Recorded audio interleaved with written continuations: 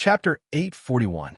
Xianxia placed his right hand on the saber hilt and instantly executed the Qing emperor's drawing the saber. The middle-aged swordsman immediately felt like he had nowhere to hide. His 72 sword images were clearly attacking Xianxia. However, when Xianxia placed his right hand on the saber hilt, everything seemed to turn around. The middle-aged swordsman's heart sank, and his expression changed greatly. Relying on his swordsman's intuition, he decisively withdrew his move and retreated. The 72 sword images merged together, and his figure flashed. The Azure Wolf swordsman, who leaped after the middle-aged swordsman, was not as lucky. The middle-aged swordsman brushed past him. However, one advanced while the other retreated. Electric light flickered, and the slender lunar shadow saber attacked from an angle that the Azure Wolf swordsman could not have imagined. The saber light struck the Azure Wolf swordsman's side, and the strong lightning-attributed energy exploded. The Azure Wolf swordsman's body flew into the wall of the hall like a cannonball. In the time it took for a spark to fly, everything happened unimaginably fast. In the time that Xianxia used his saber to attack, one of the two swordsmen was forced back, and the other was knocked back. Deity's nation, inextinguishable spear. Deity's nation, inextinguishable sword.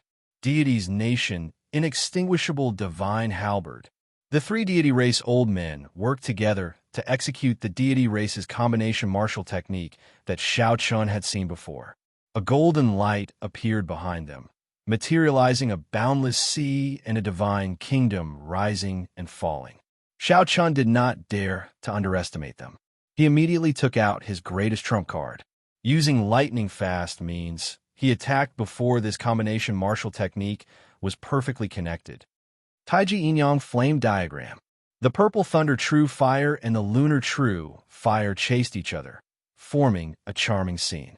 As they spun, they merged into the world.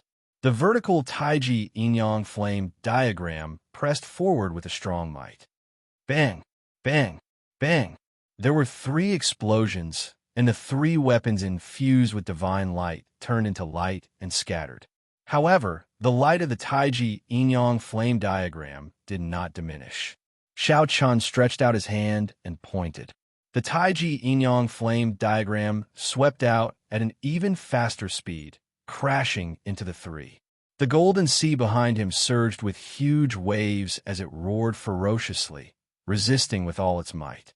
But in the end, the divine kingdom sank to the bottom of the sea, never to come out again. The sea disappeared, and the 3 god race elders each spat out a mouthful of blood.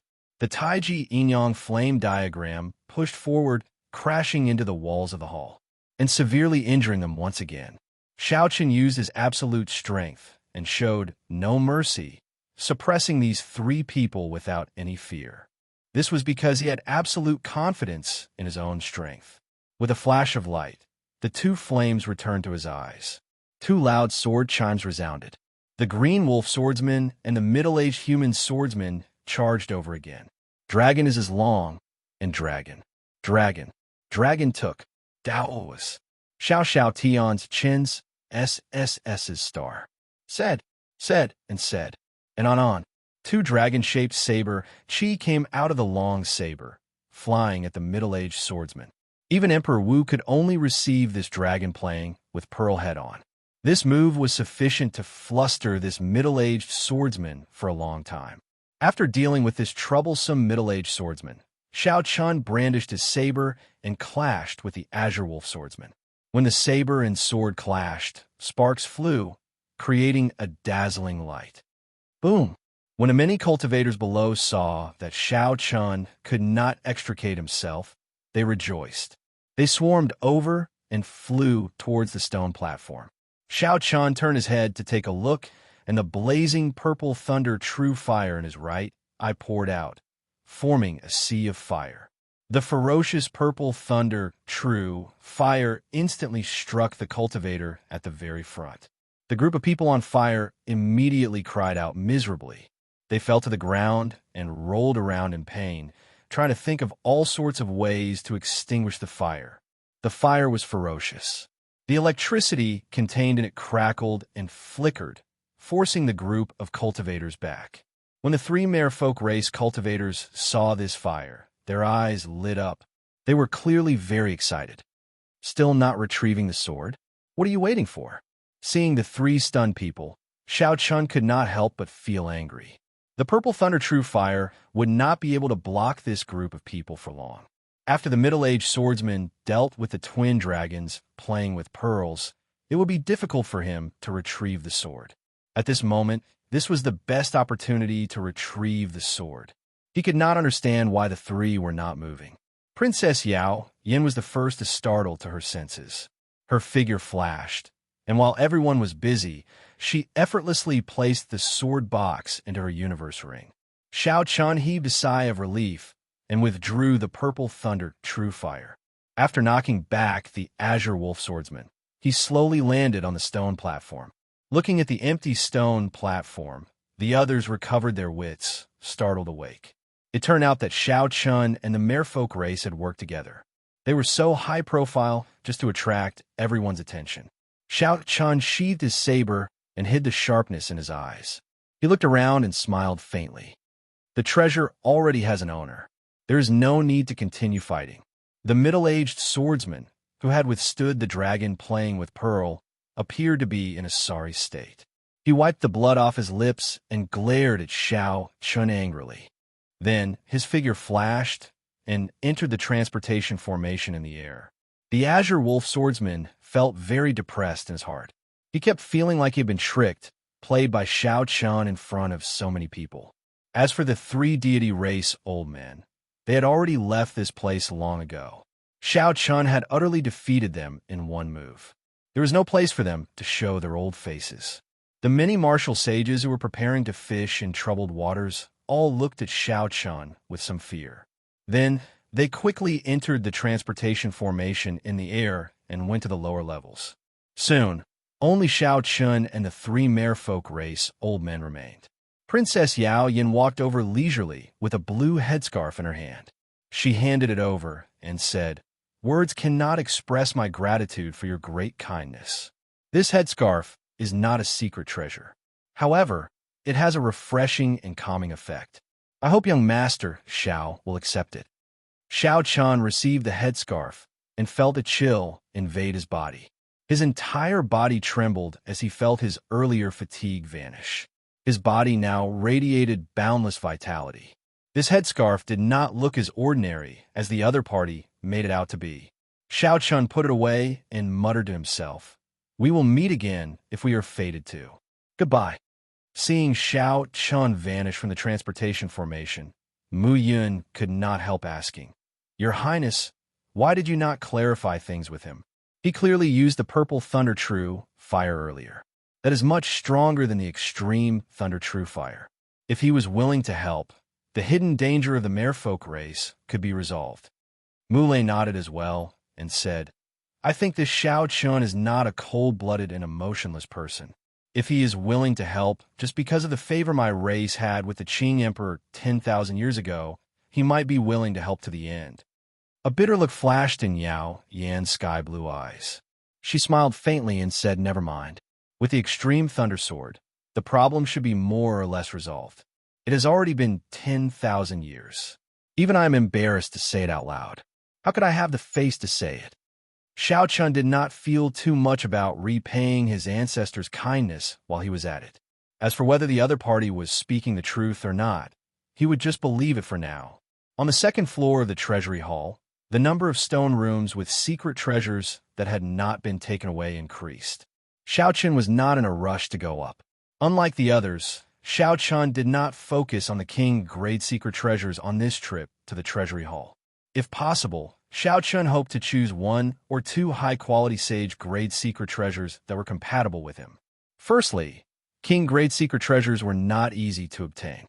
Secondly, after obtaining them, he would be temporarily limited by his cultivation. It would be difficult to refine them and bring out their full effects. Most importantly, after obtaining them, he might discover that they were unorthodox secret treasures similar to the reincarnation lamp. What Xianxia needed were secret treasures that were compatible with him. For example, his empty hands lacked a pair of gloves that could increase his speed. Previously, after he advanced to superior grade martial monarch, the gloves had lost their effects and had been abandoned in the universe ring for a long time. Furthermore, the shoes on Xiao Qin's feet no longer had the effect of increasing his speed. It was a pity that Lung Yu had to reforge these two secret treasures. Occasionally, the ocean blue headscarf on Xiao Qin's forehead would circulate a cold qi around his body, giving him a refreshing and comfortable feeling. Under the influence of the headscarf, Xiao Qin, who had been somewhat anxious, calmed down completely, becoming as traceless as the autumn water. Xiao Qin's mind became clearer about his own desires and desires. His mind reached his heart and removed many of the distracting thoughts. If Xiao Qin still did not know that this headscarf was a supreme treasure, he would really be a blockhead. Why does this headscarf look like Neptune's headscarf? Could it be that Neptune's relic was really passed down? Ao Jiao sized up the blue headscarf on Xiao Qin's forehead as she commented. Bang! In the stone room, Xiao Qin sheathed his saber and punched the combat puppet guarding this place. Then he struck it one last time, shattering it into countless pieces. Xiao Qin opened the wooden box in the stone room and took a look. He was somewhat disappointed to find a sword brimming with spiritual energy inside. After walking out of the stone room, Xiao Qin took some time to ask, "What is Neptune's headscarf?" According to legend, Neptune had a very violent temper. He was a tyrant through and through. Once he flared up, the entire Kunlun realm's sea would surge with huge waves. Tsunamis would surge up to the sky, and torrential rain would fall incessantly. Several innocent life forms would die. For the sake of helping him control his temper, his daughter put in a lot of effort. She traveled all over the forbidden lands at the bottom of the sea and knitted a headscarf for him. Every time he flared up, he would wear it, saving many lives. Xiao Qin felt slightly surprised. If this headscarf really was Neptune's headscarf, then his earlier help was not worth the reward. He had thought that it was just an ordinary headscarf, so he did not hold back and casually accepted it. Actually, when he thought about it carefully, the merfolk race had dominated the chaotic demonic sea for so many years. How could the merfolk race's princess casually give out some gifts as thanks? As Xiao Qin searched the various stone rooms for the secret treasures he needed, he chatted with Ao Jiao about the past of the sea. Thus, he did not feel bored. 10,000 years ago, the Neptune Palace was incredibly powerful. Neptune's strength was even more terrifying. It frequently interfered with the continent, and even had the intention of overthrowing the continent. The Qing Emperor entered the sea 3 times and fought with it before he finally defeated Neptune. Then, he moved the human factions over and fought for many years. Finally, he swept away all the remnant factions of the Neptune Palace. When Ao Jiao spoke of the secrets of the past, Xiao Qin felt the strength of the Qing Emperor once again, sweeping through everything, unrivaled. The strongest sovereign martial emperor of the post-ancient era truly lived up to his reputation. Chapter 842. Kassier. This time, when the wooden chest opened, Xiao Qin's eyes lit up, revealing intense interest. The chest contained 3 black arrows covered in talisman scripts and flowing with light. Xiao Qin scanned them with his spiritual sense and felt the surging energy contained in them. There was also a jade strip beside the 3 arrows. Xiao Qin held the jade strip in his hand and sent his spiritual sense into it. Then, he obtained some information about the arrows. This arrow was called the Starbreaker arrow. As its name suggested, it could pierce through a star. Of course, the star here was definitely not a very large star. However, based on the might described in the jade strip, this arrow could pierce through a Grandmaster-level martial sage if they did not pay attention. The might of this arrow was focused on breaking. No secret treasure would be able to block it. The only problem was that it could only be used once. As Xiao Qin continued reading, the smile on his face grew wider. Unexpectedly, the Starbreaker arrow's forging method, the materials needed, how to carve the formation scripts, the ratio of fire, and many more were listed in great detail. That's it.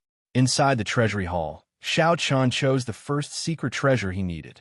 Perhaps the others would be lucky and obtain an unknown king-grade secret treasure from Diwuk. However, Xiao Chan did not envy them at all. Being able to obtain a secret treasure like the Starbreaker arrow that suited him made this trip worthwhile. Furthermore, there were the various spirit veins that he obtained earlier, the black astral coins that he extorted from Wei Hua, and 3 mature departed spirit flowers. This trip to the Sagemark Monument was a perfect one. After putting away the Starbreaker arrow, Xiao Chan started to choose his second secret treasure. Xiao Chan had a relaxed mood and walked quietly. Occasionally, he chatted with A.O. Jiao about some interesting things. Xiao Chan formed a sharp contrast with the other cultivators in the treasury hall, who were filled with surging killing chi and in a rush. As a result, he slowed down a lot. By the time Diwuk and Tian Yushi reached the 5th floor, he had barely reached the 3rd floor. Even the ghost race and corpse race cultivators, who were slower than Diwuk, had already caught up to him, rushing to the 5th floor in a hurry. They feared that Diwuk would clear the final hurdle and snatch away the last precious king-grade secret treasure. When Xiao Chan arrived at the transportation formation on the 3rd floor, he saw an empty stone platform and shattered combat puppets littering the ground. Needless to say, Diwuk had already taken away the king-grade secret treasure. Most of the stone rooms on the 4th floor had not been opened yet, giving Xiao Chan more choices. The combat puppets inside also grew stronger. Xiao Chan had reached a point where he could not defeat them without going all out. As the 10-day deadline for entering the Sagemark Monument approached, Xiao Chan still had not chosen his second secret treasure. Along the way, he came across some secret treasures that tempted him. However, after careful consideration, he chose to give them up. There were practically no cultivators left in the treasury hall. Most of them had obtained 2 secret treasures and were sent out of the Sagemark Monument. However, Xiao Chan still had not come out. Outside the Sagemark Monument, the sky was clear for thousands of kilometers around. The sun shone brightly. Occasionally, figures came out of the Sagemark Monument, revealing joyful expressions. Not to mention the treasury hall, the Sagemark Monument was filled with natural treasures. As long as a cultivator was not particularly unlucky, they would gain something. Boom! A golden radiance shot out from the Sagemark Monument. Under the illumination of the sunlight, the glow on the figure's body seemed even more dazzling. Diwuk came out. Those 2 took away all the king-grade secret treasures of the 2nd, 3rd, and 4th floors. I wonder if they took away the king-grade secret treasures of the 5th floor? Immediately, the cultivators of the various races below cast their gazes over. Everyone knew about the deity race's actions around the treasury hall. Nearly all the cultivators heading to the treasury hall were obstructed, giving Diwuk and Tianyu an advantage. Soon, another beam of light shot out of the Sagemark Monument. The sons of the human race's 3 holy masters, the fiend race's Kong Yuan and Yuan Su, the ghost race's Qing Cheng, the corpse race's Wang Can, Wei Hua, and the other demonic geniuses all walked out with extremely unsightly expressions. Based on the expressions of these young cultivators, the result was clear. Diwuk and Tianyu, she had snatched away the 4 king-grade secret treasures. At this thought, everyone sucked in a deep breath. Of the 5 king-grade secret treasures, aside from the one that Xiao Chan had given up on, the deity race had taken away the rest. Diwuk's schemes and strength were displayed once again, becoming the biggest winner of this trip to the Sagemark Monument. Where is Xiao Chan? Why is he not out yet? After the corpse race's Wei Hua landed, he immediately asked the cultivators of his race about Xiao Chen's whereabouts. Wei Hua's lips twitched as he did his best to suppress the rage in his heart. The same scene happened with the ghost race and the deity race. They all asked about Xiao Chen's whereabouts. Their gazes all turned sullen, like they wanted to eat someone up. Clearly, they were not concerned about Xiao Chan. After receiving a negative answer, they all burst into an uproar, their expressions filled with doubt. Perhaps the biggest winner of this trip to the Sagemark Monument was Diwuk. However, in terms of who was in the limelight, even Diwuk would be suppressed by Xiao Chan. First, Xiao Chan kicked Diwuk away at the Sagemark Monument. Then he single-handedly tricked the ghost race and corpse race experts. After that, Xiao Chun repelled the various experts in the treasury hall and helped the merfolk race obtain the extreme Thunder Sword.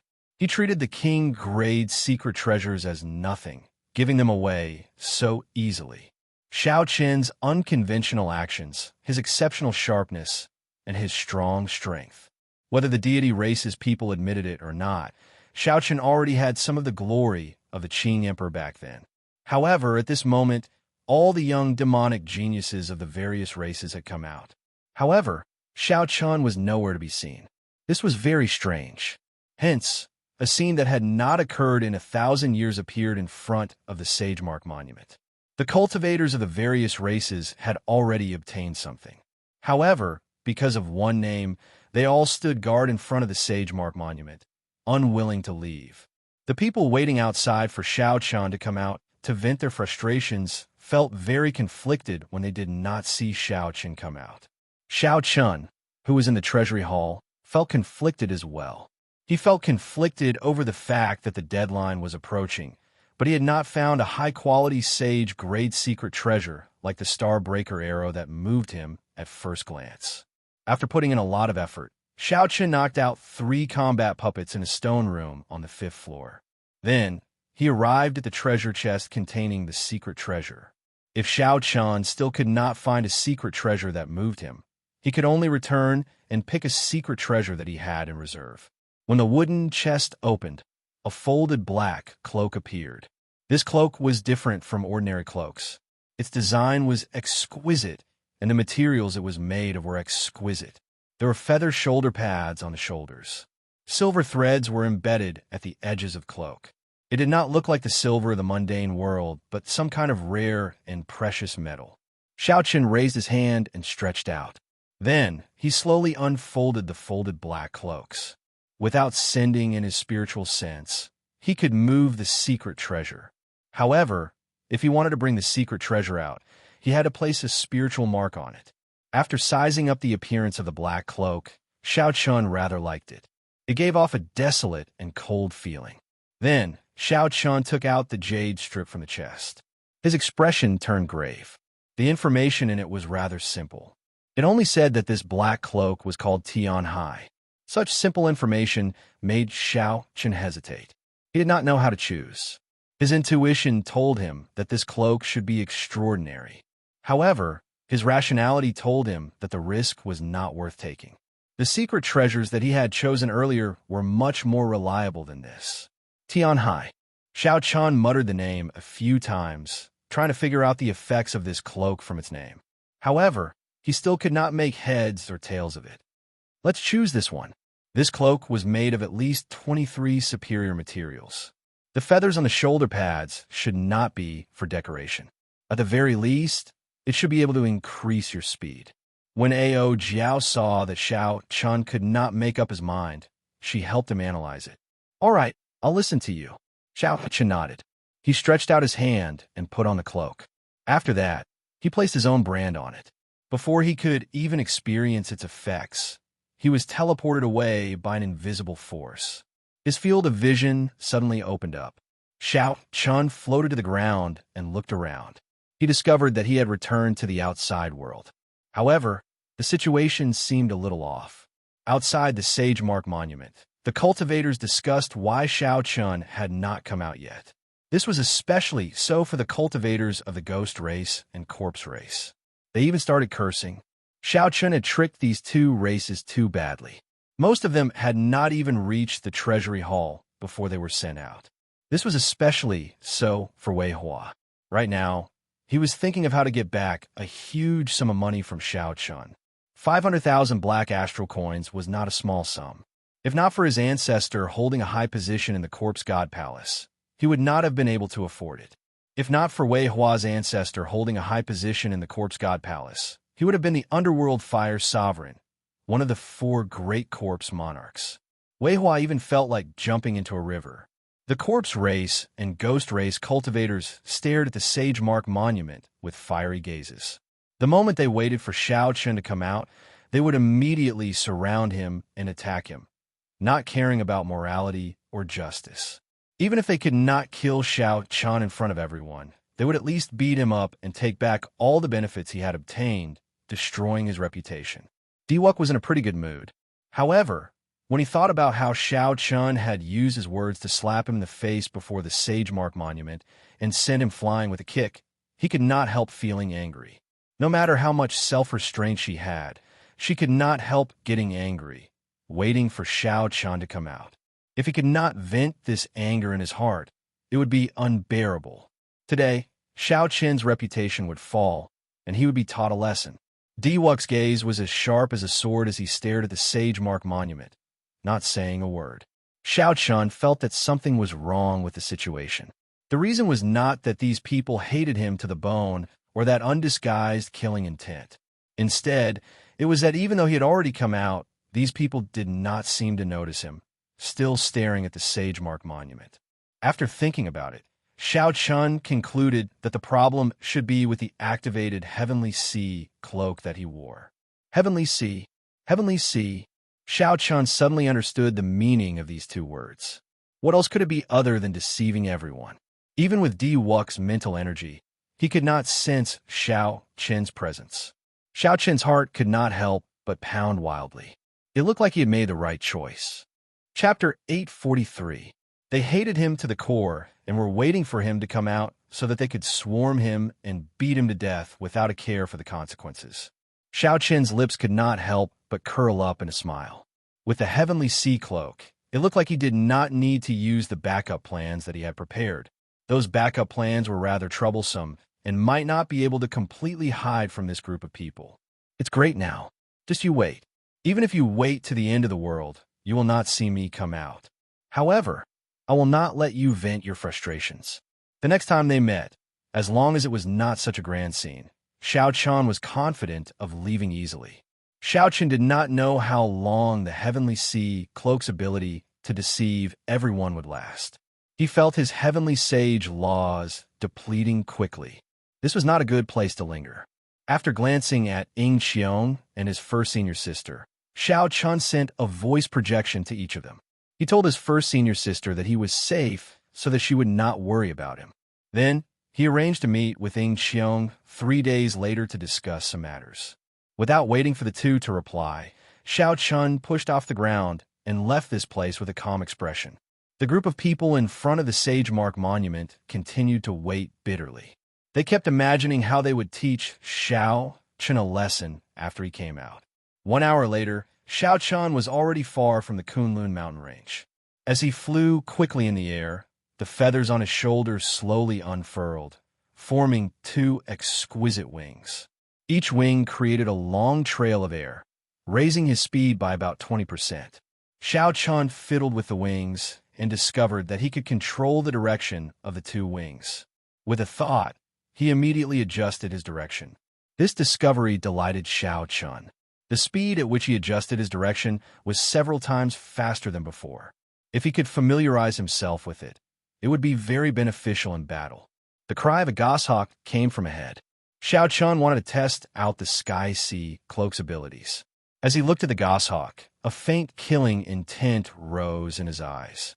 All of a sudden, the goshawk shrieked and flapped its wings to fly back in a hurry. It flapped its wings so fast that some of its feathers fell. Xianxia frowned and couldn't help but stop. Had he been discovered? It seemed like the ability to deceive everyone would lose its effect once killing intent was revealed. The excitement in his heart slowly calmed down. Xianxia entered deep thought. He had to find a time to figure out the flaws in his plan to deceive everyone. Otherwise, he would be in deep trouble at the critical moment. As the sky darkened, Xianxia changed out of the Sky Sea cloak and put on a normal cloak. He then arrived at a city controlled by the Ying family. The Sky Sea cloak was too dazzling. There were many hidden dragons and crouching tigers in the profound domain. One might run into a Grandmaster-level martial sage at any time and snatch away their treasures. At that time, one would not even have a place to cry. 3 days later, Xianxia waited for Xianxia in an inn in the city. After verifying that the person before him was really Xianxia, Xianxia's face filled with horror. He could not figure it out. How did you come out? Xiong could not help asking out of curiosity. The people of the ghost race, corpse race, and deity race are going crazy. The 10-day deadline passed long ago, and they still have not waited for you to come out. Xiaochen raised his eyebrows slightly. The image of those people suppressing their frustrations appeared in his mind. However, they could not wait for him to come out, suppressing all their frustrations in their hearts. Xiaochen could not help smiling faintly. What's wrong? Are they still there and not leaving? Xiong gave Xiaochen a strange look. Then, he said, "You are not embarrassed to say that?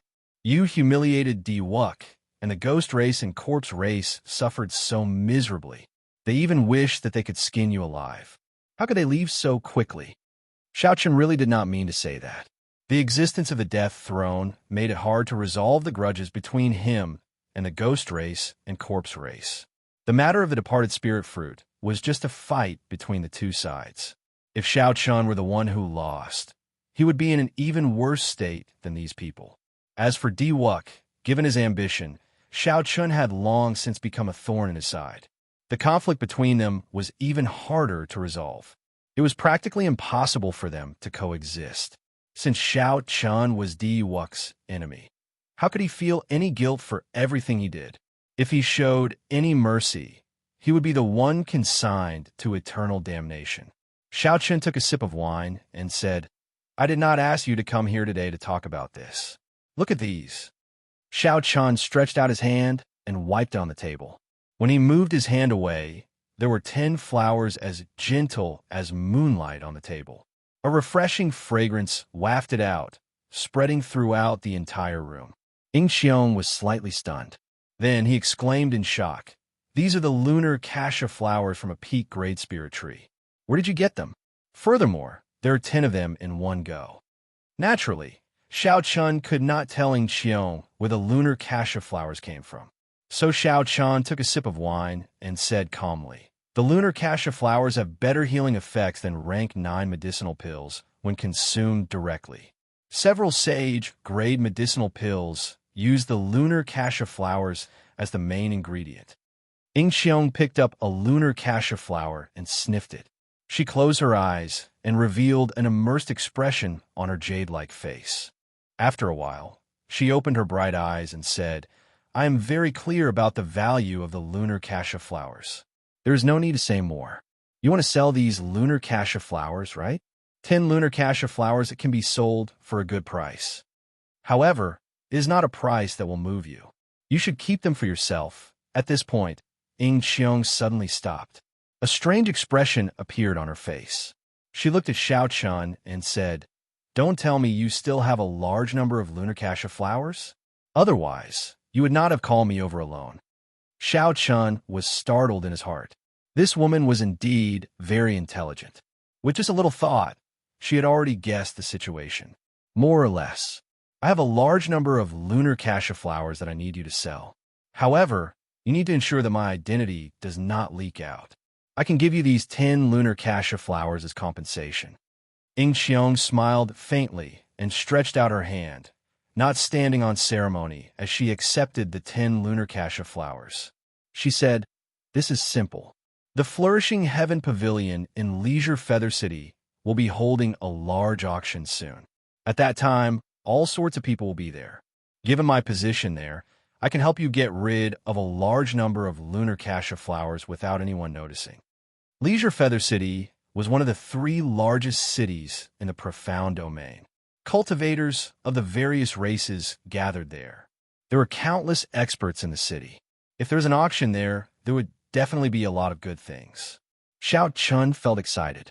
Right now, he was quite wealthy. There were many things that he wanted to buy and was qualified to participate in the auction of that level. Suddenly, Xiaochen thought of something. He said, "I recall that the Flourishing Heaven Pavilion is a business of your clan, right?" Xiong denied it. "No, it is a joint business of the sovereign noble clans of the various races. In name, it is managed by an Emperor Venerate. However, in reality, 12 Holy Venerates manage the daily affairs. Below the Holy Venerates are 36 Heavenly Venerates. Below them are the Great Venerates of the various branches. I am one of the 36 heavenly venerates. The authority I can use is rather large. There's no problem in helping you. However, how many lunar cassia flowers do you want to sell? Xiaoqin thought for a while before replying calmly. About 500. Xiong sucked in a breath of cold air. He looked at Xiaoqian incredulously and said, 500? Did I hear wrongly? Don't tell me you found a laurel tree that had just bloomed? When the lunar cassia tree bloomed, white flowers would fill the treetops. However, when the wind blew, the flowers would fall off easily. In less than 30 days, all the lunar cassia flowers would be gone. This was another reason why lunar cassia flowers were so rare. 500 lunar cassia flowers would cost tens of millions of astral coins. This was not a small number.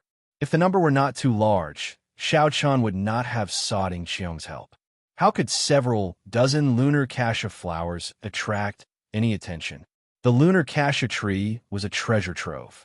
It bloomed only once every 500 years. If it were not so valuable, Xiaoqian would not have taken the risk to scam the ghost race and the corpse race. Xiong recovered his wits and smiled bitterly. It looks like your harvest in the Sage Mark Monument is no worse than Wux. I have to think carefully about the faction that can buy 500 lunar cassia flowers in one go. Is it very difficult?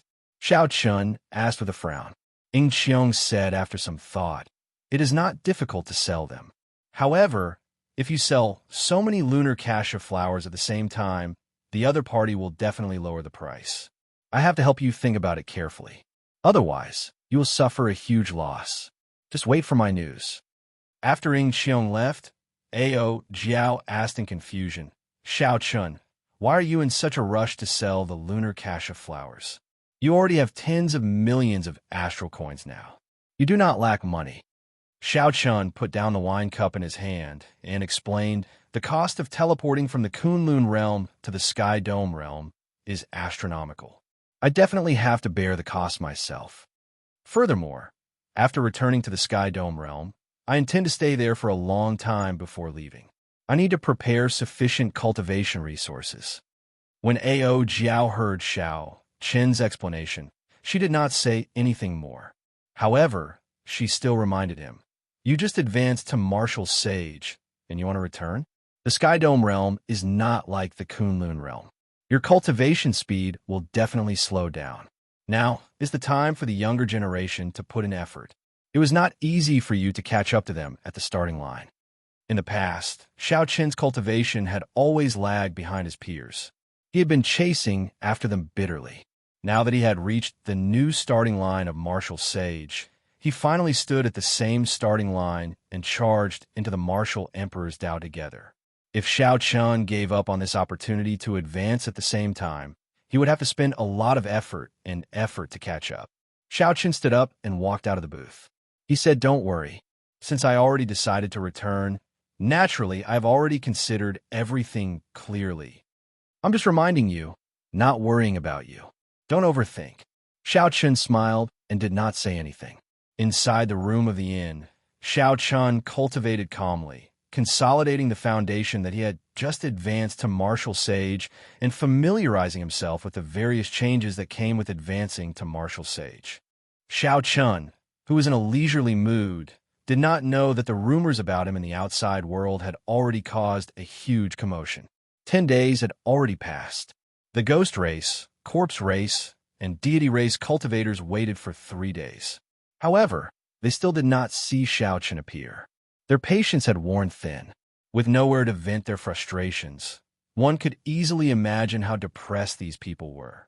However, most of them were worried about why Xiaoqian did not come out of the Sage Mark Monument. Since ancient times, no one had ever heard of someone not appearing in the Sage Mark Monument. Chapter 844. The moment the Qing Emperor's descendant appeared, he was trapped in the Sage Mark Monument. There were all sorts of rumors flying around. The most exaggerated one was that Xiaoqian had already fallen in there. However, this version was the most widespread. Occasionally, when Xiaoqian ate at an inn, he heard others talking about this. He could not help but find it laughable. Half a month later, Xiong appeared before Xiaoqian, somewhat fatigued. When he saw Xiaoqian's complexion and aura becoming more stable, He could not help but feel that Xiaoqin's improvement was really fast. I contacted the buyer. The buyer is the Kunlun Realm's alchemy holy land, the Medicine God Valley. 500 lunar cassia flowers are valued at 25 million astral coins. The main reason is that the quantity is too large, enough for them to use for 10 years. Xiaoqin calculated in his heart. Then, he raised his head and said, "This is a very fair price. You must have put in a lot of effort. When are we going to make the transaction?" 10 days from now, at Leisure Feather City. We have to depart now. A warm look flashed in Xianxia's eyes. He continued, "The elder in charge of the transaction would like to meet you. Of course, I did not reveal your identity." Xiaoqin decisively rejected, "Never mind. I am not interested in these people." Only Xiaoqin dared to reject the Medicine God Valley's alchemy grandmaster. The Medicine God Valley was not strong, but they had connections with the various experts of the Kunlun realm. Even martial emperors could not guarantee that they would not need the Medicine God Valley's help when they needed it. They would have to ask the Medicine God Valley for some medicinal pills, refining fees. Xiong did not find this strange. This was not his first day knowing Xiaoqin. He said, "All right, I'll help you reject him." Leisure Feather City towered in the sky. Aside from the main city, there were 5 satellite cities connected by rainbow bridges. Many people came and went in the sky. The city was vast and majestic, looking very prosperous. Cultivators of the various races gathered in the main city. Experts of the deity race, corpse race, ghost race, human race, and fiend race could be seen everywhere. This was especially so because of the flourishing Heaven Pavilion's auction. Martial sage experts could be seen everywhere in the city. The threshold for this auction was extremely high. Without being a martial sage, one would not be allowed to enter. This was the auction with the highest standards in the continent. If Xiaoqin wanted to find an auction of a higher standard than this, he could only search the boundless starry heavens. Grandmaster-level martial sage auctions were common there. Because it was necessary to be cautious, Xiaoqin put on the Sky Sea cloak, and he did not stand out in the crowd. There were many true inheritors of the noble clans and sects here. A secret treasure that looked dazzling would not attract too much attention when compared to the many king-grade secret treasures of the noble clans and sections. After Xiong helped Xiaoqin trade for the lunar osmanthus flower, he used his heavenly venerate status to easily arrange a VIP room for Xiaoqin. Let's meet again after the auction. If I can obtain the position of Holy Venerate in the flourishing Heaven Pavilion, my status as the Ing clan successor will be stable. I still have some work to do, so I'll take my leave first.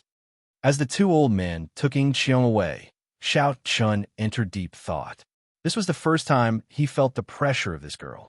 It was not easy to obtain the position of Holy Venerate from the 36 Heavenly Venerates.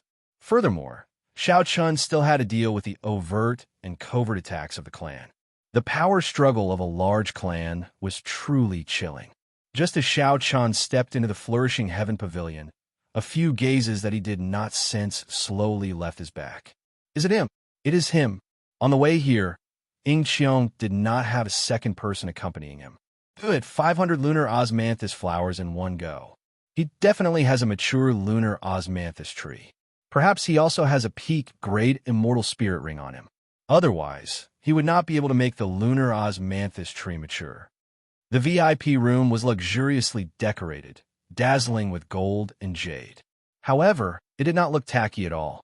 Xiaoqin carefully looked around and discovered that the sparkling decorations were not the gold, agate, or jadeite of the mundane world. Instead, there were other rare metals, each of which was very expensive. They added a sense of weight to the room, diluting the tackiness of the extravagance. The exquisite wooden chair was covered in the soft fur of a superior grade spirit beast. When Xiaoqin sat on it, he felt very comfortable. He could not help leaning back. Spirit fruits, unique to the Kunlun Mountain, were placed on the ebony tables and chairs at the side. A faint fragrance came from them, making one drool. From the details, one could see the difference between this auction and the previous auctions. A light flickered on the wall in front, and the scene on the auction platform turned into a water screen before Xiaochun. Xiaochun felt surprised. This should be a formation laid by Emperor Wu, who cultivated a water-attributed cultivation technique. To them, this was just a small trick. A spirited old man walked up the auction platform. His hair and eyebrows were all white, and his eyes gleamed with vigor. As he walked, he exuded a calm aura. Xiaochun was mildly startled. This was actually a superior-grade martial sage. Furthermore, his cultivation was very deep. This old man's family name is Hong. I am the MC of the Flourishing Heaven Pavilion's auction this time. Everyone here is a reputable person. Everyone here knows the rules of the auction. If there are any disputes, please resolve them outside the Flourishing Heaven Pavilion. Even without this old man saying it, you all know the consequences of those who maliciously disrupt the order of the auction. After Old Hong finished speaking, he did not bother with any nonsense and directly revealed the first auction item. The first auction item is a peak sage grade medicinal pill, the Rising Dragon Overlord Pill. It contains the bones of 18 different inferior dragons, refined by a Grandmaster Alchemist of the Medicine God Valley. After consuming it, it can increase a cultivator's aura by 30%. If one is lucky, it might even produce a trace of dragon might. After giving a simple introduction of the medicinal pill's effects, Old Hong announced the starting bid. The starting bid is 180,000 astral coins. Each increment must be no less than 20,000 astral coins. Xiaochun raised his eyebrows. Auctioning off a peak sage-grade medicinal pill at the start was really bold. Medicinal pills were normally divided into 9 ranks. Above rank 9 was sage grade, and above sage grade was king grade. Above king grade were emperor grade medicinal pills. As for whether there were teleportation immortal pills above emperor grade, Xiaochun did not know. The Rising Dragon Overlord Pill was second only to king-grade medicinal pills. In a regular auction, it would not be strange for it to be used as the finale item. Unexpectedly, it was only an opening item here. Xiaochun was very interested in this medicinal pill. He had consumed the monarch bloodgrass before. His bloodline already contained a trace of an ancient sovereign's aura. If he consumed this Rising Dragon Overlord Pill, that arrogant and unparalleled sovereign's aura would be even stronger. 200,000, 200,000, 300,000. The effect of aura on cultivators went without saying. Ordinary rank 9 medicinal pills that could increase a cultivator's aura would be bought by many. As a peak sage grade medicinal pill, the Rising Dragon Overlord Pill would naturally be hotly contested by cultivators. After selling 500 lunar cash of flowers, Xiaochun's net worth reached more than 35 million astral coins. He was no less wealthy than a Grandmaster-level martial sage. Xiaochun was determined to obtain this medicinal pill. However, this place was filled with crouching tigers and hidden dragons.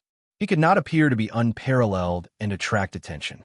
When the bid reached 500,000 astral coins, Xiaochun started to raise the bid unhurriedly. He did not increase it by too much or too little, just keeping it up like this. When the bid reached 1,500,000 astral coins, only one person remained competing with him. Xiaochun tested the waters a few times and discovered that only one person followed. So, he suddenly raised the bid by 500,000 astral coins. That martial sage, who had been following Xiaochun for 20,000 astral coins, immediately stopped following. In the end, Xiaochun managed to obtain this Rising Dragon Overlord Pill for 2,200,000 astral coins. After several auctions, Xiaochun had gained some experience. If one were to use a sky-high price to scare everyone away, not only would the auctioneer not agree to it, those who weren't interested in the item would also turn their attention to it. Perhaps they might even argue with the auctioneer about it. Xiaochun could only slowly grind it down until he was certain that there were not many people competing and that he knew the bottom line of the bidders. Only then could he kill it in one strike and obtain what he wanted. Of course, nothing was absolute. This was just a general technique. It was not a law. Soon, a maidservant brought out the Rising Dragon Overlord Pill. Xiaochun paid the bill straightforwardly. Then, He held the jade bottle containing the medicinal pill in his hand. After pouring out the medicinal pill, Xianxia took a look at the second auction item. He was not interested, so he swallowed the medicinal pill and used this rather boring time to refine it. Boom! The medicinal pill melted the moment it entered Xianxia's mouth. Then, it split into 18 dragon-shaped energies that rampaged wildly in Xianxia's body. Instantly, there seemed to be a tsunami surging endlessly in Xianxia's body. As he slowly refined the medicinal energy, Xianxia clearly felt the sovereign's aura in his bloodline grow denser, gaining the sharpness of an absolute overlord. Xianxia clenched his fists and activated his sovereign's bloodline. A surging tyrannical aura surged out, and there seemed to be 18 berserk dragon roars reverberating in the air. The light in Xianxia's eyes disappeared. He closed his eyes and sensed for a while. He gained a new understanding of the sovereign's aura that was originally unfathomable. With Xianxia's current aura, he should be able to hold his own against Grandmaster-level martial sages. He would not be suppressed by the other party's aura before the fight even started. Ao Jiao thought to herself, only Xianxia can have such an effect. Without the accumulation of sovereign's bloodline, others would not have such startling improvements in their auras. An inferior-grade martial sage could fight against a Grandmaster-level martial sage with his aura. How shocking would that be? The auction continued. Occasionally, Xianxia glanced at the items. Sometimes, he even bought things that he had no use for. This made Ao Jiao feel strange. No matter how rich Xianxia was, he could not spend it like this. Xianxia smiled faintly, but did not explain. When he returned, he had to bring something to take care of some old friends. Clearly, he could not return empty-handed. There were many good things in the auction. After Xianxia, he managed to win 2 more secret treasures that he was rather satisfied with. One was a pair of jade-white absolute heaven gloves, a high-quality sage-grade secret treasure that could increase one's speed by 20%. The other was a pair of boots that could increase one's speed. Compared to the pair of gloves and boots in the treasury hall, these were slightly inferior. However, they were sufficient. At the very least, their effects would not weaken before he advanced to Grandmaster-level martial sage. Chapter 845. There were many good things. However, not many of them made Xianxia's eyes light up. Occasionally, there were treasures that shone brightly, but they were of no use to Xianxia. Even if he managed to obtain them, he could only waste them. Xianxia could not help feeling bored again. He asked, Ao Jiao, the dragon mark fruits in the immortal spirit ring have reached 700 years of age, right? Yes, they have reached that long ago. If I consume the last 10-odd rank 3 spirit veins, I should have no problem reaching 800 years of age in 1 month. Xianxia thought for a while before saying, never mind. I'll take them out now. Keep the remaining spirit veins origins. I have other uses for them. Although Ao Jiao did not understand, she still did as he said. She flicked her finger, and 5 dragon mark fruits with alluring spirituality floated out. Xianxia placed the dragon mark fruits beside him. Right now, a casual strike of his could bring his vital qi to 1,150 tons of force. His explosive power could reach 1,180 tons of force, but he was still far from reaching 1,500 tons of force. After he consumed all 5 800-year-old dragon mark fruits, his explosive power should be close to 1,500 tons of force. The next item to be auctioned is a king-grade secret treasure. This secret treasure was originally an ancient warship from the immortal epic, the Blessed Light ship. After the Qing Emperor modified it, it became the standard king-grade warship of the Dragon's Gate. After the Dragon's Gate was destroyed, most of the Blessed Light ships were destroyed. This is one of the few that survived. I do not need to explain its significance. The Dragon's Gate's warship starts at 2 million astral coins. Old Hong's words on the auction platform immediately made Xianxia, who was preparing to consume the dragon mark fruits, stop what he was doing. Then, he stared at the simple, exquisite, yet tyrannical warship. 2,100,000, 2,200,000, 2,300,000. As soon as the starting price was announced, Many fervent bidders immediately surged out from all directions, and every single bid was an increment of 100,000, causing them to seem extremely frenzied.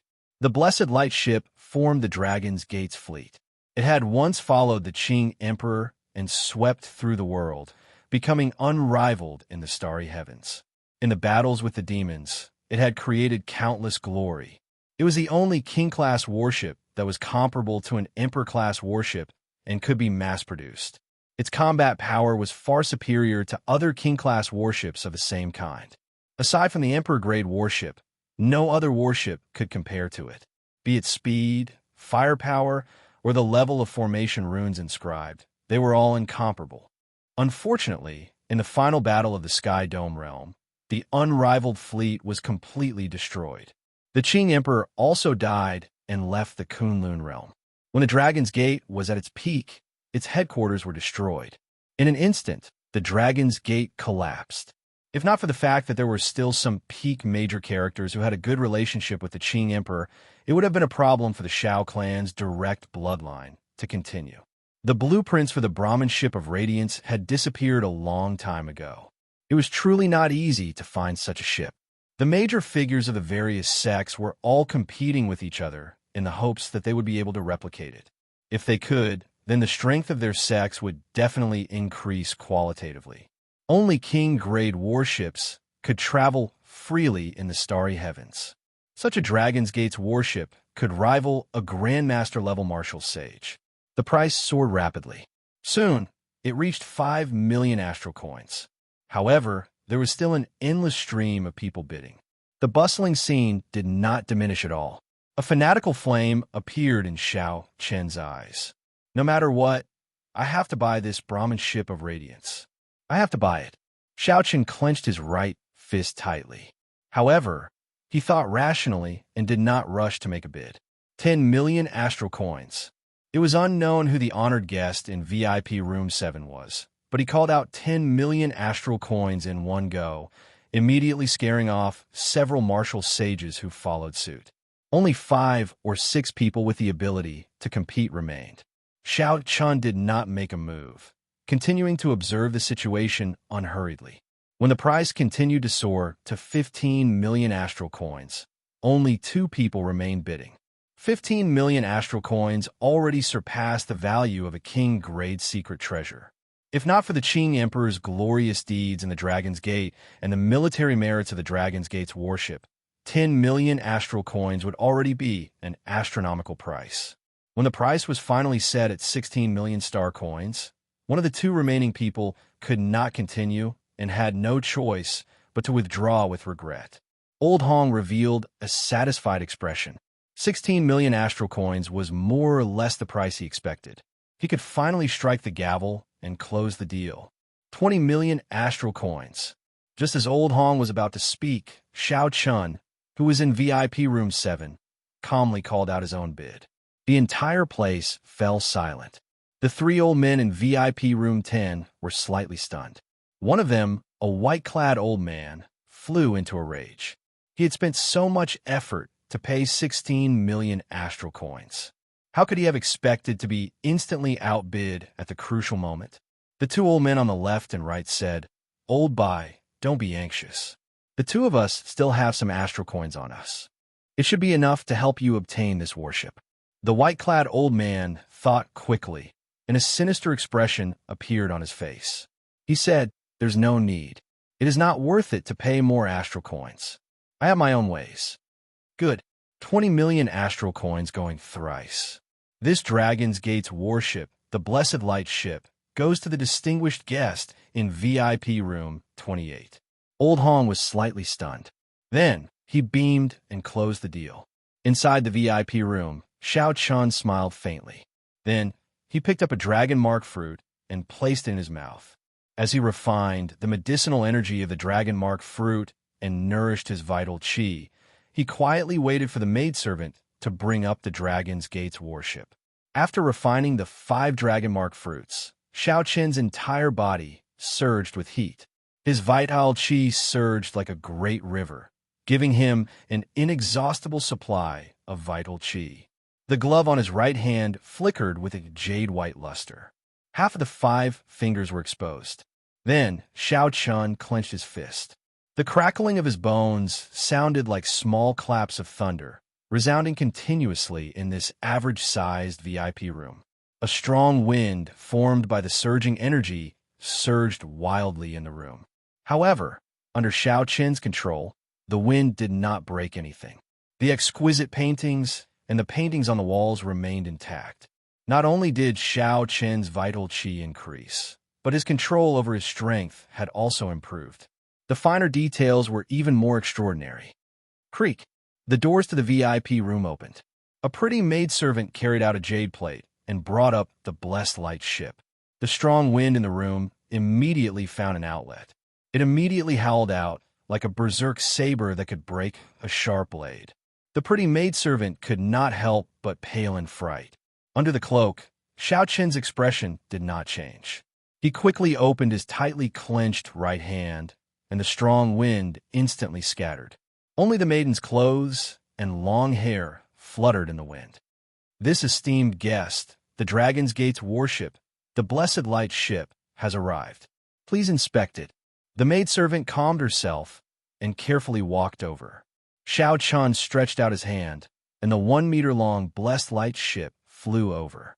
When Xiaoqian looked carefully, he saw 18 sails on the ship, stacked together densely, occupying most of the ship's surface area. When Xiaoqian extended his spiritual sense, he discovered dense talisman scripts carved on each of the sails. When he scanned them with his spiritual sense, they gave off motes of light.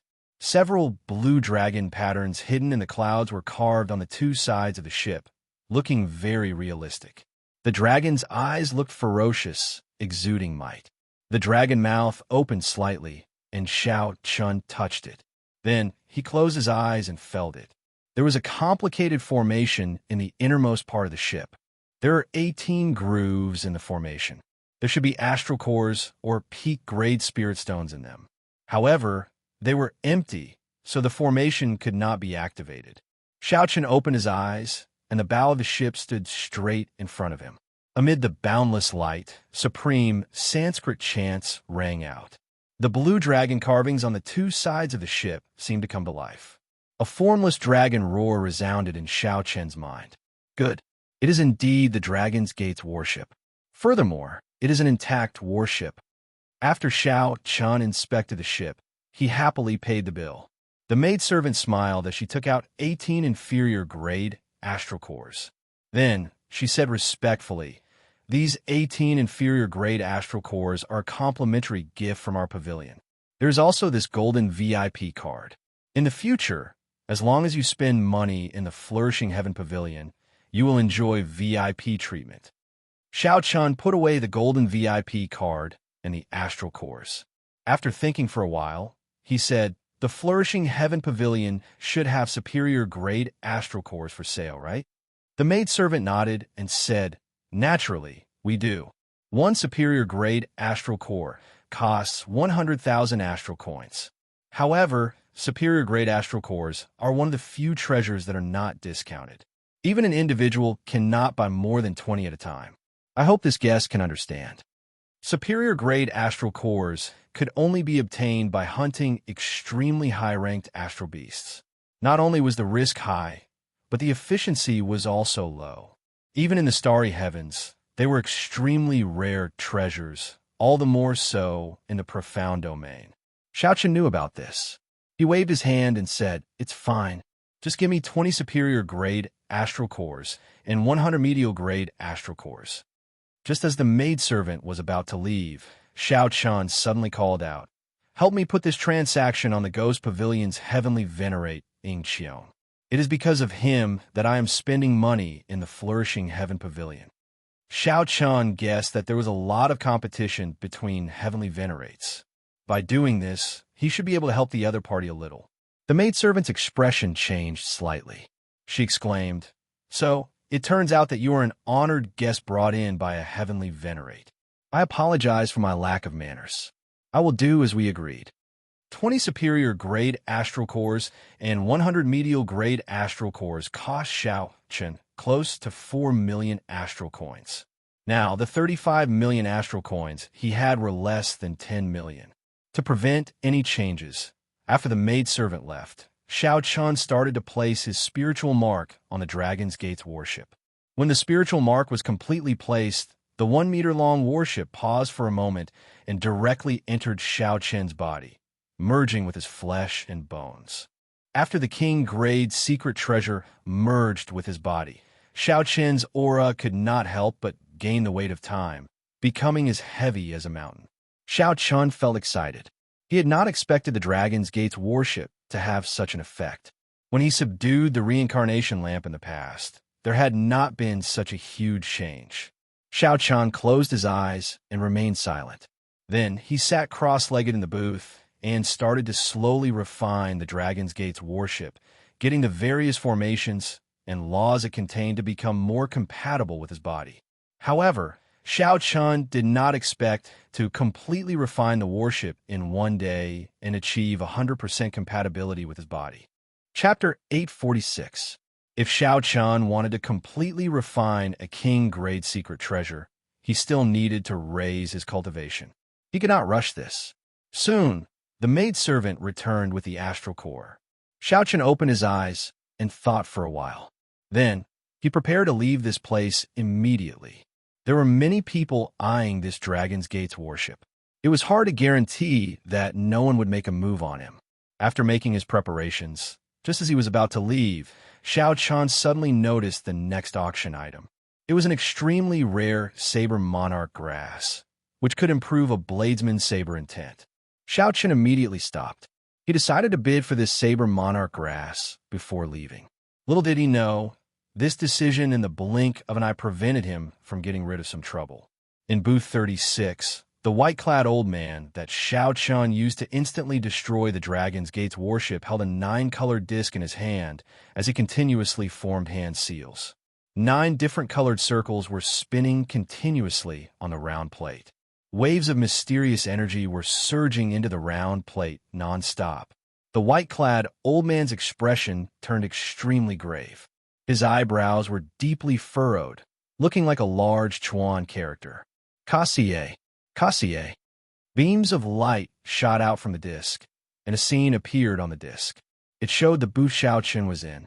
The scene showed a pretty maidservant bringing the astral core to Xiaoqian. Then, Xiaoqian put away the astral core and prepared to leave. Kassier. The old man stretched out his hand and pointed. The beams of light on the disc gathered and encased Xiaoqian. When the light faded, a green dot appeared on the disc, flickering continuously. The white-clad old man relaxed his frown and heaved a sigh of relief. He said, "All right, my heavenly secret divination disc has already planted a trace of heavenly secrets in him. Now, no matter where he runs, he will not be able to escape." The ferocious-looking old man on the left asked, "Why did it take so long? The heavenly secret divination disc? Could it be that the other party sensed that trace of heavenly secrets and took precautions?" The white-clad old man shook his head and said, "No, the cloak he is wearing is somewhat strange. It is ethereal and slippery like a fish. I spent a lot of effort to catch it."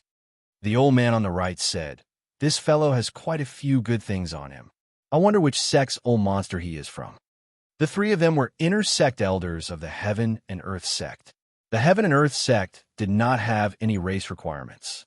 They were rather famous in the profound domain and had considerable power. However, they were only slightly weaker than some sects and clans with sovereign martial emperors. The white-clad old man exuded a scholarly aura, looking very righteous. He looked at the heavenly secret divination disc in his hand and sneered, "We are alone. Even the old monsters of other sects will die if they encounter the 3 of us." Inside the private room, Xiaoqian frowned slightly, feeling an inexplicable sense of irritation. He sent out his spiritual sense to check carefully. However, his expression remained unchanged as he continued to bid for the saber monarch herb. Bladesmen were a rather different group of cultivators. Xiaoqian did not have many competitors. He spent 2 million astral coins to successfully purchase this saber monarch grass. After Xiao Chun obtained the saber monarch grass from the maidservant, he did not linger and left this place in a rush. Although Xiao Chun did not sense anything with his spiritual sense, he kept feeling that something was wrong. After leaving the flourishing heaven pavilion, Xiao Chun looked around. Then he followed the crowd to the bustling streets, heading out of the city. Young Master Huang. That person left from the side door of the flourishing heaven pavilion. He left before the auction ended. In a restaurant across from the flourishing heaven pavilion, a youth in embroidered clothes listened to the reports of two of his subordinates. This youth was called Huang Bai. He was the son of one of the 3 Grandmaster alchemists of the Medicine God Valley. His talent in alchemy was extraordinary as well. This time, Huang Bai had come with the elders of his sect to make a deal with Xianxia. He had sent people to investigate in secret and discovered that Xiao Chun was only an inferior grade martial sage. Hence, he felt evil. Behind the elders of his sect, Huang Bai prepared to make a fortune, be it 25 million astral coins, a complete lunar kasha tree, or a peak-grade immortal spirit ring. Any one of these would be sufficient to tempt him. Huang Bai nodded and said to the two beside him, "He is only an inferior-grade martial sage. With the two of you being medial-grade martial sages, you should be more than enough to deal with him. Make your move after you leave the city. I will wait here for your good news." The two obeyed and left. They swallowed a medicinal pill, and their auras immediately vanished. With their mental energy, they found that their cultivation was no different from that of an ordinary person. This was the rarely seen aura-concealing pill. After consuming it, one could hide one's cultivation for 2 hours. Even if the target discovered it, they would not care. After leaving the city, Xiao Chun gently pushed off and landed on the ground in Leisure Feather City. After getting his bearings, he headed for the Tianwu Domain's Haotian sect. There were still many cultivators on the main road. Xiao Chun did not stop moving. However, the further he went, the more he deviated. This made the two cautiously following behind rejoice. If there were fewer people, they would be able to make their move immediately. Suddenly, the two were stunned. When they looked up, they discovered that Xiao Chun's figure had disappeared. Xiao Chun, who was clearly in front of them earlier, suddenly vanished. Whoosh! Whoosh! The two no longer carefully hid themselves. They quickly flew over to where Xiao Chun had disappeared and looked around. Strange, why can't I see him? The two exchanged glances, feeling suspicious in their hearts. Are the two of you looking for me? Suddenly, a voice rang out behind them. The two's figures flashed as they quickly turned around. When they saw Xiao Chun wearing the heavenly sea cloak, who seemed to have appeared out of nowhere, they were extremely astonished. Under the cloak, Xiao Chun revealed a faint smile. His earlier actions and the aura he gave off had exposed the two's cultivation. Just 2 medial-grade martial sages wanted to target him? They were too naive. Xiao Chun's worries turned to nothing. Back in the booth, Xiao Chun had felt that something was wrong. However, he could not detect it. Only when he left the city and checked with his spiritual sense did he see these 2 ordinary people. Only then did he understand. It turned out that there were experts who had consumed medicinal pills to hide their cultivation and were following him. When the 2 medial-grade martial sages saw that they were exposed, they did not say anything more. Their auras burst forth, and a weapon appeared in each of their hands. Then, they pressed forward and charged at Xiao Chun. If it were when Xiao Chun had just advanced to martial sage, he would have felt some pressure when facing 2 medial-grade martial sages and would not have dared to attack rashly. However, now that he had not been a medial-grade martial sage for several decades, Xiao Chun would not fear regular medial-grade martial sages. He had too many trump cards he could use. After activating the sovereign bloodline in his body, the horrifying aura that Xiao Chun gained from the rising dragon Overlord pill surged out. In an instant, a formless dragon roar resounded behind him. As Xiao Chun's aura soared, the 2 medial-grade martial sages suddenly felt a huge pressure bearing down on them. It was like they were facing an ancient sovereign overlord and not some inferior-grade martial sage. When Xiao Chun attacked, openings instantly appeared in his moves. He took a step forward, and his aura was like a mountain pressing forward step by step. Vital qi surged in his right hand. Using his fastest speed, Xianxia grabbed hold of the two's openings and attacked. Bang! Two crisp sounds of bones breaking resounded.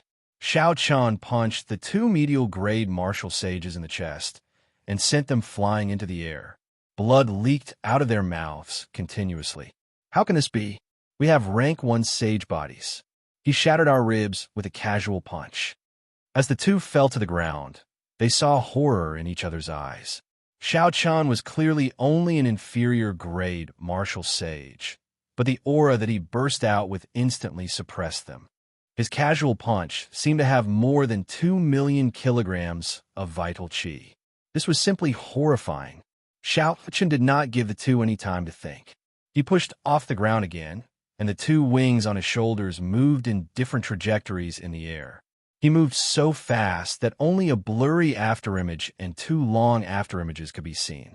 All the vital qi in Xiaoqian's body surged like a flood, surging endlessly. With a casual punch, he could achieve 1,600,000 kilograms of force. Occasionally, he would explode with a force that could approach 1,500,000 kilograms of force. The sound of his fists tearing through space was like a clap of thunder in the two's ears, causing their ears to buzz. The ripples in the air even affected the two's movements. Fighting 1 against 2, Xiaoqian held the absolute upper hand. The two could not see Xiaoqian's movements clearly. They could only see 2 undulating streams of energy spinning in the air. Xiaoqian turned into many afterimages.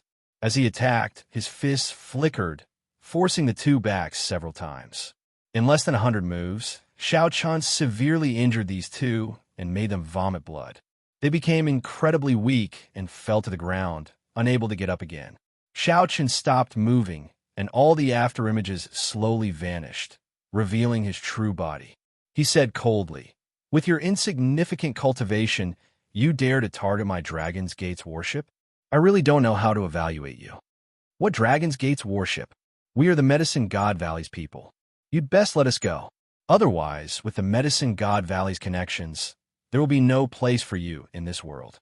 The two people on the ground spoke intermittently, trying to use the Medicine God Valley's position to pressure Xiaoqian. When Xiaoqian heard this, his expression changed drastically. However, it was not because of the Medicine God Valley, but because they did not know about the Dragon's Gate's warship. In that case, the strong enemy that made Xiaoqian feel strangely frustrated was someone else.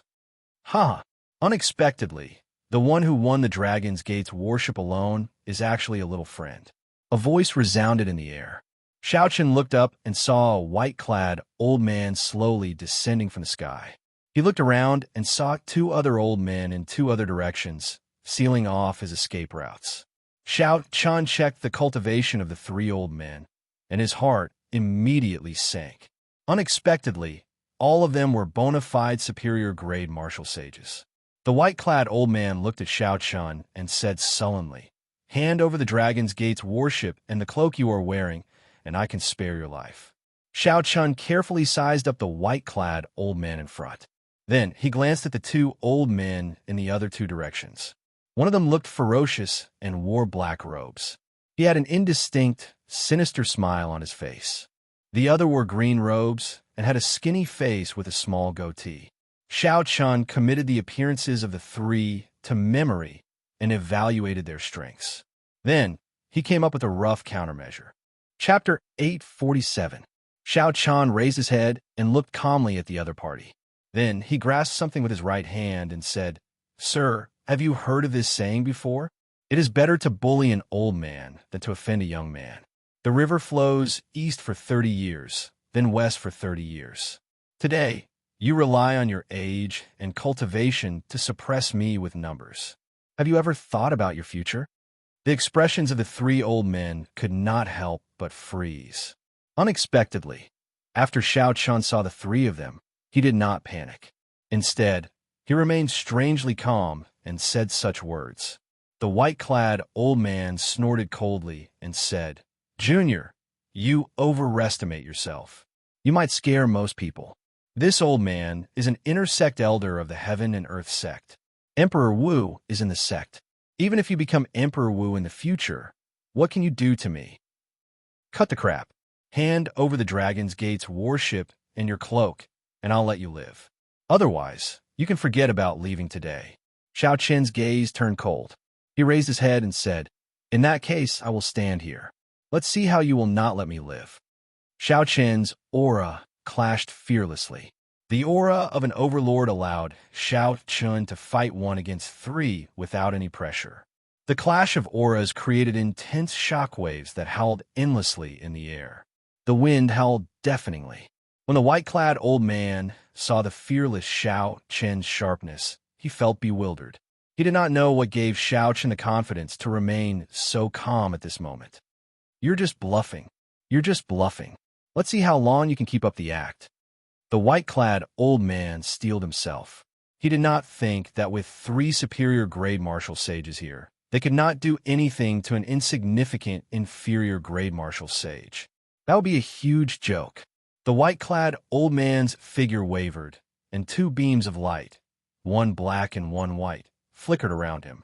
Then, he charged at Xiao Qian as fast as a meteor. This was the moment he had been waiting for. Xiao Qian narrowed his eyes and released his tightly clenched right hand. Many superior-grade astral cores gave off dazzling light like flowers scattering in the sky, encasing him. Bang! The 20 superior-grade astral cores gave off a bright light. When Xiao Qian infused his energy into them, they exploded. The energy contained in 1 inferior-grade astral core could injure an inferior-grade martial sage. The might of 50 superior-grade astral cores exploding together was easy to imagine. Intense explosions blended together, shaking heaven and earth as surging shock waves swept out. The white-robed old man, who was charging forward at an extremely fast speed, was simply unable to dodge and was directly hit by the explosion. The white-robed old man came quickly and left even faster. His clothes were completely blown away, leaving behind only his saint-grade inner armor. His hair was in a mess, and his skin was a bloody mess. It was an extremely horrifying sight. His scholarly temperament was completely gone. A second ago, he was still in high spirits, but in the next second, he was in a sorry state. Although his internal and external injuries were not fatal, his combat power was reduced by at least 50% in a short period of time. The other 2 old men were greatly startled. Clearly, they had not expected Xiao Qian to consume such a precious superior-grade astral core in one go. And it wasn't just 1 or 2, it was a total of 20. Whoosh! A light flashed. Right after the explosion ended, an electric light appeared under Xiao Qian's feet. His figure shot forward, and he kicked the white-robed old man, who had just landed, back 1 kilometer. Unexpectedly, Xiao Qian sent a bona fide superior-grade martial sage flying with a casual kick. After him, the 2 old men reacted and casually summoned out a spirit beast. Then, they carried the white-robed old man in the direction that Xiao Qian had taken, giving chase. The white-robed old man coughed intensely a few times. Then, he changed into a new set of clothes. After recuperating for a long time, his injured face recovered somewhat. "Old Bai, are you all right?" The ferocious-looking black-robed old man could not help asking. The might of 20 superior-grade astral cores exploding struck the black-robed old man. Just thinking about it made him tremble in fear. Fortunately, Old Bai wore a peak sage-grade defensive inner armor. Furthermore, Old Bai's physical body was already a rank 2 sage body. Not to mention anyone else. Even if it were the black-robed old man, it would be pretty good if he could still breathe. Old Bai's expression turned sullen. He did not answer the old man's question. Instead, he took out the heavenly secret divination disc and looked at it. Then, he raised his head and said, "Turn around. This brat is really crafty." Unexpectedly, he circled around behind us. If I didn't have the heavenly secret divination plate, I would have really let that guy slip away. The green-robed old man controlling the spirit beast waved his hand, and the huge bird he sat on spread its wings. A strong wind blew, scattering the white clouds. Then, The bird sped towards the spot of light on the heavenly secret divination disk. This bird was called the White Rock. It possessed the bloodline of the legendary Kuan Peng and could fly very fast. In the entire heaven and earth sect, there were only two of them, one male and one female. Xianxia executed the Thunder Dragon steps to its limits. Using the heavenly sea cloak speed, he managed to leave the three far behind several times. However, when he slowed down, the other party immediately caught up. This was extremely strange. Xianxia carefully checked his body and did not find anything that had been tampered with. Left with no choice, he asked Ao Jiao. Ao Jiao, are there any secret treasures that can figure out the position of others or leave a mark on you that you cannot shake off? Ao Jiao quickly answered, there are many. I know a few. The divine calculation and manipulation, the ask, not mirror, the 8 trigrams derivation diagram, the heavenly secret divination disk. Xianxia could not help but stop. When he saw the black spot appear behind him again, he could not help but frown.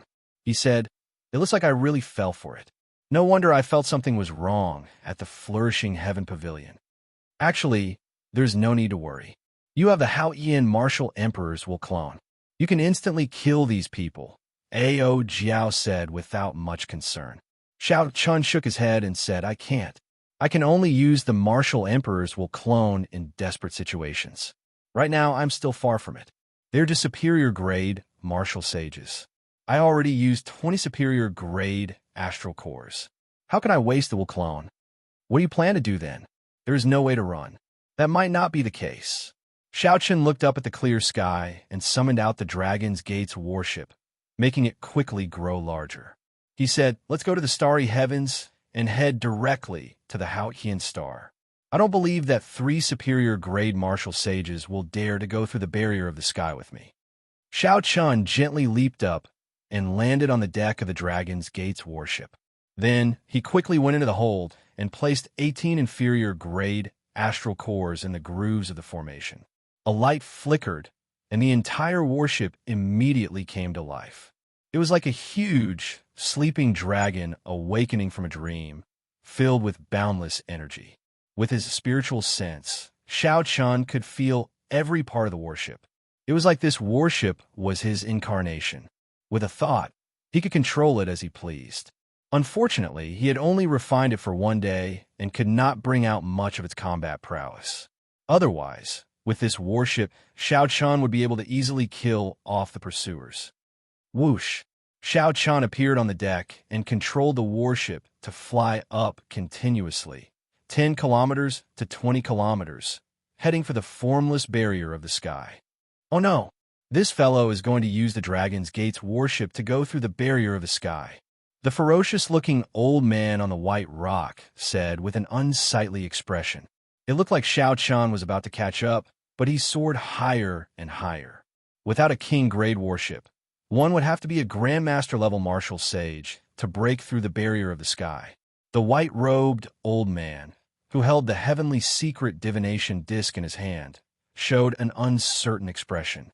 As he watched the Dragon's Gate's warship slowly break through the barrier of the sky, he showed a conflicted expression. The 3 bona fide superior-grade martial sages personally made a move. In the end, not only did they fail to catch up to Xianxia, but they even got tricked by him. Without half a year of recuperation, they would not be able to recover to their peak. I planted a strand of the heavens in him. I don't believe that he will never return to the Kunlun realm. The white-robed old man said hatefully when he saw that he could no longer catch up to Xianxia. The Dragon's Gate's warship passed through the barrier of the sky.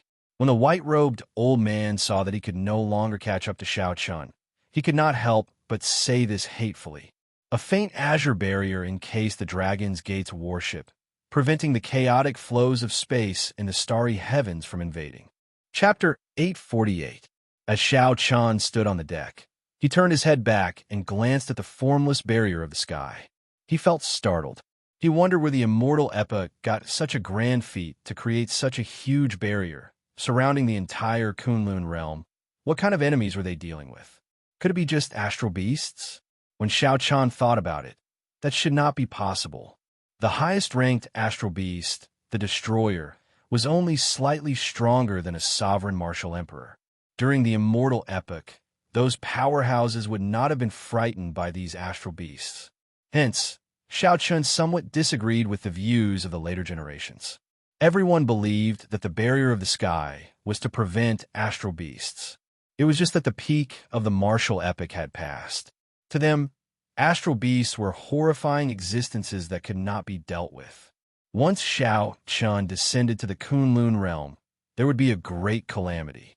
He used his own strength to consider the thoughts of the ancient people of the immortal epoch.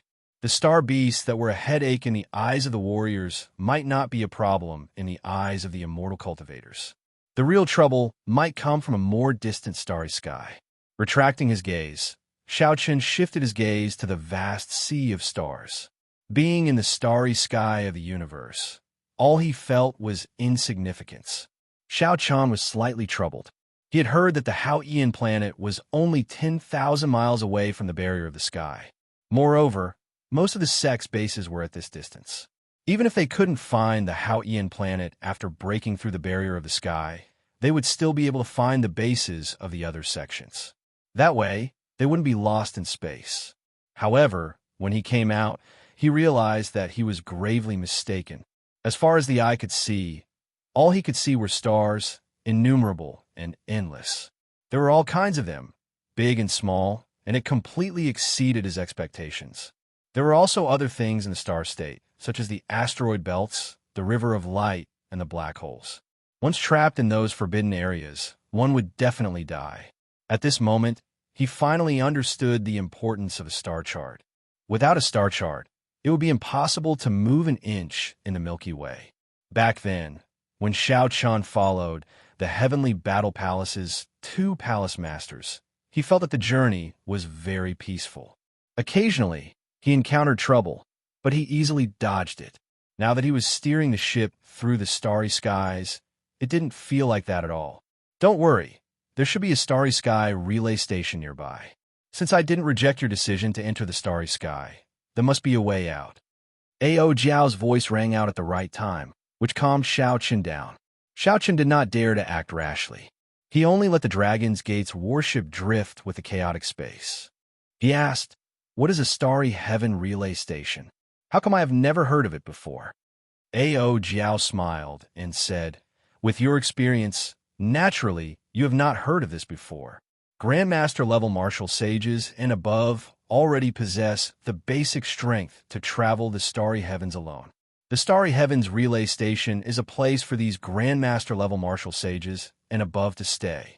Some were established by independent martial artists, purely for the sake of appreciating the beautiful scenery of the starry sky, or for personal romantic pursuits. The establishment of this kind of starry sky relay station is relatively simple. It only needs the fixing star stone and an array formation that can roughly defend against starry sky meteorites and cosmic storms. There's another type that is more specialized. Is the relay stations established by the large factions. Their relay stations are spread throughout the Kunlun realm's starry heavens, allowing people to travel back and forth between relay stations. These relay stations are very resistant to cosmic storms and the various unknown dangers of the starry heavens. Xianxia now understood a little. It looked like the world of the starry heavens was much more marvelous than he had imagined. However, how should he find these starry heaven relay stations? Ao Jiao noticed Xianxia's doubts. She smiled and said, "Without a star chart, you will not be able to find the relay stations. Don't act rashly for now. Just let the Dragon's Gate's warship circle around the barrier of the sky. Sooner or later, you will run into a starry heaven relay station. There are many starry heaven relay stations established by independent martial artists around the barrier of the sky. There is no need to worry about not being able to find one." Not having a star chart was really problematic. However, since Xianxia had already made his decision, it was not time to regret it. He perked himself up and asked, "How long do I have to wait?" "Don't worry, it will not take long. Those starry heaven relay stations all have fixing star stones. They're fixed in place in the starry heavens. As long as you circle the barrier of the sky, you will run into one sooner or later. Furthermore, it will be very easy to discover them. When Xiaochen saw this, he did not ask any further. Instead, he reflected on his experiences on this trip. Now that Xiaochen had reached his current cultivation realm, he could no longer limit himself to the younger generation. Martial sages were already roughly at the top of the pyramid. The number of older generation experts that Xiaochen would have to face would increase. He had to consider these experts that he could only look up to in the past. In the future, it would be normal for him to run into superior grade martial sages or even grandmaster level martial sages. When he ran into such experts, he would have to think carefully about how to deal with them and how to protect himself. He also had to prepare some trump cards that would allow him to escape easily from these experts. After a while, Xiaochen took out the Saber Monarch grass. He planned to use this time to absorb the saber intent contained in it. There was a dangerous place in the Kunlun continent called Heavenly Thunder Peak. During the ancient era, a powerful saber emperor comprehended his Tao here. Eventually, he successfully broke through and became a sovereign saber monarch. After that, he mysteriously disappeared, leaving behind many legends in the Kunlun continent. Some said that he became an illusory martial god. Others said that he died long ago. Aside from the legends, there was a kind of very ordinary grass growing on the heavenly snow peak where that saber emperor comprehended his Tao. However, the instant that saber emperor advanced to sovereign martial emperor, this grass mutated, storing the saber intent that he inadvertently leaked. This grass became very precious. Furthermore, it continued to grow. Every time spring arrived, there would be many martial sages going to fight for the Saber Monarch grass. Xiaochen placed the Saber Monarch grass in his palm and circulated his spiritual sense. Then, he closed his eyes and started to absorb the saber intent contained in the grass. Buzz, buzz, buzz. Buzzing saber intent resounded in Xiaochen's sea of consciousness. Thousands of strands of saber intent scattered everywhere, kicking up huge waves in his sea of consciousness. Every strand of saber intent was surging and terrifying. The waves in his sea of consciousness made Xiaochen tremble for some reason. With some effort, Xiaochen merged the saber intent in the saber monarch grass with the saber intent that he comprehended. The saber intent in the grass was too tyrannical and ferocious. The process was very slow. However, Xiaochen gained a lot. With every strand of saber intent that the saber monarch left behind, Xiaochen could feel his saber intent improving significantly. When all the strands of saber intent were collected, Xiaochen's 80% comprehension had reached peak 90% comprehension. The originally formless saber intent in Xiaochen's sea of consciousness could be vaguely seen. An indistinct, small saber floated in the sea of consciousness. This should be the shape of the saber soul. When one saber intent reached 100% comprehension, it would undergo a qualitative change, giving birth to a soul. Swordsmen had a sword soul, and bladesmen had a saber soul. When a cultivator comprehended a soul, when they executed various martial techniques with their weapons, the sharpness of the weapons would be able to pierce one's heart, making them tremble in fear. The saber techniques they executed would be much sharper. However, it was not that simple to condense a soul. Out of 10,000 bladesmen, only one would comprehend saber intent. Of those who comprehended saber intent, only 1 in 10,000 would be able to condense a saber soul. One could easily imagine how difficult it was to comprehend a saber soul. The saber intent in the saber monarch grass in Xiaochen's palm drained, turning into withered grass and disappearing. Xiaochen opened his eyes, and with a thought, his gaze seemed to be able to pierce through the boundless starry heavens. It was incredibly sharp, deterring others from looking directly at him. Xiaochen raised his head and looked around. Then he asked, "Ao Jiao, how long did I take to absorb the saber intent?" Ao Jiao counted on her fingers. Then she said about half a month. I even missed a starry sky relay station. Xiaochen raised his eyebrows and said, "Let's head back. I don't want to drift anymore. You should remember the route to that starry sky relay station, right?" Naturally, I'll help you remember it. Turning the bow of the warship around, Xianxia controlled the 18 sails of the Dragon's Gate's warship to advance at full speed in the direction A.O. Jiao pointed out. The 8 jets at the stern of the warship released a scarlet tail of flames. The Dragon's Gate's warship was like a blue dragon soaring through the clouds in the starry heavens, looking very imposing. In less than half a day, a jade-green spot of light appeared in Xiaoqian's vision. That was the unique light of the star-fixing stone. It was unique in the boundless universe. Xiaoqian's face lit up in joy. He could not help but increase his speed. The talisman scripts on the sails flickered with light as they buzzed. The star-fixing stone was one of the top 100 stones on the Starry Heavens Strange Stone ranking. It did not provide any practical help to cultivators. Its wondrous use lay in the word fix. Any object connected to the star-fixing stone would be firmly fixed in space.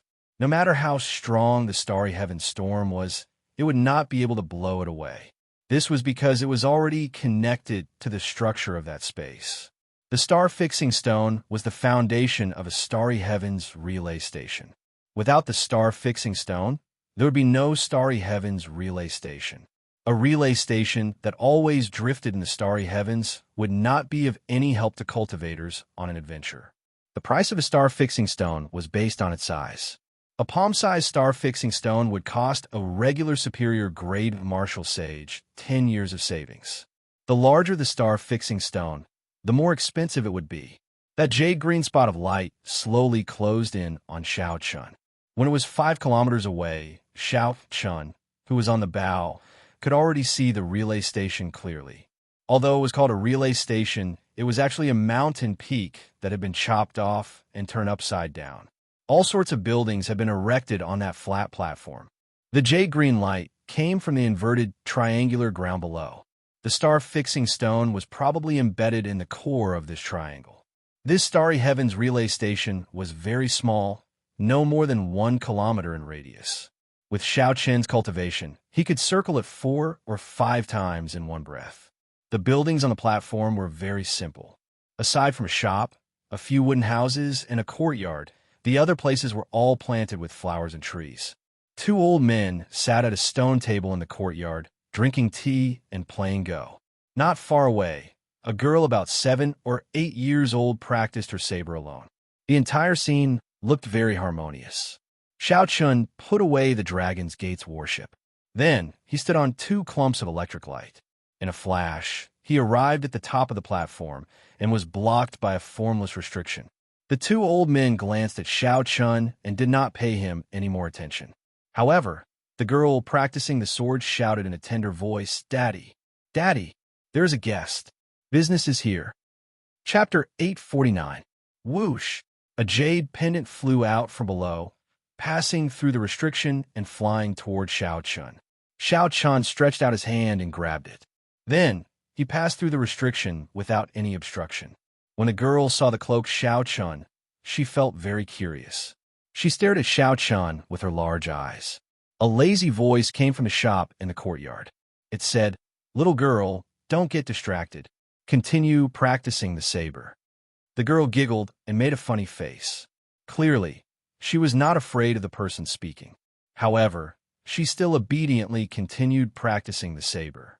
The girl did not hold a real saber in her hand. Instead, it was just a saber carved from bamboo. While it looked very proper, it was actually full of openings. When Xiaoqian saw this scene, he smiled faintly. Unexpectedly, he could see such a leisurely scene in the deep starry heavens. It made him feel calm for some reason. Xiaoqian stepped forward and arrived at the shop. There were some old miscellaneous items on the shelves. Clearly, no one had touched them for a long time. Behind the counter was a middle-aged man with a long beard. There was a startling scar on this man's face and 2 thick eyebrows. One could still vaguely see the sharpness of the past. This person's appearance perfectly described the word ferocious. However, at this moment, he held a small teapot to his lips in his right hand and a book in his left. He looked very refined. In Xiaoqian's sea of consciousness, the vague, wrinkled, 90% comprehended saber intent suddenly trembled as though it had seen something very scary. The relay station's owner raised his head and exclaimed softly. Then, he smiled and said, "Your presence brings light to my humble dwelling." Unexpectedly, a demonic genius of the younger generation came to this run-down place. Furthermore, you are a pretty good bladesman. The owner's words did not contain the shock that most people would show when they saw a genius. Instead, it was more of a mocking and joking tone, an indifference that came from being accustomed to the world of mortals. Xianxia felt some fear in his heart. This person was not simple. Not only did he have an unfathomable cultivation, but he was also a very strong bladesman. "Senior, do you sell star maps here?" Xianxia asked from under his hood. When it came to business, the owner of the relay station put down the ancient book in his hand and forced himself to be spirited. However, there was still a hint of laziness in his voice. "Star Atlas. How big do you want it to be? What level of Star Atlas do you want? Different levels have different prices." Xianxia thought for a moment and said, "Just give me the most ordinary one. Then it's a primitive one. 100,000 star coins, no bargaining." The relay station owner tossed over a jade slip. Xianxia caught it and sent his spiritual sense into it. Instantly, a vast three-dimensional map of the starry sky appeared in his mind. On the star map, the major relay stations were marked. Planets with sex stationed on them would also be marked with words. Dangerous places would be marked with color, and there were even simple text descriptions. Unknown forbidden lands were marked with a simple question mark. This star map was much more detailed than the one that Xianxia had seen in the past. Soon, Xianxia found the location of planet Haotian. Then, he quickly drew a route from here to planet Haotian in his mind. Xianxia withdrew his spiritual sense, and he revealed an expression of joy. He happily paid 100,000 astral coins and prepared to leave. However, the relay station owner stopped him and said, "Young man, you still have something that you have not given me." Xianxia was stunned for a while. Then he recalled that the other party had tossed him a jade pendant at the start. After thinking for a while, he did not rush to return it. He said, "I see that Senior's relay station does not seem to be marked on this star map. If Senior takes this jade pendant away, it will not be easy to find this place in the future." However, the relay station owner smiled and said, "This is a small place in the first place. I only do business with some friends. If not for your young age and the fact that you are a bladesman, I would not have let you in." Xianxia wanted to make friends with this person. He wanted to keep the jade pendant with him, so he thought about how to broach the subject. "Xianxia, most of these starry heaven relay stations were once famous people of the Sky Dome realm. They were tired of the fighting and killing of the cultivator world and retired to the starry heavens, putting an end to all worldly grudges. Normally, they do not wish to be disturbed by others." Ao Jiao explained softly from the immortal spirit ring. When Xianxia heard this, he could not help but feel sad. It was rare for him to meet a true bladesman expert. If he missed this opportunity, it would be a pity. This humble one has been rude and disturbed you. Xianxia was rather straightforward. After he heard Ao Jiao's explanation, he did not say anything more and directly handed over the jade pendant. The relay station owner smiled faintly and received the jade pendant. He said, "You are rather open-minded. I know what you're thinking. If you can drift to this place again in the future, we will be truly fated. At that time, we can have a good chat." Xianxia performed a cupped fist salute and left this place. As the middle-aged man watched Xianxia leave, he sighed softly. After not appearing for so many years, the Kunlun realm unexpectedly produced such a young, outstanding talent. The relay station owner shook his head and picked up the teapot with his mouth. Then, he leaned back on the chair and continued reading. With the guidance of the star chart, Xianxia piloted the Dragon's Gate's warship and flew through the starry heavens. He immediately felt much happier. Half a month later, Xianxia successfully descended on planet Haotian and arrived at the base of the Haotian sect. When the various elders saw Xiaoqian's true body, they all revealed joyful expressions. This was especially so for Shui Lingling. Although she had received Xiaoqian's voice projection and knew that he was safe, she only relaxed when she saw him in person. When the various elders left, leaving only Xue Lingling and the first elder, Han Qinghe, Xiao Chun spoke of his purpose. What? You want to return to the Sky Dome realm at this crucial moment? Did I hear wrong? The usually calm Han Qinghe was extremely shocked when he heard this, somewhat unable to accept it. Xue Lingling also showed a confused expression. She asked, "Junior brother, why? Now is the start of the age of geniuses. All sorts of ancient, wondrous lands will appear one after another. There will be endless, fortuitous encounters. No younger generation genius would let go of such an opportunity. Why are you thinking of returning to the Sky Dome realm?" Han Qinghe continued. Furthermore, the spiritual energy of the Sky Dome realm is very thin. With your luck and talent, going there will be a waste of time. If you get left behind by the other geniuses, it will be very difficult to catch up. Xiao Chun had already made up his mind long ago. He said calmly, "I know what you're talking about. However, my cultivation technique has reached a critical juncture. There are things in the Sky Dome realm that I have yet to resolve. If I cannot resolve this knot in my heart, it will be hard for me to undergo a heart tribulation. Furthermore, I really want to go and meet some of my old friends in the Sky Dome realm. I have to return on this trip. Otherwise, the regrets in my heart will remain forever." The first elder, Han Qinghe, and the first senior sister, Xue Lingling, tried to dissuade him. However, Xiao Chun had already made up his mind and did not budge. Han Qinghe shook his head helplessly and said, "Never mind. Since you are so determined, it is not good for me to say anything more. However, everything has to be done according to the rules. If you want to use the Haotian sect's transportation formation, you have to go to another realm. The intersect elders can use it for free once every 10 years. The first elder and the vice sect master can use it at will. Given your qualifications, you will not be able to enjoy this. Xiao Chun, you can understand this, right?" Xiao Chun nodded to indicate that he understood. Traveling between realms required a significant number of astral cores.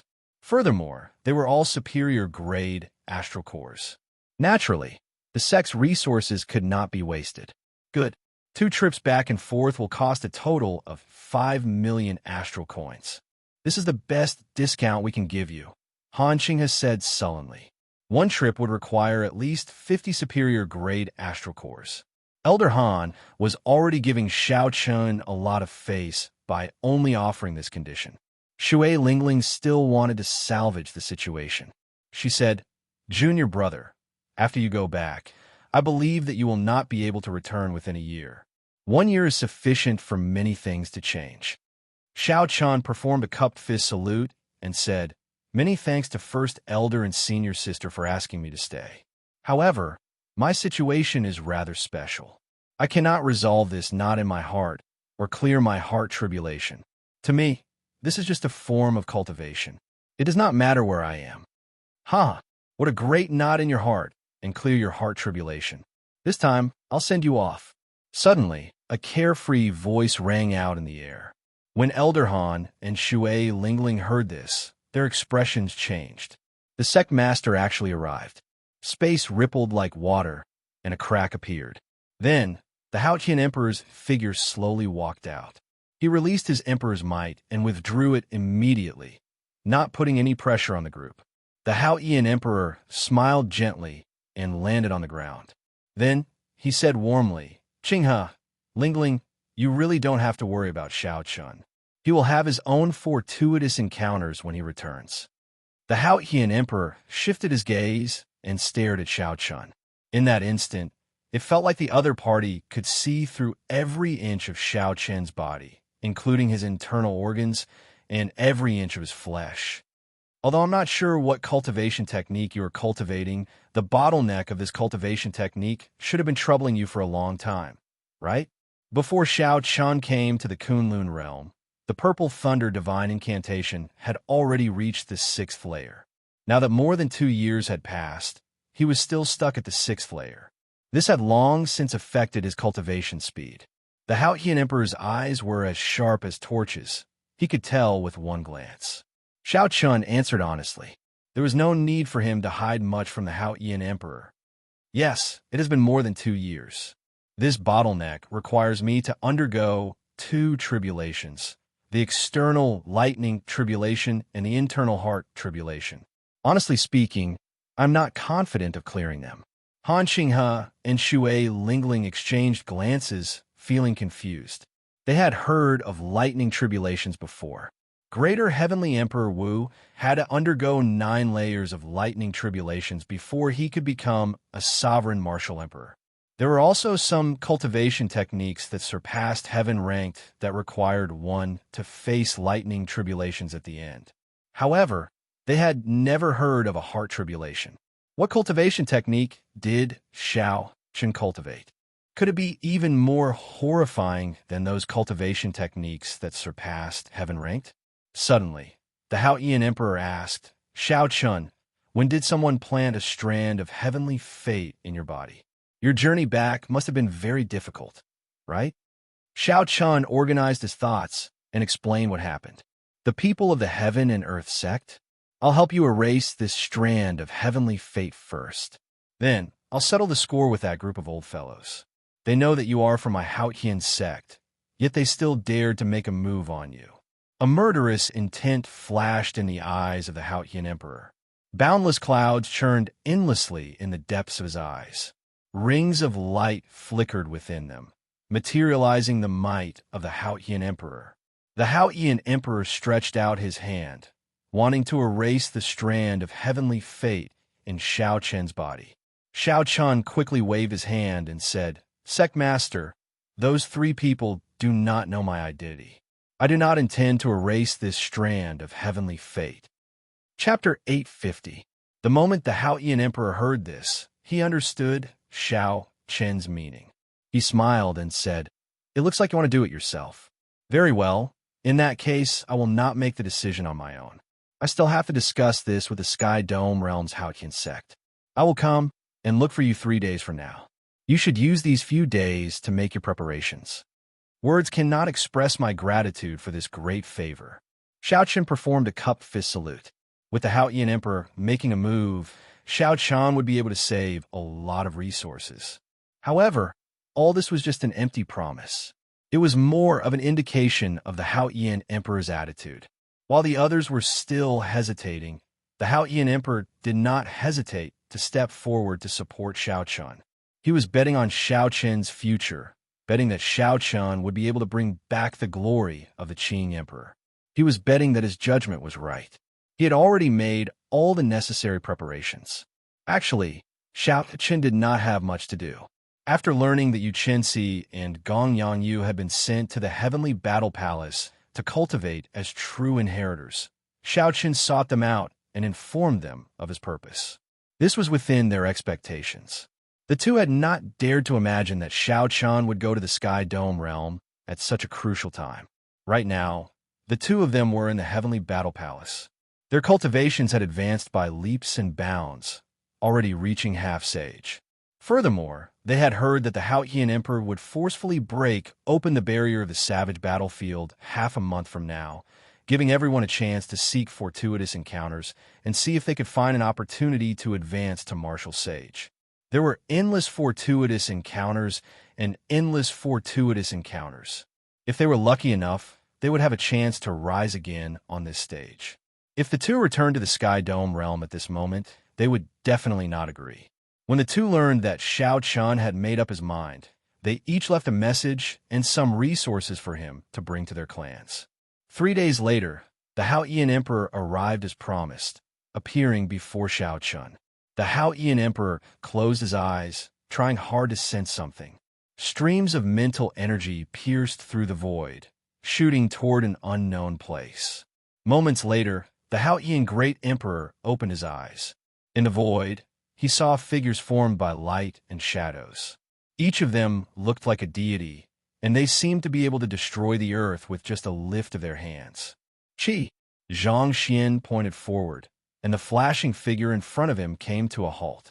It was a handsome man who wore a jade robe made of gold and had a purple fork on his head. Judging from his appearance, he looked very much like the Taoist priest of the immortal court that Xiaoqian had met in his previous life. Found it, let's go. A smile appeared on the Haotian emperor's face. With a wave of his hand, the handsome man dissipated into light, and a golden gate appeared behind him. Dense talisman scripts were carved on the gate, and a purple talisman was stuck between the cracks of the gate. The Haotian emperor shouted and punched. The talisman shattered, and the gate opened. The Haotian emperor extended his hand and led Xianxia in. A dark passage of time appeared, and the two moved at the speed of light. That person earlier was the Sky Dome Immortal Lord. During the Immortal Epoch, the Sky Dome realm was his residence. He was also the strongest Immortal Lord of the 3,000 Immortal Lords. As the Haotian Emperor flew forward, he spoke softly. This startled Xianxia. Clearly, he had not expected the Haotian Emperor to tell him such a secret. The 3,000 great realms were actually the residences of the 3,000 Immortal Lords during the Immortal Epoch. The Haotian Emperor smiled faintly and said, "There is no need to make a fuss over nothing." The Immortal Lords were already the peak experts of the Immortal Epoch. The only ones stronger than the Immortal Lords were the Immortal Emperors. As for the residents turning into a great 1,000 realms, there is nothing strange about that. When one reaches Emperor Wu's level and comprehends heavenly laws, one can create a small world of one's own with some effort. There is no other meaning in telling you all this. Sooner or later, you will advance to Emperor Wu. Then, you will be able to personally tear open the gates of the Sky Dome Immortal Lord's residence. As they spoke, Xianxia felt a familiar aura. It seemed like he was about to reach the Sky Dome realm. Boom! A spatial tear opened, and the scene before Xianxia changed. He arrived at the summit of the great Jin Nation's Haotian sect in the Sky Dome realm. Inside the spatial tear, the Haotian Emperor waved his hand and smiled. Due to some agreements, Emperor Wu cannot appear in the Sky Dome realm. I will not be going out. When we meet again, let me see a reborn you. The spatial tear closed, and the space-time tunnel opened by the Haotian Emperor closed completely. Xianxia looked around. When he felt the spiritual energy in the air, he felt extremely uncomfortable. He smiled bitterly and said, "The difference is really obvious. Cultivating in the Sky Dome realm is probably not even half as good as cultivating in the Kunlun realm. Be it quality or quantity, the difference is too great." Whoosh! A figure flew over from below. Xianxia scanned with his spiritual sense and clearly saw the appearance of this person. This person was the Supreme Elder of the Sky Dome realm's Haotian sect, Senior Feng. This was also the Senior Feng who had sent Xianxia and Xianxia to the Kunlun realm.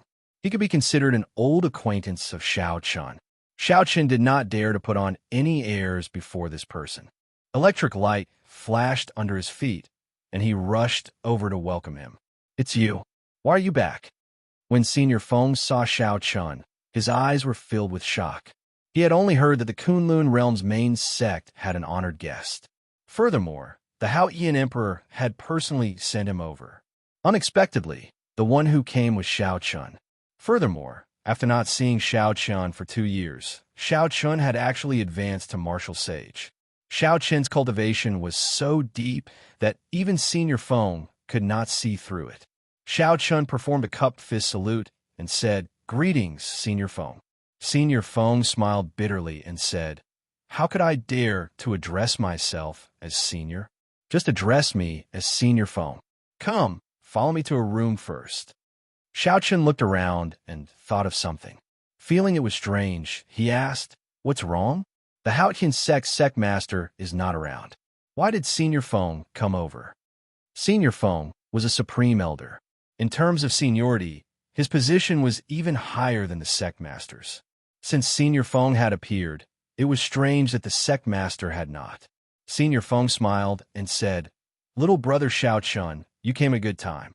The frost flood dragon guarding the heaven and earth tomb in Desolate City is undergoing its tribulation again. Rumor has it that this time, the frost flood dragon will either fail and die or advance further, turning into a dragon and leaving this world. Either way, it will not be able to continue guarding the heaven and earth tomb." Xianxia felt excited. He had been to Desolate City's hidden dragon lake once before. That was where he learned of Chu Chaoyun's true identity. Back then, the Frost Flood Dragon had sent Xiao Chun flying with one claw strike. However, in reality, it had helped Xiao Chun deal with several bruises and hidden injuries that he had not noticed. At that time, Xiao Chun had won 100 matches in a row in the wrestling ring. While it looked impressive, in reality, there were some hidden injuries in his body. If they were not dealt with in time, they might turn into hidden injuries. The Frost Flood Dragon had done Xiao Chun a favor. However, Xiao Chun did not know why it had helped him back then. When Senior Feng saw that Xiao Chun seemed to be very interested, he smiled and said, "Let's go to the hall first. I will tell you in detail." In the main hall of the Haotian sex branch, Xiao Chun and Senior Feng sat side by side. The female disciple who came to serve tea looked at Xiao Chun suspiciously. The female disciple felt very curious. Where did this major character come from? Why is he sitting side by side with the Supreme Elder? Based on Senior Feng's expression, he did not treat Xiao Chun as a junior. Senior Feng's position was even higher than the sect master's. Normally, only the sect master could sit beside Senior Feng. The female disciple sized up Xiao Chun, finding him somewhat familiar. However, she did not know where she had seen him before. When Xiao Chun and Senior Feng picked up their teacups, she had no choice but to leave. When the female disciple walked out of the hall, she thought of something and took out a register. The words True Dragon Ranking were written on it. When she flipped to the first page, the person in the illustration entered her eyes. When the female disciple thought back to that person's appearance, her heart could not help but pound heavily. Unexpectedly, the white-robed bladesman Xiao Chun had returned. Furthermore, he was sitting side by side with the Supreme Elder. If this news spread, who knew what kind of commotion it would cause? The clan heads and sect masters of the 8 noble clans and 10 great sects all rushed over. Xiao Chun asked calmly after he heard Senior Feng's introduction. He put down the teacup in his hand and asked calmly. Senior Feng nodded slightly and replied, "Almost all of them." Most of the martial sages of the entire Sky Dome realm rushed over. It is hard to say what is hidden in the grave of the first-generation Tianwu Emperor. The first-generation Tianwu Emperor was a sovereign martial emperor 10,000 years earlier than the Qing Emperor. There were countless legends about him in the Sky Dome realm. On the other hand, Xiao Chun rarely heard anyone mention him in the Kunlun realm. Such a person, who even possessed a strong heavenly flame, did not leave any records of his deeds in the Kunlun realm. This was extremely strange. Could it be that this first-generation Tianwu Emperor was like the people who left their vague marks at the top of the Sage Mark Monument, mysteriously leaving this world and not truly dying? Putting aside these guesses for now, the first-generation Tianwu Emperor was definitely an extremely strong person. Since his grave had been passed down, it would be hard to avoid people coveting it. Xiao Chun compared his strength to Senior Feng's. Senior Feng was a superior grade martial sage, but he did not give Xiao Chun any pressure at all. Compared to the 3 superior grade martial sages of the Heaven and Earth sect, Xiao Chun could not be mentioned in the same breath. There was a huge difference in accumulations between advancing to martial sage in the Sky Dome realm and the Kunlun realm. Xiao Chun finally understood it now. No wonder some of the martial sages of the Sky Dome realm were unwilling to go to the Kunlun realm, even though they had accumulated sufficient resources. If they went to the Kunlun realm with their strength, they would not even be qualified to be bystanders. They might as well stay in the lower realm and live a peaceful life. Xiao Chun thought for a while and thought of another question. He asked, "What's going on with that Frost Flood Dragon?" Based on Senior Feng's tone, it seems like this is not its first time undergoing a tribulation. Senior Feng nodded and said, "It has undergone a tribulation several times already, probably once every 1 or 2,000 years. This flood dragon did not choose to take human form, choosing another path of cultivation for spirit beasts. Its life force is extremely strong. Although it did not advance to martial emperor, a regular Emperor Wu would not be able to do anything to it. This time, it has already reached its peak. If it succeeds in its tribulation, it will turn from a flood dragon to a dragon, becoming an ice true dragon. At that time, due to the agreement between the Kunlun realm and the demonic world, it will not be able to stay. However, it is more likely that it will fail its tribulation and die. It has already lived for too long, and its luck is nearly exhausted. All the martial sages are waiting for it to die so that they can make a move on its heavenly emperor's grave. Xianxia knew that there was no Emperor Wu in the Sky Dome realm. However, for some reason, this was the second time he heard about this agreement. What exactly is this agreement? Can Senior Feng tell me? Xiao Chun asked out of curiosity. Senior Feng took a sip of tea and said, "It is not a secret. There is no harm in telling you. After the destruction of the Tianwu dynasty, the Bushan Palace and the demonic world came to an agreement to work together to suppress the development of this realm." Chapter 851. No matter who it is, neither side is allowed to send out Emperor Wu's experts. They also cannot allow Emperor Wu to exist in this realm. If a battle breaks out, neither side is allowed to send Emperor Wu down.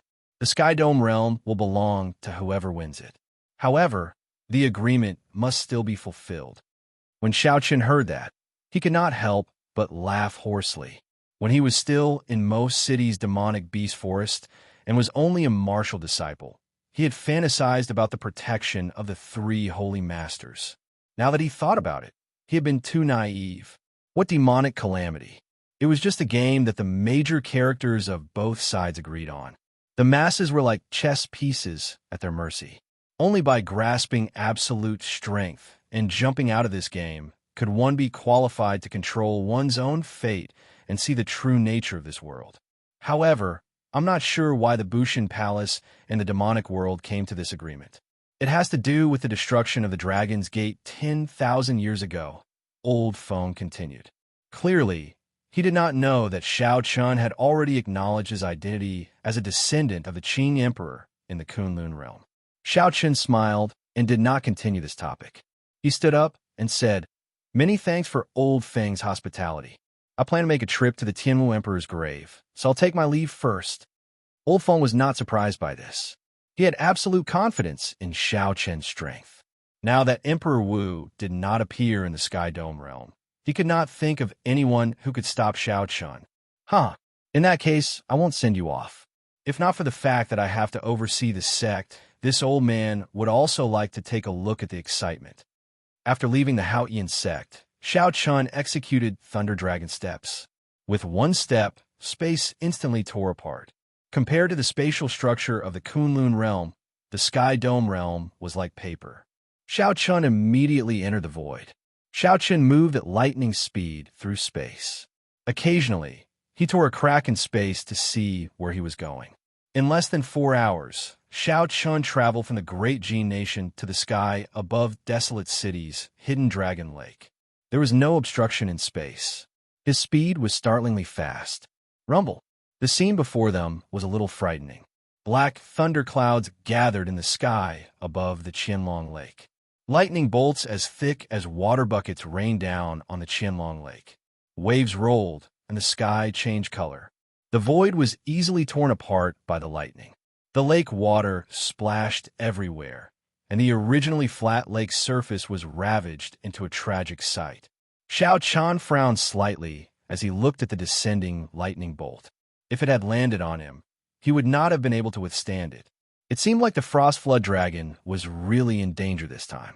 With a flash of light, Xiao Chun directly fell into the final entrance lake, avoiding the lightning bolts and descending towards the tomb of the Celestial Arch. When Xiao Chun landed in the middle of the lake, a man wearing Tianwu royal robes and carrying a sword on his back revealed a surprised expression. He muttered, "Why is he back at this time?" The world under the water was a completely different world. Xiao Chun hovered in the air, not in a rush to land. He watched as the bolts of lightning entered the cold pool beside the celestial Thearchus tomb. A mournful and aged roar came from inside continuously, shaking everyone's eardrums and causing them to feel a sense of sorrow for no reason. This was not like an absolute expert fighting against the heavens, filled with boundless sharpness and heroism. It was more like an old man who had lived for a very long time, struggling at death's door expressing the final dissatisfaction in his heart. That voice contained an indescribable obsession, an indescribable sorrow, and an emotion that moved one's expression. Those who were not close friends would not be able to understand. The world had its own cycle of reincarnation. No matter what kind of creature one was, no matter how strong one was, one would not be able to escape death in the end. The heavenly Tao was like a sword hanging above everyone's head. No one could break that sword with a punch. It looked like Old Phone was right. This frost flood dragon had lived for too long. It had already been more than 20,000 years since the Tianwu dynasty was established. The frost flood dragon had already exhausted its luck. It would be impossible for it to undergo its tribulation and become an ice true dragon at this time. When Xianxia looked to the front, he saw several figures standing at the limits of his vision. Their eyes filled with incomparable excitement. Clearly, they knew about this as well. This old dragon had been standing guard here for a very long time, causing many people with ill intentions to return in defeat. Today, it was finally going to die. What kind of secrets did the first-generation Tianwu Emperor's tomb hide? It was finally going to be revealed. Like these people, Xianxia was very curious about the first-generation Tianwu Emperor's tomb. He felt boundless anticipation in his heart. However, when he arrived here and heard the sorrowful roars of that old dragon, he could not help but be moved. Those who were not close friends would not be able to understand the meaning behind these words. Xianxia did not know if he could be considered a close friend or not. However, he could understand the helplessness contained in these sorrowful roars. What helplessness?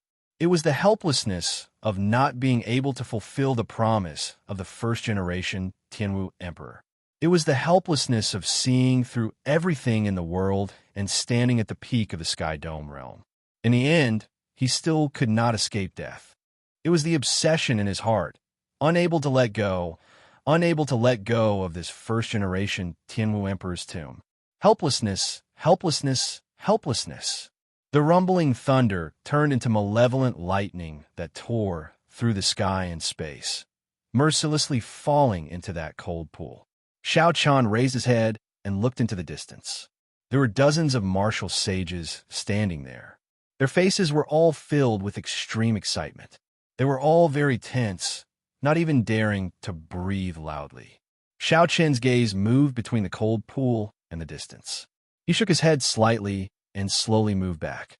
For some reason, he lost interest in this Tianwu Emperor's tomb. He simply did not want to profane the obsession of an old dragon that it had guarded for 20,000 years. Just as Xiaoqian's figure was about to enter the lake, thousands of purple lightning bolts gathered together and turned into a bolt of golden lightning.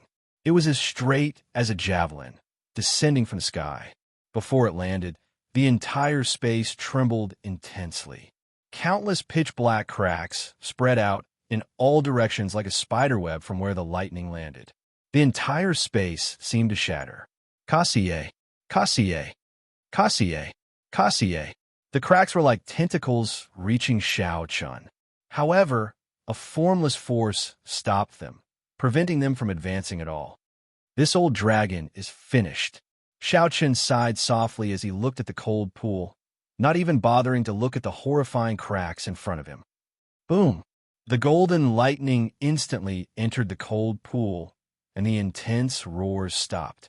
The hidden dragon lake finally regained its calm. Amidst the silence, a great destruction silently occurred. After a while, beams of green light came out of the cold pool, looking as beautiful as fireflies in summer. When the spots of light landed on the ground, the desolate land beside the Tianwu Emperor's tomb immediately sprouted lush green flowers and grass. Suddenly, this barren land flourished with life. The old dragon was dead. Its long life essence was quickly dispersing. This was a miraculous scene for everyone. The flowers and grass on the ground grew wildly. A great world filled with spiritual energy and a dazzling array of flowers appeared in this serene land. Just as everyone marveled at this miraculous scene, a dragon pillar floated out of the cold pool. It gave off a bright light, resplendent like the sun, so piercing that it hurt the eyes. The expressions of everyone around the Tianwu Emperor's tomb changed drastically. They felt an apocalyptic force, like it was going to blast the entire desolate city into rubble. Oh no, this old dragon is still restless even before its death. It wants to blow up the entire desolate city and bury everything. It's over. We can't escape. This energy sealed off the surrounding space. We can't get out at all. The many martial sages that soared up returned after hitting a wall. This time, they were truly anxious. Their faces turned ashen, and boundless despair filled their hearts. However, after waiting for a while, they discovered that the dragon pearl had mysteriously vanished. The energy sealing off the space also vanished without a trace. This startled me. It turned out to be a feint. I knew it. This old dragon was struck half dead by lightning. How could it have the strength to do this? The surrounding martial sages released their bated breath at the same time. Then, they sized up the Tianwu Emperor's tomb once more. The despair on their faces vanished, replaced by boundless fanaticism. Whoosh, whoosh. The figures of the martial sages flashed as they rushed towards the Tianwu Emperor's tomb.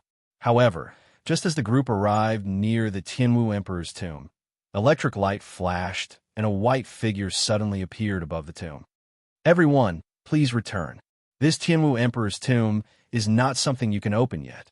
The sudden appearance of the white figure startled everyone. The number of martial sages in the Sky Dome realm was limited. In this circle, everyone would know each other.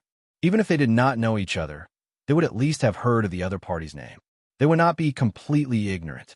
However, they had never heard of such a young martial sage with an unfathomable cultivation. Little friend, where are you from? Will you report your name? The great Jin nation's 8 noble clans clan head asked when he saw Xianxia. Xianxia was slightly stunned. It had only been 2 years, yet no one recognized him. This was strange. Actually, Xianxia did not know that his appearance had not changed in the Kunlun realm during the past 2 years. Instead, his aura had undergone an earth-shattering change. The Sky Dome realm's white-robed bladesman was low-key and reserved, hiding his sharpness. He appeared calm on the surface, but proud on the inside. At this moment, Xianxia displayed his sharpness wantonly. Furthermore, he possessed the bloodline of an overlord. This invisibly influenced his aura. With one glance, he looked like a powerful treasure saber, resplendent and dazzling. Xianxia appeared sharp, but his heart was as calm as still water. This was a great change from before. Furthermore, many people had not seen him before, so it was normal that they could not recognize him. Only the Bai clan's clan head and the Sima clan's clan head, Sima Hong, showed uncertain expressions, finding him somewhat familiar.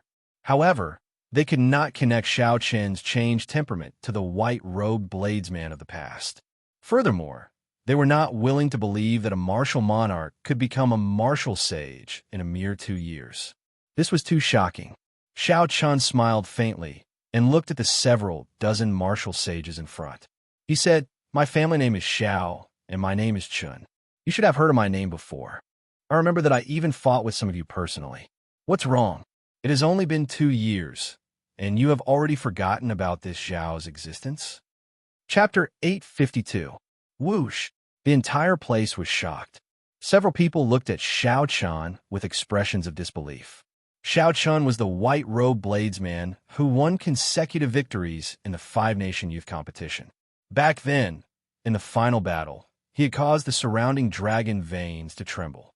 Xianxia's name had spread throughout the entire Tianwu continent along with the true dragon ranking. The boundless sea spoke of his deeds. Xianxia came from the Heavenly Saber Pavilion, an unranked sect. However, he advanced rapidly, defeating all sorts of experts before finally reaching the peak. In less than 3 years, he had actually returned from the Kunlun realm. Furthermore, he had advanced to martial sage, a cultivation that these old fellows could only achieve in 100 or 200 years. Sima Hong paled slightly. Unexpectedly, it really is him.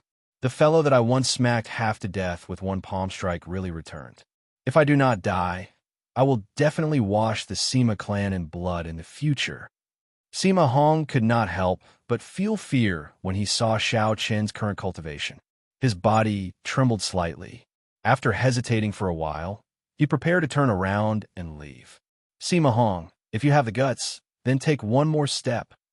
Xiao Qian's gaze was like lightning, revealing its sharpness as he shouted coldly at Sima Hong. Sima Hong was slightly stunned and felt somewhat guilty. Then he perked himself up and said, Xiao Chun, don't think that you can speak arrogantly just because you are a martial sage. Do you really want to wash the Sima clan in blood? With the accumulations of my Sima clan, if we really fall out, the Heavenly Saber Pavilion will not have a good time, either. The other martial sages could not help but show complicated expressions. Back then, Sima Hong had disregarded his status and caused a huge commotion in the Heavenly Saber Pavilion, causing the deaths of many juniors. In the end, he was slapped in the face. That was a matter that shook the entire place. Sima Hong would never have imagined that the minor character who could not even last one move against him back then would have a cultivation that even he could not see through in less than 3 years. Xiao Qian's lips curled up into a smile. He said, every injustice has its perpetrator, and every debt has its debtor. Back then, you killed and injured countless disciples of my Heavenly Saber Pavilion. Don't worry, I will only place this debt on you. Although my heart is cold, I am not someone who will kill the innocent. Back then, you gave me a sword strike and beat me half to death. Today, I will only ask you one question. Do you dare to take one finger from me and settle this grudge? There was a boundless sharpness in his eyes, but his heart was as calm as still water. Xiao Qian looked at Sima Hong and quietly waited for his answer. A storm is brewing and thunderclouds are pressing down on the city. I only have one question. Do you dare to take a finger from me? One finger? All the Sky Dome realm martial sages present could not help but mutter to themselves. It is just one finger. This Xiao Qian overestimates himself. Could it be that Xiao Qian thought that he could kill Sima Hong with a single finger? How old was Sima Hong? How old was Xiao Qian? Even if you, Xiao Qian, advanced to martial sage in the Kunlun realm and is much stronger than in the Sky Dome realm, how old are you? However, wanting to defeat Sima Hong with a single finger was no different from fantasy. Sima Hong's expression changed. He said coldly, fellow Taoists, listen up. He said it himself. Receive one finger from him and settle this grudge. The martial sages who were on good terms with Sima Hong all spoke up for him. Xiao Qian, when a man speaks, his words carry enormous weight. Don't immediately go back on what you said. That's right. Otherwise, even if you become Emperor Wu in the future, breaking your promise will be a stain on your life. Xiao Qian's delicate face remained as calm as an ancient well. He said calmly, I said one finger, and it is one finger. Sima Hong, I'm only asking if you dare to take it or not. What a joke. If I do not even dare to take one finger from you, I, Sima Hong, have lived so long in vain. Sima Hong did not show any fear. It was just one finger. At most, he would only suffer some minor injuries. He, Sima Hong, was a peak medial grade martial sage. Xiao Qian smiled coldly in his heart. Even at death's door, he is still so arrogant. He is truly looking at the sky from the bottom of a well. He does not know how vast the sky outside is. Xiao Qian instantly activated his overlord bloodline, and the 300-odd heavenly sage laws in his body swam around like a river. Rumble. The sound of surging water in Xiao Qian's body caused thunder to rumble everywhere. The purple lightning talisman in Xiao Qian's sea of consciousness spun quickly. The will of thunder infused into the heavenly sage laws and poured into his fingertip. In the time it took for a spark to fly, Xiao Qian stretched out his hand and pointed. A strand of saber chi shot out from his fingertip, and the ethereal saber soul in his sea of consciousness came out as well. The purple saber chi was like a beautiful light. It gathered Xiao Qian's will of thunder, 90% comprehended saber intent, and 80% comprehended lightning-attributed energy from the 300 heavenly sage laws. First, an extremely resplendent purple light lit up at the tip of Xiao Qian's fingertip. Kassier, Kassier. The space in front instantly shattered. The entire space shattered into tens of thousands of shards, looking like a mirror. When Sima Hong saw that resplendent light, his heart instantly sank.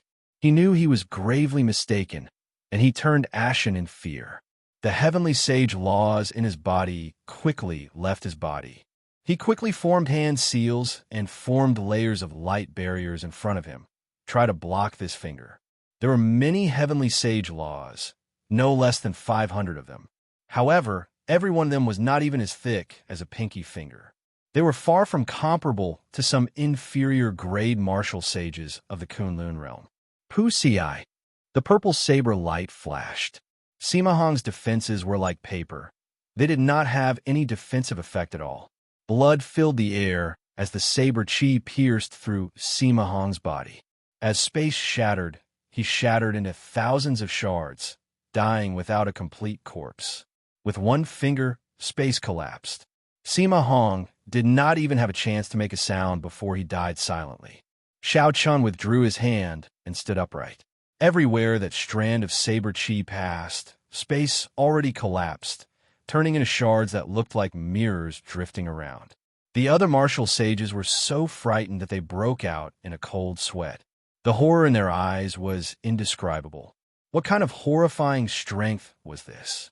The medial-grade martial sages of the Sky Dome realm could not resist at all before Xianxia. In reality, it was not that Xianxia was too strong. Instead, it was that these Sky Dome realm martial sages were too weak. Compared to the Kunlun realm martial sages, their accumulations were simply too lacking. The difference was like clouds and mud.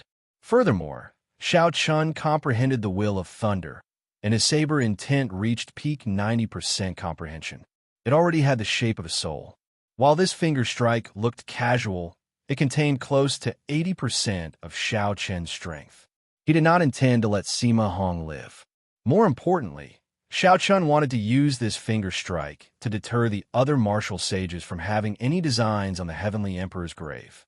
The drifting shards of space in front started to piece back together. Xianxia scattered his aura and said calmly, "I've dealt with my personal matters. Let's continue with the proper business. It is not time to open the Heavenly Emperor's grave yet.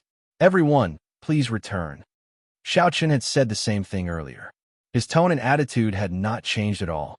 However, the effect this time was immediate. Most of the martial sages left in an instant. They had no choice but to leave. Just look at Sima Hong's miserable death. Ha! This old man congratulates Brother Xianxia on obtaining the Heavenly Emperor's grave. Soon, this old man will definitely pay the Heavenly Saber Pavilion a visit. A voice projection rang out in Xiaoqian's mind. It was the sect master of the Haotian sect's Sky Dome realm branch. Xiaoqian smiled bitterly in his heart. Most people probably did not believe him when he said that the Heavenly Emperor's grave was not suitable to be opened. However, Xiaoqian could not be bothered to explain. He sent a voice projection back and said, "Senior is too serious." The martial sages slowly scattered. Soon, only Xiaoqian remained. He sighed silently. A pearl radiating a strong cold chi appeared in Xiaoqian's hand. It was the dragon pearl that gave off a bright light earlier. "Xiaoqian, are you really not going to take a look and see what is in the first-generation Tianwu Emperor's grave? This Tianwu Emperor is a mysterious person. We might not even know if he is dead or not. As long as we open the coffin and take a look, we will know everything." Ao Jiao spoke softly from the immortal spirit ring. Xiaoqian glanced at the Heavenly Emperor's grave in the lush greenery below. He said, "Never mind. Since I made a promise to that old dragon, I will help him complete his unfulfilled promise." Earlier, when the dragon pearl was about to explode, even Xiaoqian, who was hiding in the lake, was startled. Just as he prepared to tear space and leave, the dragon pearl flew into his hand with a schwa sound. However, the dragon pearl flew into his hand with a schwa sound, causing him to be shocked. It turned out that the dragon pearl contained a trace of the old dragon's remnant soul. The old dragon entrusted Xiaoqian to continue guarding the Heavenly Emperor's grave and not let anyone open it. Xiaoqian could not agree completely. He could only promise to do his best to guard the Heavenly Emperor's grave before he left the Sky Dome realm. After he left, he would be too far away to do anything. Fortunately, The old dragon was very straightforward. If there was no time to guard it, he would tear the Heavenly Emperor's grave into the void and destroy it. This was a strand of remnant soul in the first place. After it spoke, it stopped breathing, leaving only the dragon pearl in Xiao Chen's hand. Xiao Chen stretched out his hand, and the universe flags appeared in his grasp. Then he waved his hand. 72 formation flags flew out, and Xiao Chen formed hand seals with both hands, preparing to set up restrictions to seal this place. Interesting. Unexpectedly, the first-generation Tianwu Emperor's grave ended up being guarded by a descendant of the Qing Emperor. It looks like there really is such a thing as fate. A clear voice resounded. Chu Chaoyan descended from the sky and arrived in front of Xiao Chen. Chu Chaoyan wore the ancient uniform of the Tianwu dynasty. His expression today was strangely solemn, a stark contrast to his usual carefree demeanor. Xiao Chen felt somewhat surprised at Chu Chaoyan's appearance. However, he soon understood. Given Chu Chaoyan's identity as a descendant of the Tianwu dynasty, it was impossible for him not to know about today's matter. Are you going to open this Heavenly Emperor's grave? If so, I'm afraid things will not go as you wish. Xiao Chen waved his hand, and the lunar shadow saber appeared in his left hand. Chu Chaoyan's lips curled up in a smile as he took a step forward. He said, "Don't you want to know whether the first-generation Tianwu Emperor is dead or not?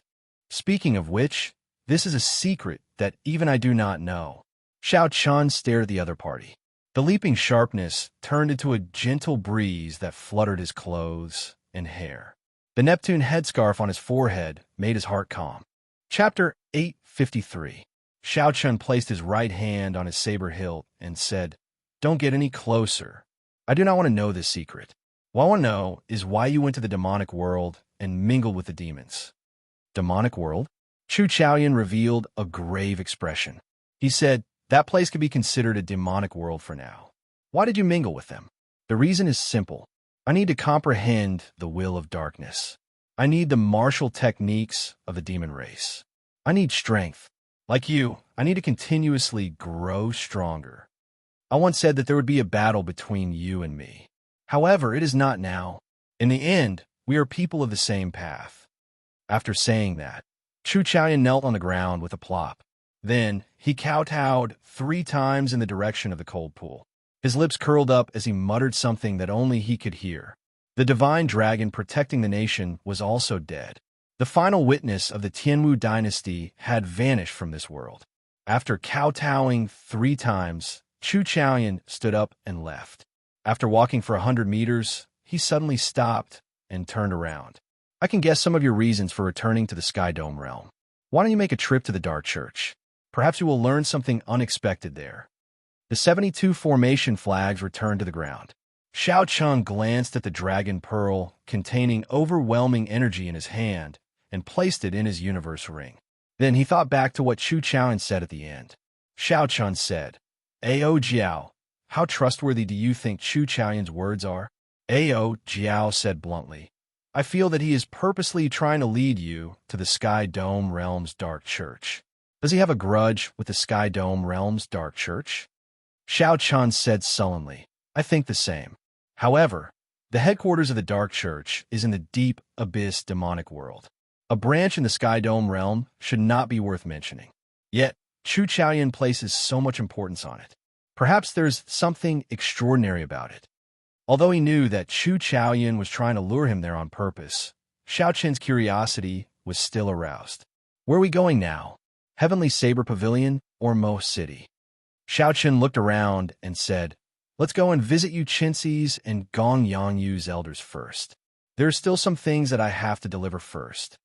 Even though Xiao Chen was very anxious in his heart, wanting to return to the Heavenly Saber Pavilion and see the girl he had hidden in his heart, as well as his clansmen in the distant Mo River. However, he had to complete his friend's request first. When the 2 elders heard about Yu Chenxi and Gong Yangyu's situation in the Kunlun realm, they felt very gratified. Xiao Chen chatted for a while and politely rejected the gifts from the 2 elders. Then, he rushed to the Heavenly Saber Pavilion. With his current speed, It would not be an exaggeration to say that he came and went like a bolt of lightning under the void-breaking realm.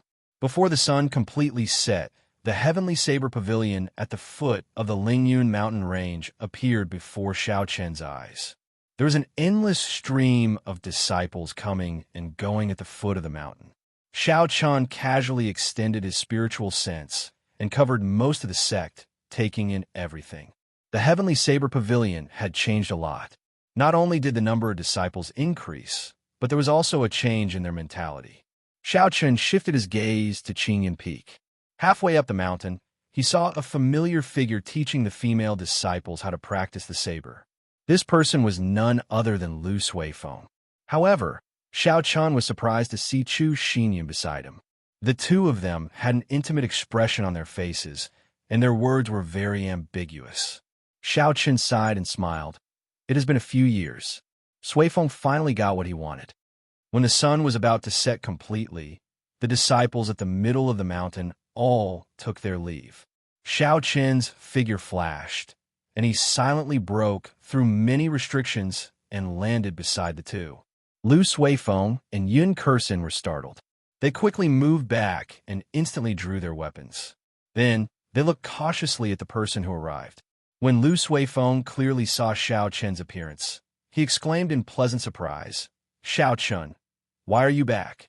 However, Chu Xinyan pulled Lu Suifeng back and said, "Wait a moment. Can't you make out his cultivation? Furthermore, why would Xiaochen return to the Sky Dome realm at this time, for no reason?" A girl's thoughts were usually more meticulous. Lu Suifeng was very carefree. When he saw Xiaochen appear, he did not think much of it. When he heard what Chu Xinyan said, he put his guard up. This person before him had an unfathomable cultivation. Based on his aura, he was much stronger than his martial granduncles. How could he be related to Xiaochen, who left 2 years ago? Xiaochen smiled faintly and took out the lunar shadow saber. Then, he casually tossed it to Lu Suifeng, not bothering to explain. Lu Suifeng held the pitch-black scabbard in his hand and sized it up. If this was not Xiaochen's personal treasure saber, what else could it be? "Xiaochen, it really is you." Lu Suifeng exclaimed in pleasant surprise as he handed the lunar shadow saber back. Xiaochen smiled calmly and said, "Junior Sister Chu, you are as meticulous as before. However, why are you not tending to the herb garden, but coming to Qingyan Peak to teach martial techniques to your juniors?" Chu Xinyan smiled apologetically and said, "Sorry, senior brother Xiaochen. I was blind and did not recognize you. Xinyan married me half a year ago. Now, she is married to Qingyan Peak and is managing the matters of the peak together with me," Lu Suifeng said happily. When Xiaochen heard this, he felt disappointed and frustrated. Lu Suifeng was married as well. He took out 2 sage-grade secret treasures and a bottle of rank 9 medicinal pills and handed them over. Consider this a belated congratulatory gift. Lu Suifeng did not stand on ceremony with Xiaochen. He immediately received them and tossed them to Chu Xinyan. He said, "Come, let's talk inside. We have not seen each other for more than 2 years. Let's drink to our heart's content." Chu Xinyan received the 2 sage-grade secret treasures and took a look. Then, her expression turned strange. She wanted to warn Lu Suifeng, but he and Xiaochen had already gone far away. Chu Xinyan could not help but smile bitterly. If Lu Suifeng knew these were 2 sage-grade secret treasures, he would not have accepted them so casually. At the stone table in the courtyard, Xiaochen heard Lu Suifeng introduce the matters of the Heavenly Saber Pavilion. He asked, "Where is Ryue? Is she not at Qingyan Peak?" Lu Suifeng drained the wine in his cup and answered, "She left long ago." Qingyan Peak regained its former prestige. After she handed Qingyan Peak to me to manage, she left with Princess Yingyu. Half a year ago, she, Miss Feng, and Princess Yingyu appeared at my wedding with Kursin. Since Xiaochen was with Yingyu, there was no need to worry about his safety. However, he did not know why the 3 of them were together. Lu Suifeng did not know much, either. He said, "I'm not sure about the details. However, given Princess Yingyu's character, there is no need to worry." Xiaochen nodded slightly. However, he felt somewhat disappointed in his heart. On his return to the Sky Dome realm, The person he wanted to see the most was naturally Lu Ruyue. This was even more important than figuring out why he was chased out of his clan back then. However, it was fine to be with Ingyu. After all, he would not return until he broke through to the 7th layer of the Purple Thunder Divine incantation. He had plenty of time. News of Xiao Chun killing Sima Hong would spread soon. At that time, Lu Ruyue should rush back.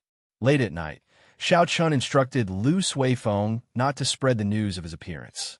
Then, he started walking around Qingyun Peak alone. Xiao Chun had studied at Qingyun Peak for 2 years. He was familiar with everything in Qingyun Peak: the flowers, plants, pavilions, terraces, and buildings. Along the way, he could not help but reminisce when he saw several places. That waterfall was where he cultivated the dragon and tiger north art. The forest at the back of the mountain was where he comprehended the Ling Yun saber technique. The tree branches that Xiao Chun chopped off back then had already changed. The people practicing the saber in the forest were also a group of girls, most of them 14 or 15 years old. Even though it was late at night, they did not give up. The peach blossoms remained the same, but the people had changed. Xiao Chun continued walking and arrived at the place whereby took human form. When he thought about how much pain that girl had to endure to undergo her tribulation to take human form, he felt a heartache. Xiao Chun silently walked under the moonlight, not startling anyone as he arrived at the summit of Qingyun Peak. In the dark night, Xiao Chun saw the tallest, nameless peak in the Lingyun mountain range. Xiao Chun could not help but reveal a smile. He thought about how childish he was when he confessed on that peak. If it were a regular girl, she would have run away in fright. Xiao Chun gently leaped off Qingyun Peak and walked around the heavenly saber pavilion. Some of the familiar sceneries stirred up some memories in him. The things that were hidden in his memories appeared in his mind like a black and white movie. Xiao Chun walked to the heaven ascending platform. That battle was the battle that made his name known throughout the great Qi nation. Thinking about it now, he felt a lofty sentiment in his heart. Unknowingly, Xiao Chun had not noticed that along the way, his mental state had become complete once again. Xiao Chun had always been walking forward on the path of cultivation, but he had never looked back. Now that he was carefully sorting out his past and distancing himself from the intense competition in the Kunlun realm, he had gained something else. One who had traveled all over the mountains would not grow old. The lofty sentiments in one's heart would never fade. Xiao Chun returned to his courtyard and started to cultivate the Purple Thunder Divine incantation. He had already reached the bottleneck of the Purple Thunder Divine incantation's 6th layer. It was no longer as unreachable as before. Xiao Chun could feel that he was getting closer and closer to the horrifying lightning tribulation and the even more horrifying heart tribulation. It was hard to say whether he could survive it or not. This was the greatest danger he had encountered since he started cultivating. If he was not careful, he might die. If he could survive it, he would break out of his cocoon and become a butterfly. He would be reborn and walk a path that no one had ever walked before. When the first ray of sunlight broke through the last trace of darkness before dawn, the entire heavenly saber pavilion came to life. The sounds of people practicing in the morning merged into one, displaying a flourishing vitality. Xiao Chun opened his eyes and stood at the bottom of the cliff, taking in everything. The disciples of the 7 peaks of the heavenly saber pavilion practiced the saber techniques they learned under the supervision of the peak elders. Xiao Chun withdrew his gaze and looked up. The smile on his face slowly froze as he sighed softly. There was still a cliff at the summit of Qingyun Peak. Above the cliff was the true peak of Qingyun Peak. However, no one had been there for many years. The new Qingyun Peak disciples did not know that there was an old man sealed in ice at the top. He had used his life to seal a high-ranked cultivator of the demonic world. Given Xiao Chun's current strength, this ice seal was nothing. If he had his current strength back then, Lu Riyue's father would not have ended up like that. Chapter 854. Whoosh!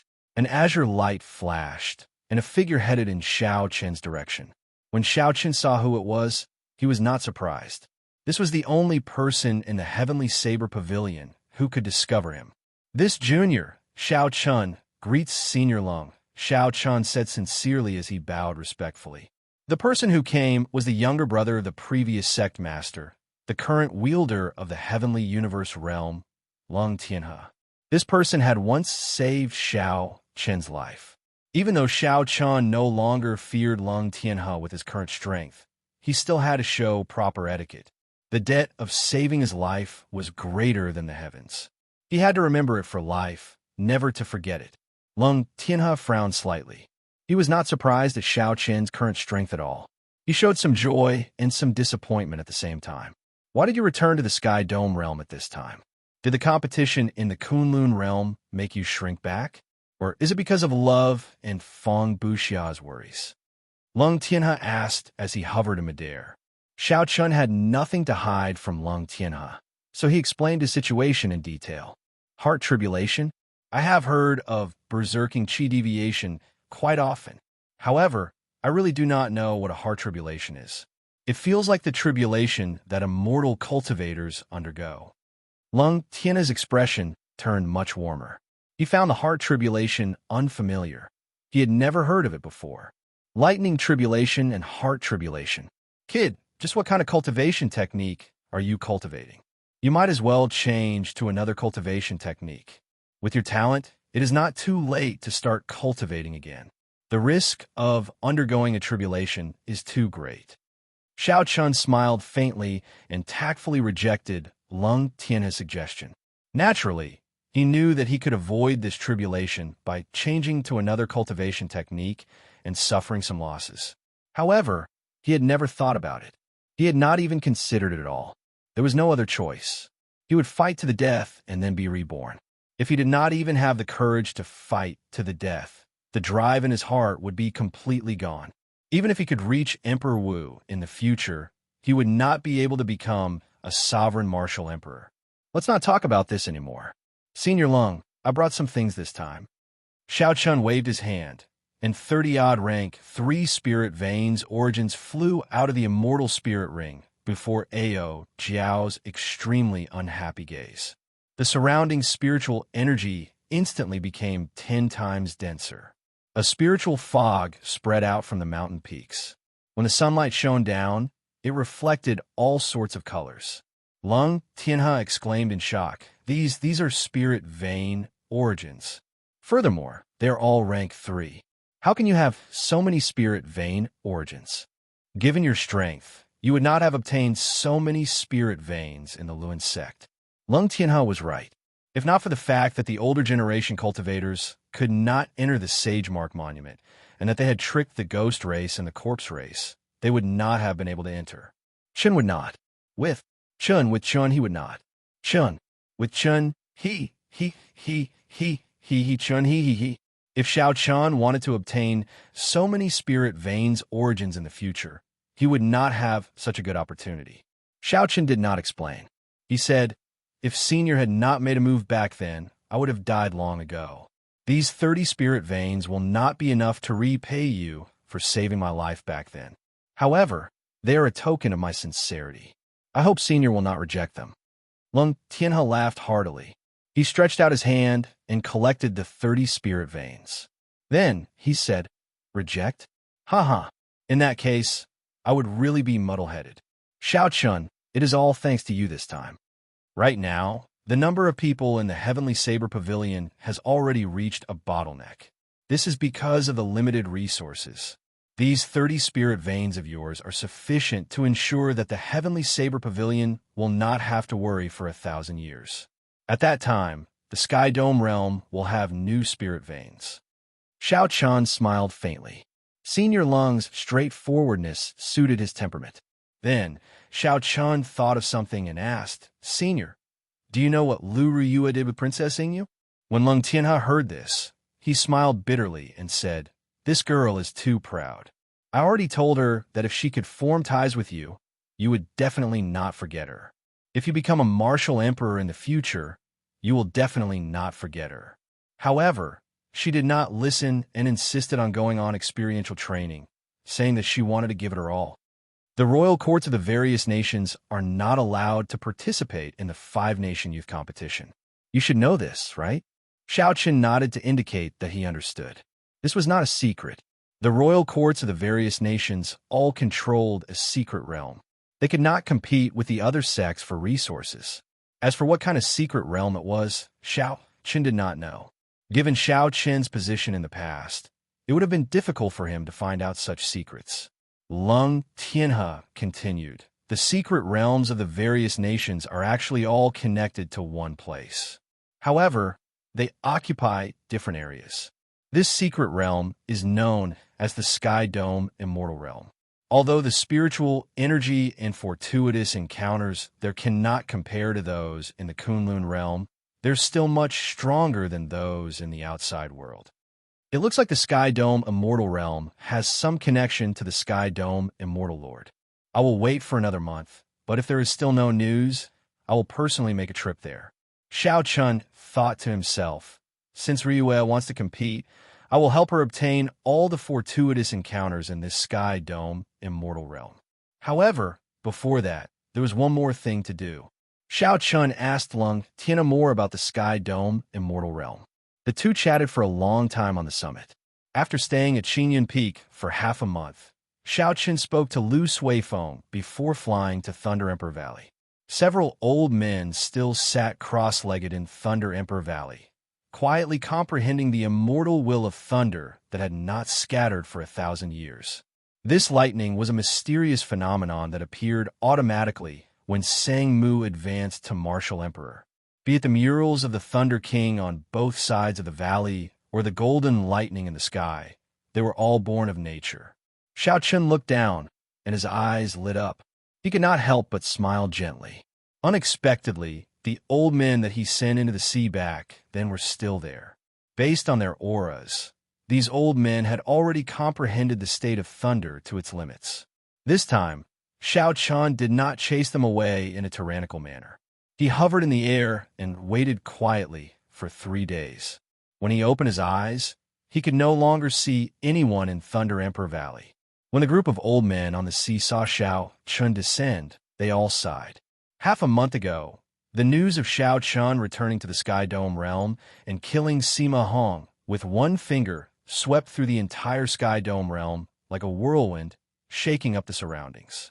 Back then, that white-robed bladesman had gained such a horrifying cultivation in less than 3 years. Several people had fought with him or seen him make a move. They were all extremely shocked, unable to calm down for a long time. Back then, these old men had tried to take advantage of their seniority to chase Xiao Chen away. However, Xiao Chen taught them a ruthless lesson. Back then, these old men might not have been convinced. Now, even if they were not convinced, they had to accept it. Xiao Chen was someone who could kill Sima Hong with one finger. What do they count for? What is he doing in Thunder Emperor Valley? I heard that he already comprehended the will of thunder. There is no point in comprehending it here. Could he be thinking of subduing this immortal will of thunder? That's impossible. In the past, several major characters of the Sky Dome realm wanted to subdue it. However, they all returned in failure, nearly dying in the process. Who knows? He is not an ordinary martial sage. When the many old men saw the white figure above Thunder Emperor Valley, they discussed it. Xiao Chen watched quietly as the golden lightning occasionally flashed in the clouds. When he felt that faint might, he felt astonished. The stronger one was, the more reverence one would feel for this immortal will of thunder. In the past, Xiao Chen was ignorant. He could only feel the strength of this lightning, but did not know how strong it was. Now, Xiao Chen had comprehended the will of thunder as well. It was also an immortal will of thunder. Now that he understood the principles behind it, he had a direct understanding of the might of this will of thunder. Even in the Kunlun realm, this will of thunder could injure a grandmaster-level martial sage. If a superior grade martial sage was not careful, they might be blasted to death. Xiao Chen, have you decided? If you really want to subdue this immortal will of thunder, don't blame me for not warning you. Be careful not to injure your own origin chi. Ao Jiao warned. Xiao Chen stared for a long time. Then, he said slowly, I've decided. I'll just treat it as experiencing the might of the lightning tribulation. If I succeed, my will of thunder should improve qualitatively. The rumbling of thunder did not stop. Streaks of lightning streaked across the sky. The entire sky seemed to be bathed in lightning. The white figure above the Thunder Emperor Valley seemed desolate and frail. Occasionally, a bolt of lightning descended on Xianxia. He waved his hand, an electric light wrapped his palm. That was his immortal will of thunder. A surging energy surged out, shattering the descending lightning into countless sparks flying everywhere in the air. Xianxia looked straight at the sky. There was a golden bolt of lightning moving slowly there. The lightning in the surroundings came from it. This was also the target of Xiaoqian's trip. Xiaoqian pushed off the ground and unleashed a strong battle hunger in his heart. He soared into the air. Today, he had to subdue this will of thunder. Boom! Xiaoqian had just soared 100 meters when a bolt of lightning descended on his head, not giving him any time to dodge. When the lightning descended, Xiaoqian took it head-on. Electric flames immediately burned on his body as electricity crackled and flickered. Xiaoqian felt somewhat numb. However, his limbs were fine. His internal organs were not injured at all. This level of lightning could not hurt him. Bang, bang, bang, bang. Every 10 meters or so, a bolt of lightning would land on Xiaoqian's body, and a loud sound would reverberate between heaven and earth. The void around Xiaoqian had long since shattered. Pitch-black cracks spread out, shattering the space. Dark clouds covered the sky for hundreds of miles, blocking out all the sunlight in the sky. The scene above Thunder Valley was extremely terrifying. Those old men on the sea in the distance couldn't help but retreat another 1,000 meters. As Xiaoqian tore through the lightning in the air, he advanced amidst the electric light. All of them held their breaths in concentration and didn't dare make a sound. This scene was truly too shocking. It was as if he was going against the heavens. Under the gloomy sky, lightning streaked across the dark space. The power that erupted from that seemingly small white figure was actually this shocking. Unknowingly, 3 people had quietly appeared behind them. When the group of elders discovered these 3 people, they were undoubtedly shocked. The leader of the Black Dragon Guild in the Boundless Sea, the cult master of the Heavenly Saint Cult, and the commander of the Black Flag Army in the Devil Prairie. Chapter 855. Unexpectedly, these 3 major characters are here as well. The Black Dragon Group moves unhindered in the Boundless Sea. Even the Four Shallow Seas Alliance is not a match for them. Although the Sacred Heavenly Church is a faction that rose in the past few years, their churchmaster is a famous person as well. The Black Flag Army is a mysterious faction that the Heavenly Saber Pavilion, at its peak, worked with the various sects to surround and suppress. Even so, they returned in defeat in the end. Without exception, these 3 people stood at the peak of the Sky Dome realm. Their cultivations were unfathomable, far beyond what regular martial sages could compare to. However, all this was just the beginning. Following that, another 5 people arrived. Unexpectedly, the group of old men on the sea did not recognize any of them. Only the true peak factions would know that these 5 people were the guardians of the various royal clans. They spent many years in closed-door cultivation and had undergone experiential training in the Kunlun realm when they were young. When Xiaoqian saw the 8 people arrive with his spiritual sense, he frowned slightly. He had really underestimated the Kunlun realm. He could not defeat any one of these 8 people easily. However, he could not be bothered with them at this moment. There was no need to worry about them coming to cause trouble. Without comprehending the will of thunder, they would just be seeking death. As Xiaoqian hovered 2 kilometers in the air, the lightning he faced was no longer as easy as before. Most of the energy in his heavenly sage laws had been drained. Now that he was 1 kilometer away from the golden lightning bolt, Xiaoqian no longer dared to fully open his protective quintessence. Every time a bolt of lightning descended, a fiery light flickered. It burned his physical body like a knife, scraping at his heart and bones, inflicting unbearable pain.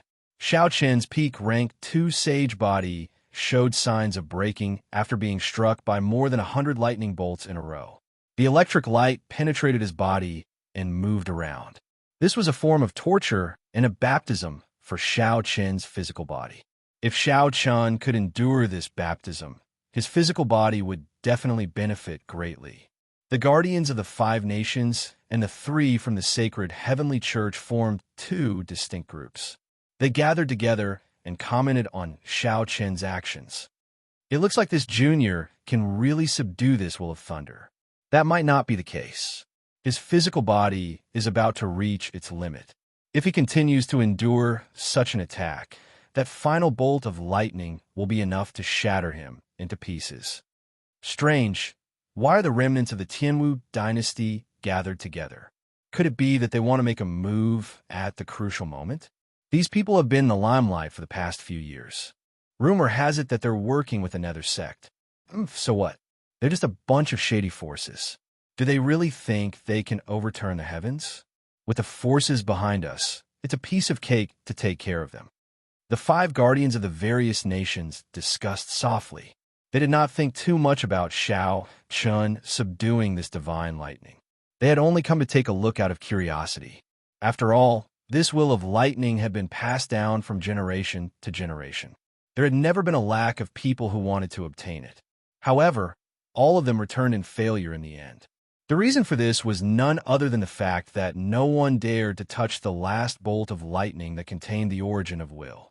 Lightning was the purest form of energy in the natural world.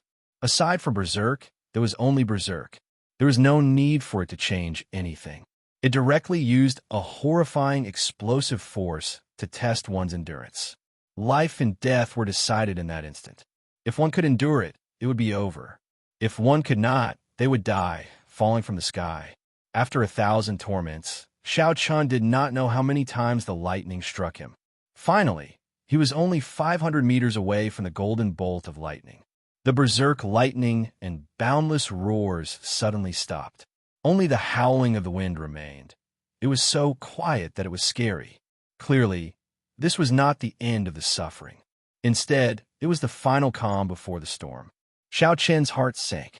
At this moment, that golden bolt of lightning was hidden in the clouds. Thunder clouds churned, but there was no sound of thunder. An extremely stifling feeling welled up in Xiao Chen's heart, making him feel very uncomfortable. Xiao Chen, this is the final bolt of lightning. It is coming for real. It contains an immortal will. If you can endure it, only death awaits you. You still have time to retreat now. Ao Jiao understood this immortal lightning much better than Xiao Chen.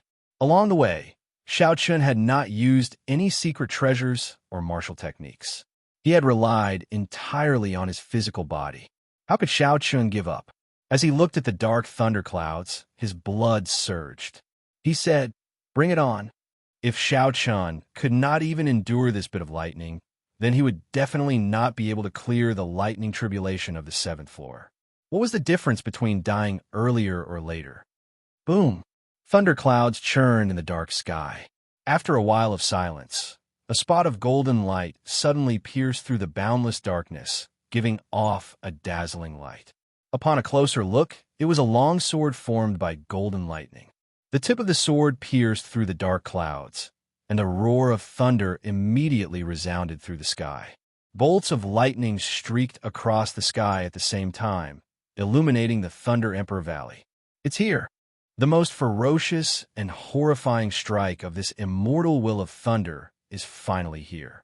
The experts of the 5 nations, the 3 powerhouses of the Tianwu dynasty's remnant races, and the group of old men watching the excitement on the surface of the sea all cast their gazes over.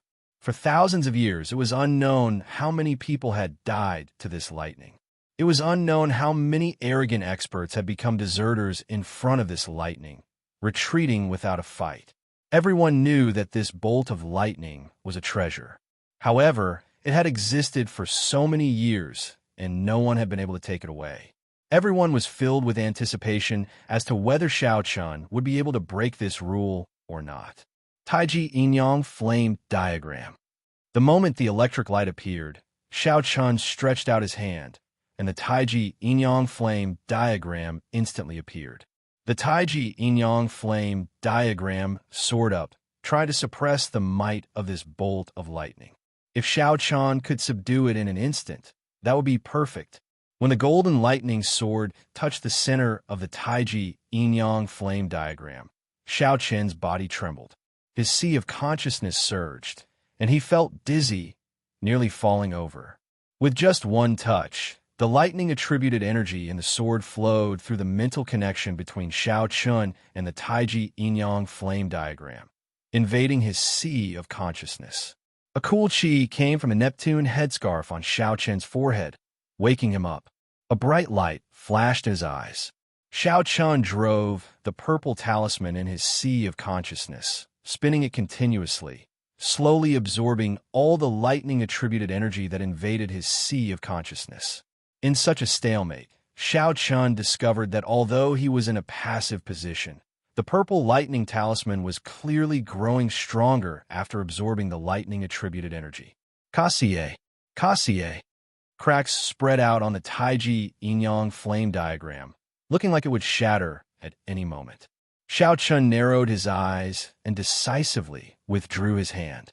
In the time it took for a spark to fly, he activated the sage-grade pagoda in his body. The image of a pagoda materialized and encased Xiaoqian.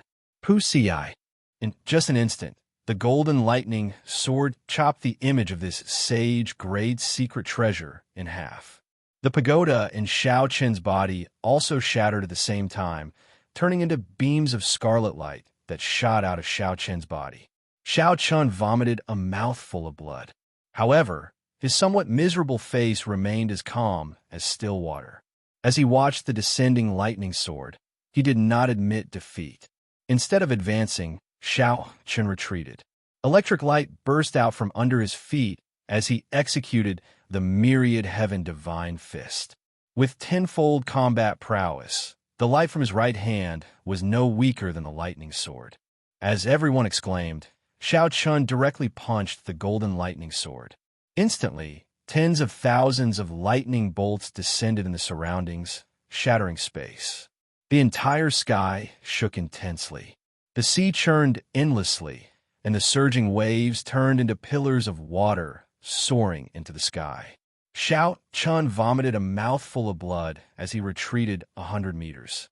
His clothes were in tatters, and his skin was riddled with wounds. However, Xiaoqian's face was filled with fanaticism. The golden lightning sword's light had dimmed significantly in the face of Xiaoqian's punch.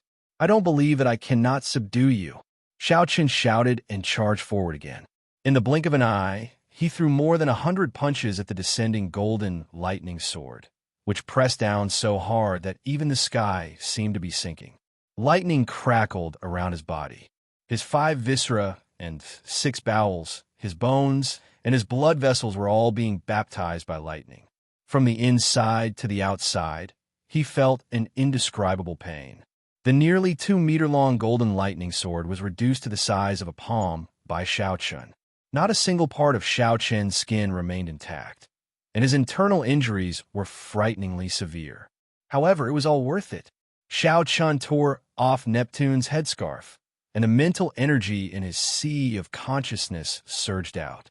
A suction force sucked in the palm-sized golden lightning sword, turning it into a beam of light that entered Xiaoqian's sea of consciousness. The 3 powerhouses of the Heavenly Dynasty's remnant races exchanged glances and said, "Attack." The 3 worked together, and each executed a killing move, charging at Xiaoqian, who had just subdued the lightning sword. At this moment, Xiaoqian's body was like a city waiting to be rebuilt. He had just experienced a bitter battle. As long as he recovered, he would be like a phoenix rising from the ashes. His strength would definitely soar. However, this recovery required time. No matter how strong Xiaoqian's physical body was, after suffering such severe injuries, there was not a single part of his body that was unscathed. His internal organs were even more severely damaged. Now was the best time to make a move on Xiaoqian. Furthermore, these 3 people all had impressive backgrounds. They were all peak characters in this Sky Dome realm. As the 3 moved as fast as lightning, they chained their killing moves together. Their auras were overwhelming, nearly covering half the sky. The guard of the five nations had not expected these three to be so decisive. Aside from the great Qi nation's guard, who immediately flew forward to block them, the other four old men muttered to themselves. The other four elders pondered for a moment, but they weren't in a rush to make a move. Bang! Although the great Qi nation's guard uses full power against these three powerhouses of the Tianwu dynasty's remnant races, he was no match for them in the end.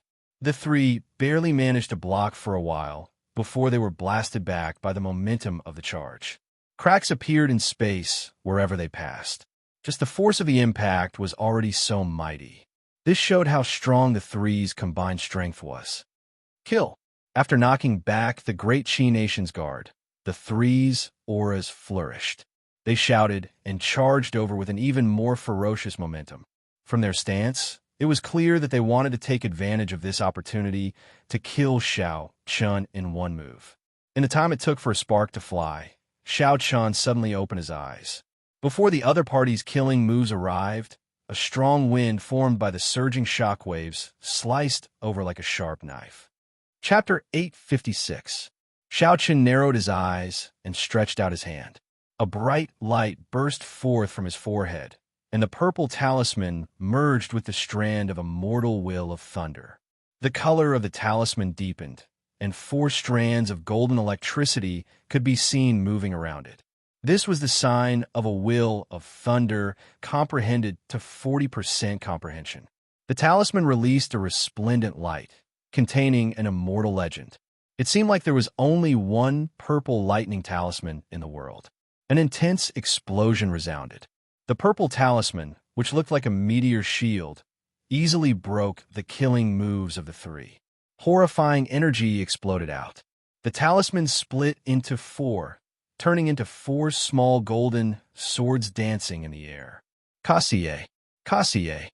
Horrifying wounds appeared on the bodies of the 3 Tianwu dynasty remnant races. Traces of electricity charring the wounds, giving off strands of black smoke. Miserable shrieks rang out, and horror appeared in the eyes of the 3. They had not expected Xiao Chun to subdue the immortal will of thunder that the Thunder King left behind so quickly. Let's go! Xiao Chun left as quickly as he had come. Seeing that their attack had failed, the 3 decisively retreated. The protectors of the 4 nations, who had been indifferent, quickly chased after them, preparing to beat them up while they were down. The 4 beams of golden light returned to Xiao Chun's forehead. His body trembled a few times in the air before he landed on Thunder Emperor Valley. Then, he consumed a few medicinal pills and calmed himself to treat his injuries. The dark clouds that had covered Thunder Emperor Valley for thousands of years vanished with the disappearance of the immortal will of thunder. Sunlight shone down, and the pieces of shattered space slowly merged back together. The injuries on Xiao Chun's body healed at a visible rate. Xiao Chun could clearly feel his new skin gaining a layer of luster and texture. Under the baptism of lightning, his physical body improved once more, approaching a rank 3 sage body. After checking his injuries, Xiao Chun shook his head slightly. He would not be able to recover quickly. That was all for now. He still had some things to do. Senior, please wait. Xiao Chun opened his eyes and stopped the Qin Kingdom's guardian, who was about to leave. His figure flashed, and he arrived in front of the old man. Looking at the badge on the old man's clothes, Xiao Chun roughly understood the old man's identity. That emblem was clearly the same as the emblem of the Kunlun realm's sovereign noble clan, the Ying clan. The old man's complexion was pale, but he did not appear weak. He said in a deep voice, "Little friend, you should thank this old man for intervening earlier. It is my duty, so there is no need to take it to heart. Moreover, even if I did not intervene, I believe that little friend would have been able to successfully escape." Xiao Chun said politely, "Senior, you are being too humble. The situation earlier might seem simple, but it was very dangerous. Outsiders would find it hard to understand. That moment of time you helped me was truly crucial. At that time, it was a crucial moment for him to fuse with the golden lightning sword, and he couldn't get away at all. If the elder did not make a move, Xiao Chan would have no choice but to use the will avatar of the Haotian Great Emperor. The old man's expression did not change. However, the expression in his eyes turned much gentler. He was very satisfied with Xiao Chen's humility. Huh, I guess that you stopped me because you have something else to discuss, right? Xiao Chen was stunned. This old man really had incredible foresight. So, he said directly, I want to enter the Sky Dome Immortal Realm. Given Senior's position in the royal court, it should not be difficult, right? In the past half a month, the news of Xiao Chen returning to the Sky Dome Immortal Realm had already spread everywhere. However, there was still no news of Lu Ruyue. Clearly, Lu Ruyue was in the Sky Dome Immortal Realm. That was why she could not receive news of the outside world. Xiao Chen did not know when she would come out. Since that was the case, he would just go in and look for her personally. The old man frowned slightly and said, right now, a forbidden land in the Sky Dome Immortal Realm is open. The elites of the various royal courts are in there. If you go in, it would be inappropriate. As for Lu Riyue's safety, within you taking care of her, there is no need for you to worry. Furthermore, her personal strength is extraordinary. Xiao Chen rejoiced in his heart. The other party only said that it was inappropriate. That meant that he could still go in. The entrance to the Sky Dome Immortal Realm was not closed. In that case, I will not make things difficult for Senior. I will definitely repay Senior for this favor in the future. When the old man heard Xiao Chen say that, he heaved a sigh of relief. If he really sent Xiao Chen in, given Xiao Chen's strength, he would definitely cause a huge commotion in there. The royal courts of the 5 nations in there all had their own factions. The intense competition was not as simple as the old man made it out to be. If Xiao Chen went in and saw Lu Riyue suffer any grievances, it would be terrible. As Xiao Chen watched the old man leave, he made up his mind. He had to go to the Sky Dome Immortal Realm. It looked like the fortuitous encounters and they were pretty good. No matter what, Xiao Chen had to fight for them for Lu Riyue. If he could not even do this, then he would not be a man. In the eyes of the various royal courts, the Tianwu dynasty's remnant races might have spoken casually, but they all treated them as a huge threat. Now that Xiao Chen injured the 3 remnant race powerhouses, how could they let go of such a good opportunity? The 4 guards of the various nations chased for a while. Just as they were about to catch up to the 3, a mysterious masked swordsman suddenly blocked them.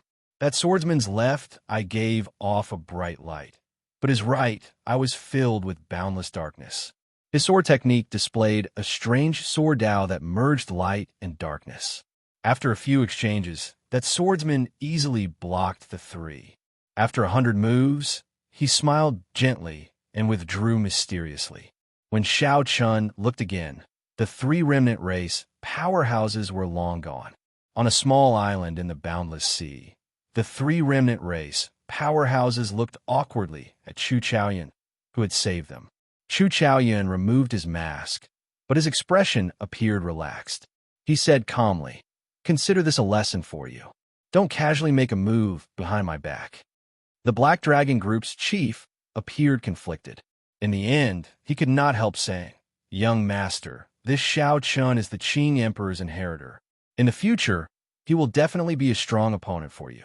How can you let such a good opportunity go so easily? Indeed, we were just a little short, and we would have been able to kill him. In the future, the Tianwu dynasty's resurgence would have one less obstacle." The other 2 also voiced their agreement. Just a little short? Chu Chaoyun's lips curled up in a smile. "Why do I feel that you were just a little short from being destroyed? Tomorrow, I will be leaving the Sky Dome realm. You should study the cultivation method that I obtained from the demonic world. Right now, your strength is far from sufficient." The Black Dragon Group's chief asked with some concern, "Young master, are you doing well in the demonic world?"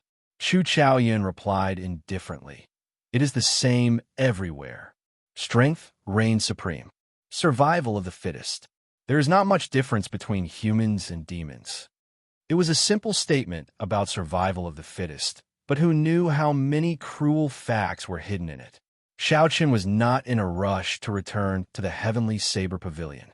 The strand of will of thunder that the Thunder King left behind still had some loose ends that needed to be dealt with. Along the way, Xianxia found a desolate place. Then he floated down and opened his right hand. Spots of purple light started to gather on his palm, finally forming a talisman flickering with electric light. 4 strands of golden light quickly flickered in the complicated patterns on the talisman's surface. Each strand of light contained strong energy. With a thought, the purple lightning talisman immediately split into 4, turning into 4 small swords. They flew about in the air, tearing pitch-black cracks in space. Just by casually flying around, the swords already had such great might. This showed how powerful the manifestation of Xianxia's will was. However, this was where the problem lay. These 4 small golden swords were the manifestation of the Thunder King's will. No matter what, he was a bladesman. Sabers and sword were different. How could Xianxia bring out the full might of these small golden swords? He could only change them. Looking at the 4 small swords in the air, Xianxia entered deep thought. He stretched out his hand, and the 4 small swords merged back into the purple talisman. After closing his eyes and thinking for a while, Xianxia came up with a countermeasure. Suddenly, he opened his eyes, and the strand of saber soul in his sea of consciousness came out in a flash. Wong, wong, wong. The sound of countless sabers humming rang out in the air. The sabers buzzed as a strong wind blew, quickly spreading the horrifying saber intent. All the bladesmen within 500 kilometers felt fear from the bottom of their hearts. They wanted to draw their weapons. Then, Xianxia waved his hand and suppressed the surging saber intent in the saber soul. A small, invisible saber appeared in the air, looking hazy and indistinct. Its exact existence could not be seen. However, that vast might was clearly felt by everyone. The hundreds of grass on the ground bent over, not daring to stand up straight. Xianxia's gaze moved back and forth between the strand of saber soul and the purple lightning talisman. Then, he opened his hand and slowly merged the two. Aside from this method, Xianxia could not think of any other way to change the golden lightning sword into a saber from the inside out. The fusion of the two did not go smoothly. Be it the strand of saber soul or the purple lightning talisman, they were both too sharp. Neither was willing to submit to the other. Chi! Chi! The two clashed, clashing intensely. The strand of saber soul was not satisfied with merging with the purple lightning talisman. It was not satisfied with the purple lightning talisman at all. Instead, its appetite became even greater, wanting to consume the purple lightning talisman. Seeing the two separate, Xianxia frowned. It looked like his earlier thoughts were too simple. Xianxia, you cannot do this. You need to choose the main body of the two. Whether you use your will or your saber soul will represent the different paths you will take in the future. If you use your saber soul as the main body, your physical body, and your mental energy martial techniques will all be restricted. The benefit is that your saber techniques will be more refined. If you use your will as the main body, you can develop it in all aspects. Be it your physical body, your mental energy martial techniques, or your saber techniques, you could develop them all. However, your saber techniques will be very difficult to improve. When Ao Jiao saw that Xianxia was in a difficult spot and could not make up his mind, she gave him a detailed explanation. Xianxia thought for a while before asking, "Back then, what did the Thunder King choose? I remember that he was a swordsman, right?" When it came to the Thunder King, naturally, no one understood him better than Ao Jiao. She quickly answered, "The Thunder King's situation was different from yours. His physical body was not as strong as yours, and his mental energy was not as strong as yours. His situation was not as complicated as yours, either. The form of his will was a sword. The path he took was the path of a swordsman. It was very pure and simple. However, when he reached the peak, no one could defeat him." Chapter 857. It looked like the Thunder Emperor's path was no longer useful as a reference. It could not help him at all. My personal suggestion is that you focus on the Saber Soul and help the Saber Soul swallow up the will. Use the will to strengthen the Saber Soul. In the future, the improvement of the will strengthen the saber soul. As your saber techniques improve, you can also improve the will. Think about it. You cultivate the physical body, mental energy, and saber techniques. No matter which one it is not simple. When you reach the peak, you will be unrivaled everywhere. As the saying goes, biting off more than one can chew. You might as well focus on saber techniques. With your talent, your strength will soar in a short time. Ao Jiao continued to speak, voicing her opinion. Xiao Chun smiled bitterly. He had not expected this. He simply wanted to refine the will of thunder that the Thunder King left behind into something he was good at. However, it involved such a complicated discussion. Ao Jiao's words were easy to understand. Focusing on saber techniques meant spending all the time on the physical body, mental energy, and fist techniques on saber techniques. With so much time, it would be hard for his strength not to rise. However, this way, his final accomplishments would be equal to the Thunder King and the Qing Emperor. It would be very difficult to surpass them. This was not what Xiao Chun wanted. With this idea in mind, Xiao Chun slowly merged the two again. However, this time, he purposely helped the will, swallowing up the saber soul. The two were originally evenly matched. After one obtained Xiao Chun's help, it immediately gained the upper hand. The saber soul struggled for a while before being absorbed into the purple lightning talisman. After merging with the shape of the saber soul, the purple lightning talisman gained an indestructible sharpness that seemed to reign supreme. With a thought, the purple lightning talisman split into 4 beams of golden light. Each beam of golden light was an immortal small saber. Xiao Chun revealed a satisfied smile. The golden light returned to his forehead and merged into the purple talisman in his sea of consciousness. Then he put on Neptune's headscarf. Some of the disturbing thoughts in his heart were stripped away. Xiao Chun's state of mind was like still water. Looking through his heart, he did not regret the decision he just made. He was Xiao Chun, not the Thunder King or the Qing Emperor. Due to his internal injuries, Xiao Chun slowed down significantly. However, by the time he returned to the Heavenly Saber Pavilion, he had already recovered from most of his severe internal injuries. He was back to his peak state. As Xiao Chun expected, Lu Ruyue did not return. Instead, he met another familiar person. Brother Xiao Chun, you're getting more and more awesome now. Did you bring any treasures for this fat lord this time? Kim Taeho had been waiting at Qingyun Peak for a long time. When he saw Xiao Chun, he immediately smiled and ran over with squinted eyes. His figure was the same as usual, still round like a ball. When Xiao Chun saw Kim Taeho, he was rather happy. When he heard what Kim Taeho said, he smiled faintly and said calmly, "My things are not good enough for you, right? I heard that the Golden Rock Merchant Association has monopolized most of the business in the Sky Dome realm." Kim Taeho waved his folding fan and chuckled.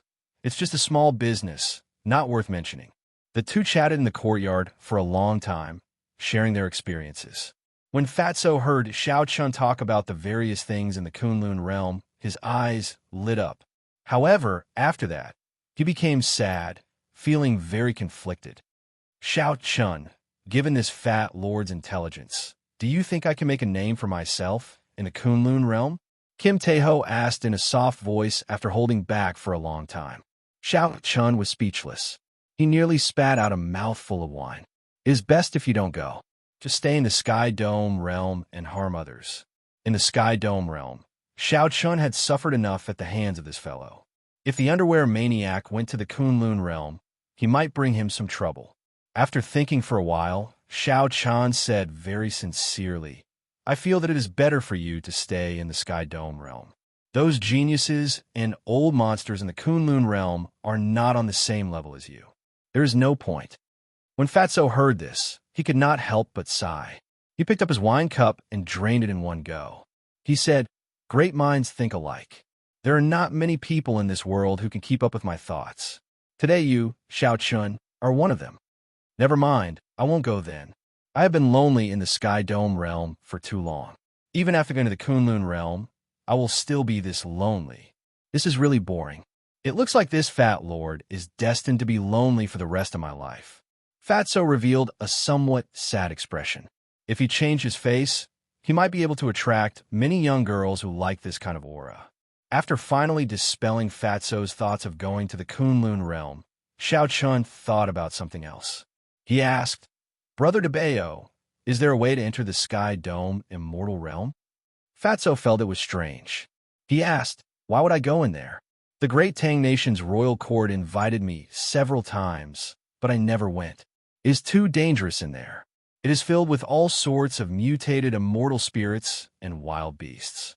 The competition between the various royal courts is also very intense. If I am not careful, I will suffer a lot." Xiaochun felt excited. It looked like this Kim Tae-ho did have a way to enter the Sky Dome Immortal Realm. In that case, he would not have to think of any other way to enter the Sky Dome Immortal Realm.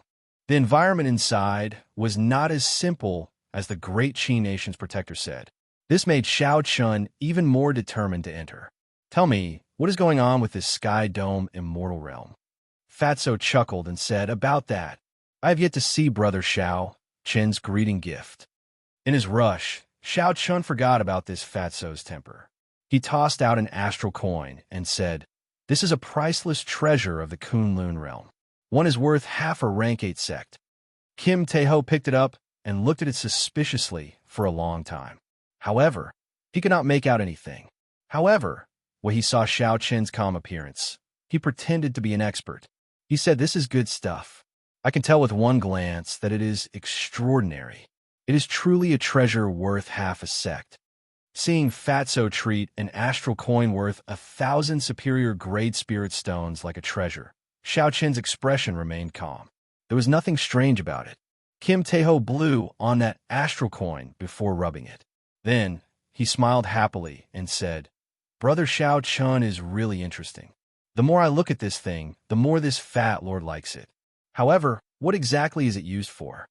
Xiaochun found it strange and asked, "You don't know?"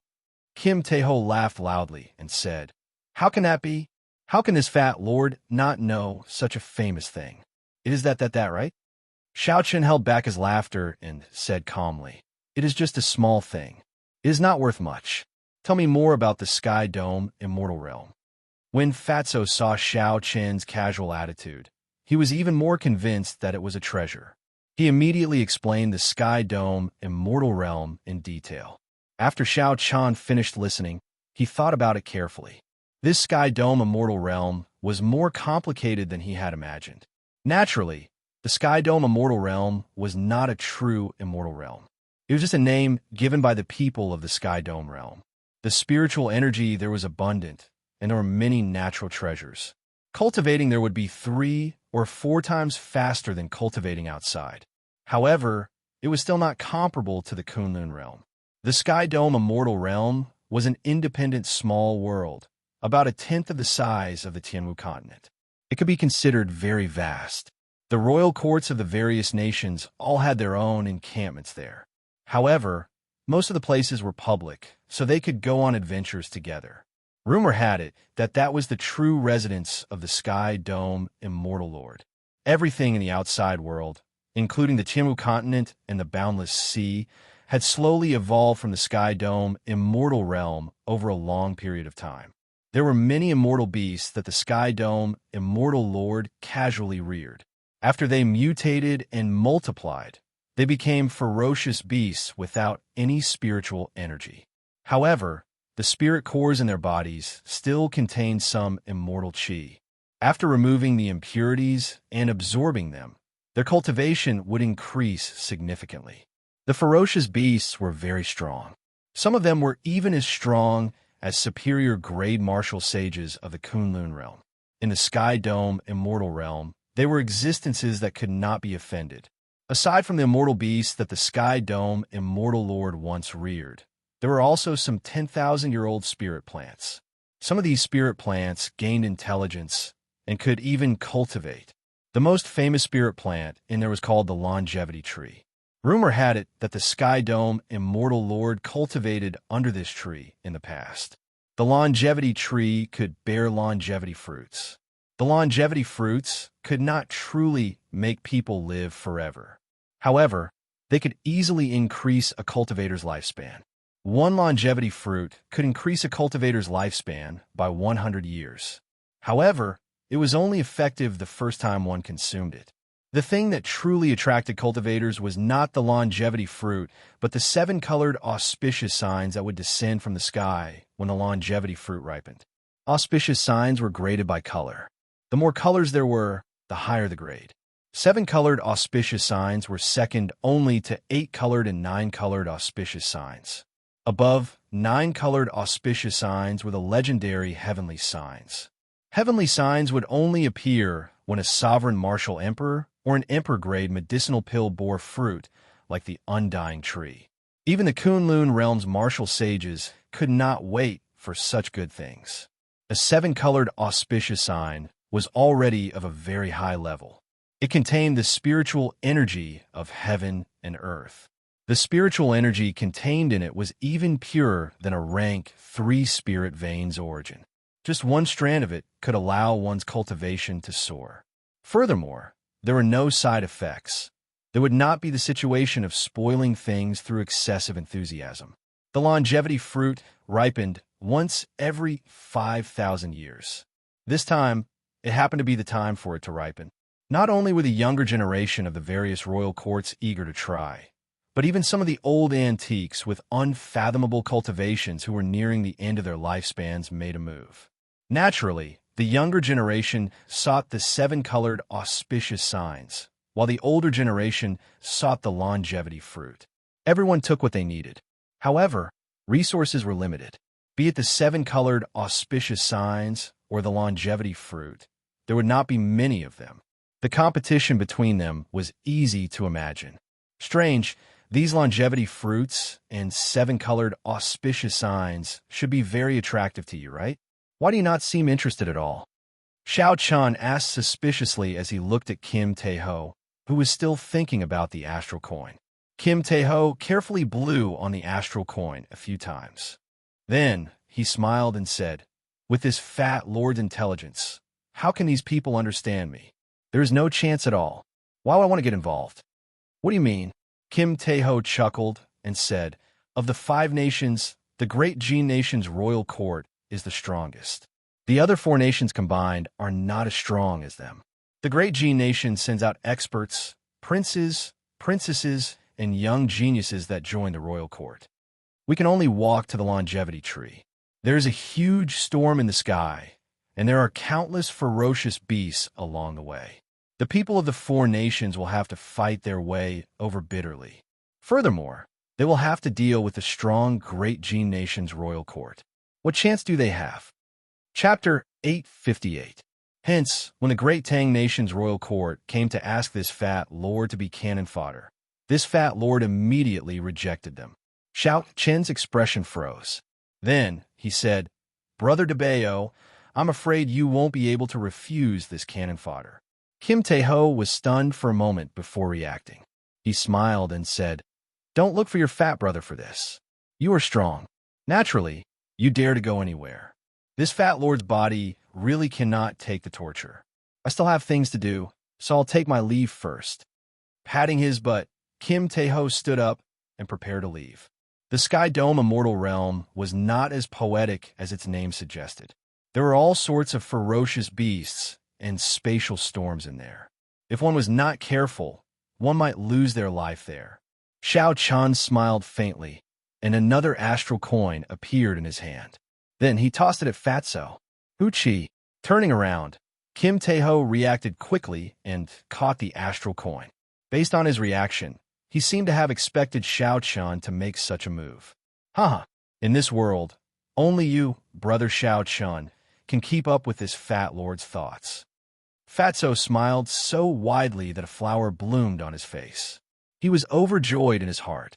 With 2 astral coins, this fat lord would be able to buy a sect in the Kunlun realm. "Let's go." Xianxia had already figured out Fatso's game of loosening the reins only to grasp better.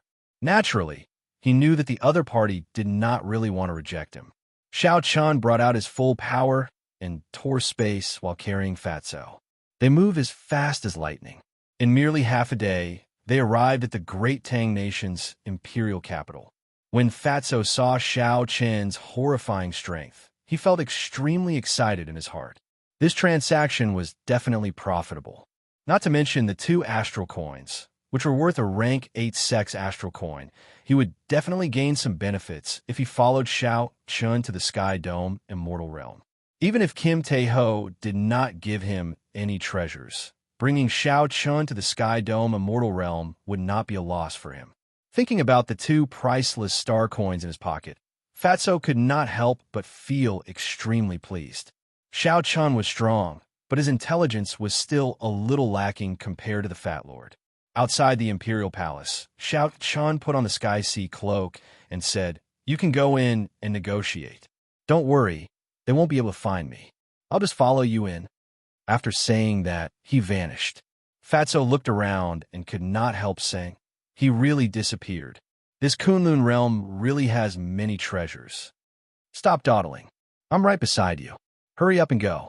Xiao Chen's voice sounded in his mind.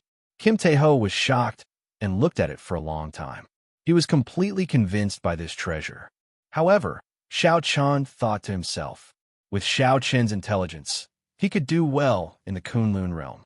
This Fat Lord would definitely be able to do well there. Just as Xiao Chen thought this, he proved his identity. Immediately, a major character of the royal court came to receive him. The Jin clan was a top-tier clan in the Great Tang Nation. Now, it was like the sun in the sky.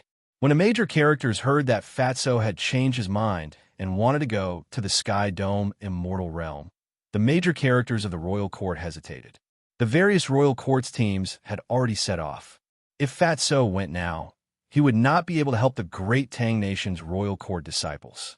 However, due to Kim Tae-ho's reputation, the major characters reluctantly agreed despite their reluctance. Xiao Chen hid himself and followed Xiao Chun to the depths of the Imperial Palace. There, they arrived before a tightly guarded transportation formation. This transportation formation gave off an ancient, vast, and desolate aura. There were rings of medial grade spirit stones around the transportation formation. From the looks of it, there were at least several tens of millions of them. Fatso casually stood on the transportation formation. Xiao Chun stood beside him, but no one noticed him. Boom! The medial grade spirit stones burned, and the ancient formation activated. A white light flashed, and space twisted. Then, Xiao Chun and Kim Tae-ho disappeared from the formation at the same time. A light flashed, and Xiao Chun and Kim Tae-ho appeared in the Sky Dome Immortal Realm. What would the Sky Dome Immortal Realm be like? Xiao Chun and Kim Tae-ho were rather curious. At the very least, they had some fantasies. However, when they arrived, they revealed disappointed expressions. Kim Tae-ho smiled and said, "I just knew that this rundown place is not much. I did not expect it to be so run down." Xiao Chun sized up his surroundings. The sky was primal chaos. There was no sunlight, only howling spatial storms rushing back and forth. The pieces of spatial shards were sharper than any knife. Just looking at them made him feel somewhat flustered. Countless spatial shards formed tornadoes. As they stirred, it looked like there were many man-eating ferocious beasts hiding in the sky, opening their ferocious mouths. When Xiao Chun looked down, the air was turbid and humid. Not to mention the Kunlun realm, it was even worse than the Tianwu continent. The flowers and grass on the ground were all uneven. At first glance, one would think that they were malnourished.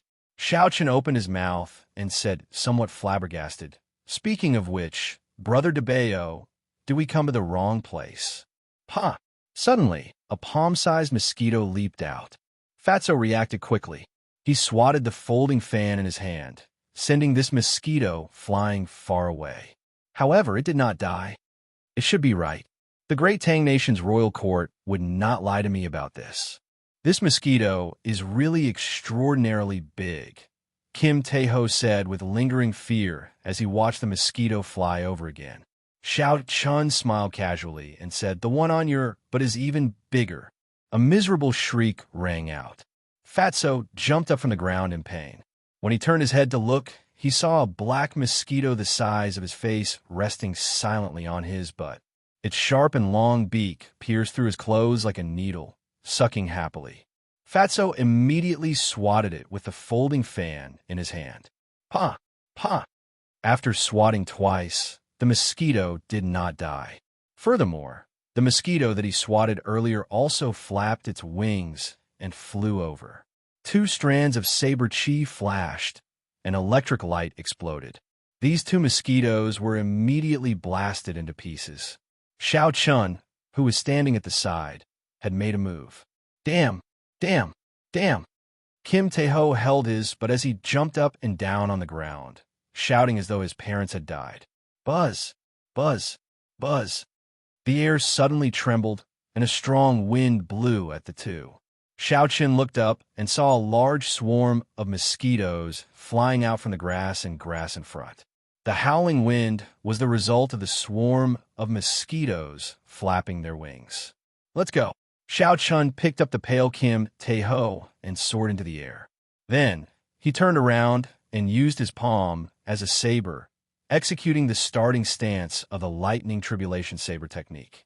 Wind and lightning gathering. The purple lightning talisman in Xiao Chen's seat of consciousness spun once. The shape of the saber soul and the 4 strands of golden light were instantly drawn over. When Xiao Chun chopped out with his palm, a strand of saber chi containing 90% comprehended saber intent and 40% comprehended will of thunder immediately shot out from his palm. Thunder and wind roared, and the 4 strands of purple saber chi with golden light flowing on them tore through the air, shattering this swarm of blood-sucking mosquitoes into pieces. When Xiao Chun looked carefully, he could not help but be flabbergasted. There were a few mosquitoes in there. They were actually intact, not dying from the combined attacks of the spatial shards and the saber chi. However, they knew how powerful Xiao Chun was. They flapped their wings and slowly flew back through the spatial shards. Xiao Chun withdrew his gaze, and a strand of red light shot out from his forehead. He summoned out the Massacre Throne. A scarlet cloud carried the throne as it floated quietly in front. When Fatso saw the throne, he immediately rejoiced. He laughed loudly and said, "How domineering! This throne is tailor-made for this fat lord." After saying that, Fatso let go of Xiao Chen's hand and soared into the air, landing on the throne and landing on his butt. Another blood-curdling scream rang out. The fatty clutched his buttocks and shot out from the throne. When Kim Taeho landed on the scarlet cloud, his complexion paled. He said, "Xiao Chun, why do I feel that there's a hole in my butt? Blood is gushing out like a fountain." Xiao Chun looked at the hole in Kim Taeho's butt, and sympathy flashed in his eyes. He said, "It's fine. You are overthinking. It is just a hole." Riding on the scarlet cloud, Xiao Chun flew higher and higher on the throne. In the blink of an eye, he was high up in the sky, about to face that horrifying spatial storm. Up on the scarlet cloud, Kim Taeho, who kept turning his head around, trying to see the wound on his butt. When he saw Xiao Chen's actions, he could not help being startled. Startled, he exclaimed, "Xiao Chun, are you crazy? This is a spatial storm, a storm formed by fragments of space. Even Grandmaster-level martial sages can be easily torn to shreds." "I know. However, this only applies to Grandmaster-level martial sages in the Sky Dome realm." Xiao Chun replied calmly. Then, he pressed 2 fingers to his forehead, and a beam of purple light shot out. Then, it split into 4, turning into 4 small golden sabers that guarded one area.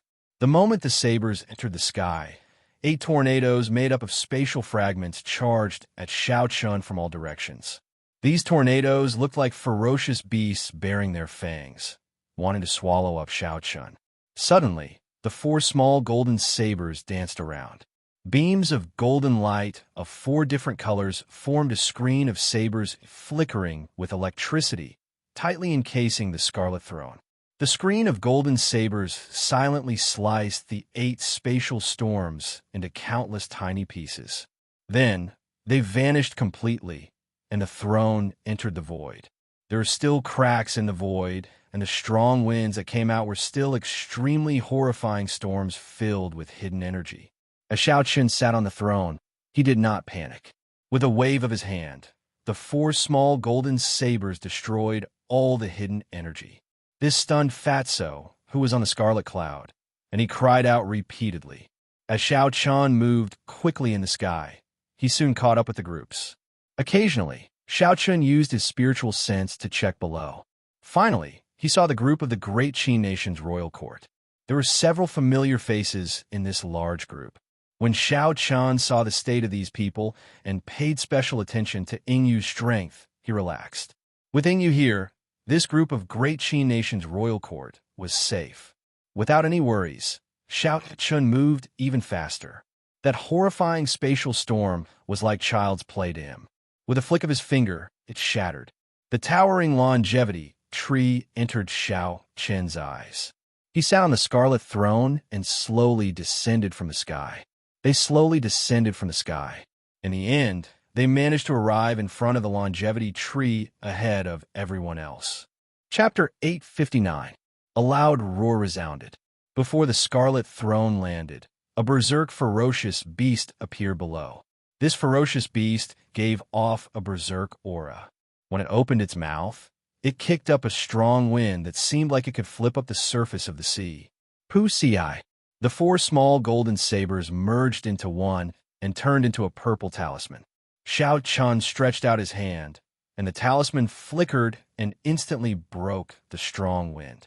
When the throne landed, Xiao Chun withdrew the talisman. A 20-meter-tall, 100-meter-long ferocious beast was chopped in half and laid on the ground. Kim Tae-ho exclaimed exaggeratedly, "This is a ferocious beast equal to a martial sage. Unexpectedly, you instantly killed it in one move." As Xiao Qin spoke, Kim Tae-ho did not stop moving. He held his butt and jumped down from the scarlet cloud. Then, he quickly searched through the corpses. Soon, he found a spirit core covered in black spots. Fatso laughed loudly and paced excitedly on the ground. He said, "A martial sage-level spirit core containing immortal chi. I struck it rich this time. Even if this fat lord has another hole in my butt, it will be worth it." Right after Fatso spoke, he saw the longevity tree bearing heavy red fruits thrust a branch at Kim Tae-ho like a golden fork at lightning speed. Its speed was even faster than Xiao Chen's.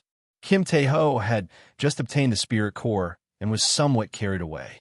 He accidentally walked into the attack range of the longevity tree. It looked like he would not be able to dodge in time and would be pierced by the branch. Electric light flashed under Xiao Chen's feet. In the time it took for a spark to fly, he quickly dodged. Then, he picked up Kim Tae-ho and retreated. Back and forth, as Xiao Chen moved quickly, pitch-black cracks appeared in space.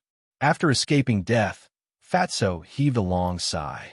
Then he put away the spirit core covered in black spots and said to Xiao Chen, "Fortunately, brother, you are fast. Otherwise, I would not have been able to escape unscathed." As Xiao Chen spoke, he did not realize that a hole had appeared on his right, but as well. Blood poured out like a fountain. There was a kind of pain that, when reached the extreme, would make one numb. Xiao Chen made a sad expression. He didn't know if Kim Tae-ho was in the same situation. The grades of the spirit trees were also divided into sage, king, emperor, and immortal. This division was similar to the grades of secret treasures. It was mainly for the convenience of trading between cultivators and the identification of treasures. The moon cassia tree was a saint-tier spirit tree, and the longevity tree was a grade higher than it. It was a king-tier spirit tree, and because of its special effect of increasing one's lifespan, it was ranked in the top 3 among the king-tier spirit trees. Regardless of cultivation level or race, a single longevity fruit could increase a person's lifespan by 100 years for the first time. Within 100 years, Xiao Chen might be able to make another breakthrough, advancing further on the path of cultivation. Its value is easy to imagine. Even in the Kunlun realm, it would be a top treasure. Xiao Chen counted carefully. There were only about 20 of the heavy red fruits on the longevity tree. They bore fruit once every 1,000 years. Such a number was truly rare. Scarlet spiritual energy wafted out of the longevity fruit, making one drool. Kim Tae-ho stared straight at it. However, he no longer dared to approach it. Clearly, this longevity tree had gained sentience long ago. Now that the longevity fruit had not ripened yet, it naturally did not allow anyone to approach. As Xiaochun looked at the longevity fruit that was about to ripen, he entered deep thought. Before the longevity fruit matured, the longevity tree would not allow anyone to approach it. Kim Taeho's earlier fate was a good example of the consequences of getting close. As long as the longevity tree matured, the longevity fruit would fall automatically. As for how many fell, that would depend on luck. Sometimes, one or two fell, and the longevity tree would burrow into the ground, running off to some unknown place. Naturally, such a result was not what Xiaochun wanted. Since he was already here, he had to collect all 20 longevity fruits. Xiaochun pushed off the ground, and his figure flashed as he flew towards the longevity tree. The peaceful, towering tree instantly came to life. Many long branches extended out endlessly, piercing through space and shooting at Xiaochun. Electric light flickered under Xiaochun's feet. In that instant, he executed Thunder Dragon steps to its limits. His figure moved so fast that one could not even see his shadow. He tried to approach the longevity tree from all directions. Kassier. After a while, Xiaochun broke off a branch and retreated safely. He now had a rough understanding of this longevity tree's strength. This longevity tree had indeed gained sentience. However, it had only gained sentience recently, and its cultivation was not deep enough. While its attacks looked fast, they were not methodical. After familiarizing himself with the longevity tree, he could easily dodge. Xiaochun looked around. There were still some mutated ferocious beasts eyeing this place covetously. However, they did not dare to get close to Xiaochun. The lunar shadow saber appeared in his hand. These ferocious beasts did not dare to be impudent towards Xiaochun. However, that did not mean that Xiaochun would let them off. After about 7 minutes, Xiaochun chased away all the ferocious beasts in the surroundings. Those that could not flee in time were killed by him. By the time Xiaochun returned, the longevity fruits had not ripened yet. Xiaochun could not help but frown. It looked like he had come too early. If he had waited any longer, the great Jin nation's cultivators would have arrived. Earlier, when Xiaochun passed by the sky, the great Jin nation's royal court was indeed strong. Among them, there were 3 old men who had lived for countless years. Their cultivations were terrifyingly deep. Although Xiaochun did not fear peak grandmaster-level martial sages, once the longevity fruits ripened, he would not be able to avoid being implicated by them. If things went wrong, Xiaochun's plan to collect all the longevity fruits would be ruined. That would be a huge loss. Xiaochun frowned and thought for a long time. Then, he remembered that there were still 2 rank 3 spirit veins origins in the immortal spirit ring that had not been exhausted yet. What are you thinking of doing? Don't even think about those 2 rank 3 spirit veins origins. If you use them, there will be no more left. Ao Jiao was like a housekeeper, keeping the rank 3 spirit veins origins in the immortal spirit ring tightly. Xiaochun smiled bitterly. He knew that Ao Jiao liked to take care of the plants in the immortal spirit ring. Keeping the spirit veins origins was for his own good. However, he had no choice but to use them now.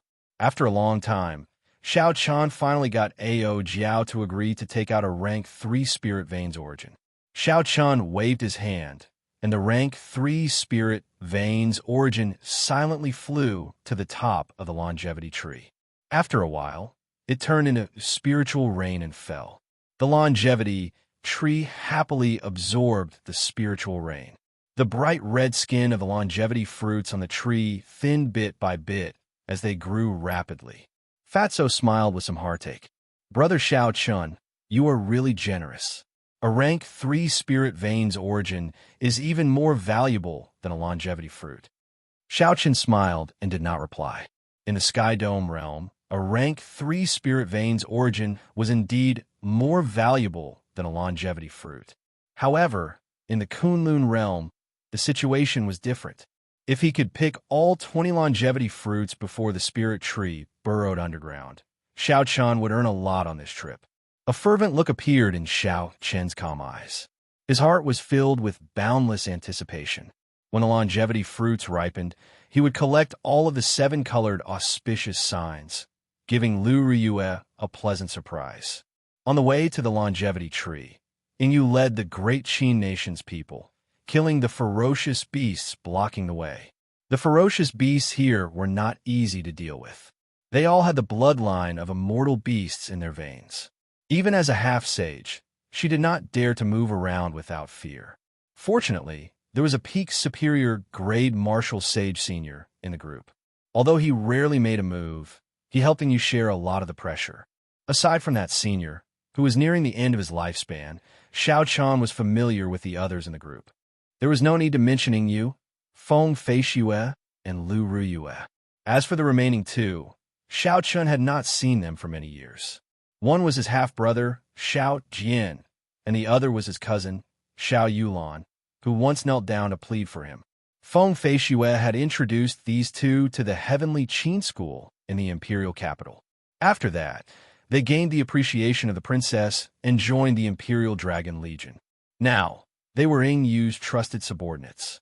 Ingyu held the Grand Imperial Spear and brandished it. She fought a half-sage ferocious beast alone and killed it rather easily. After that, she looked up at the sky doubtfully.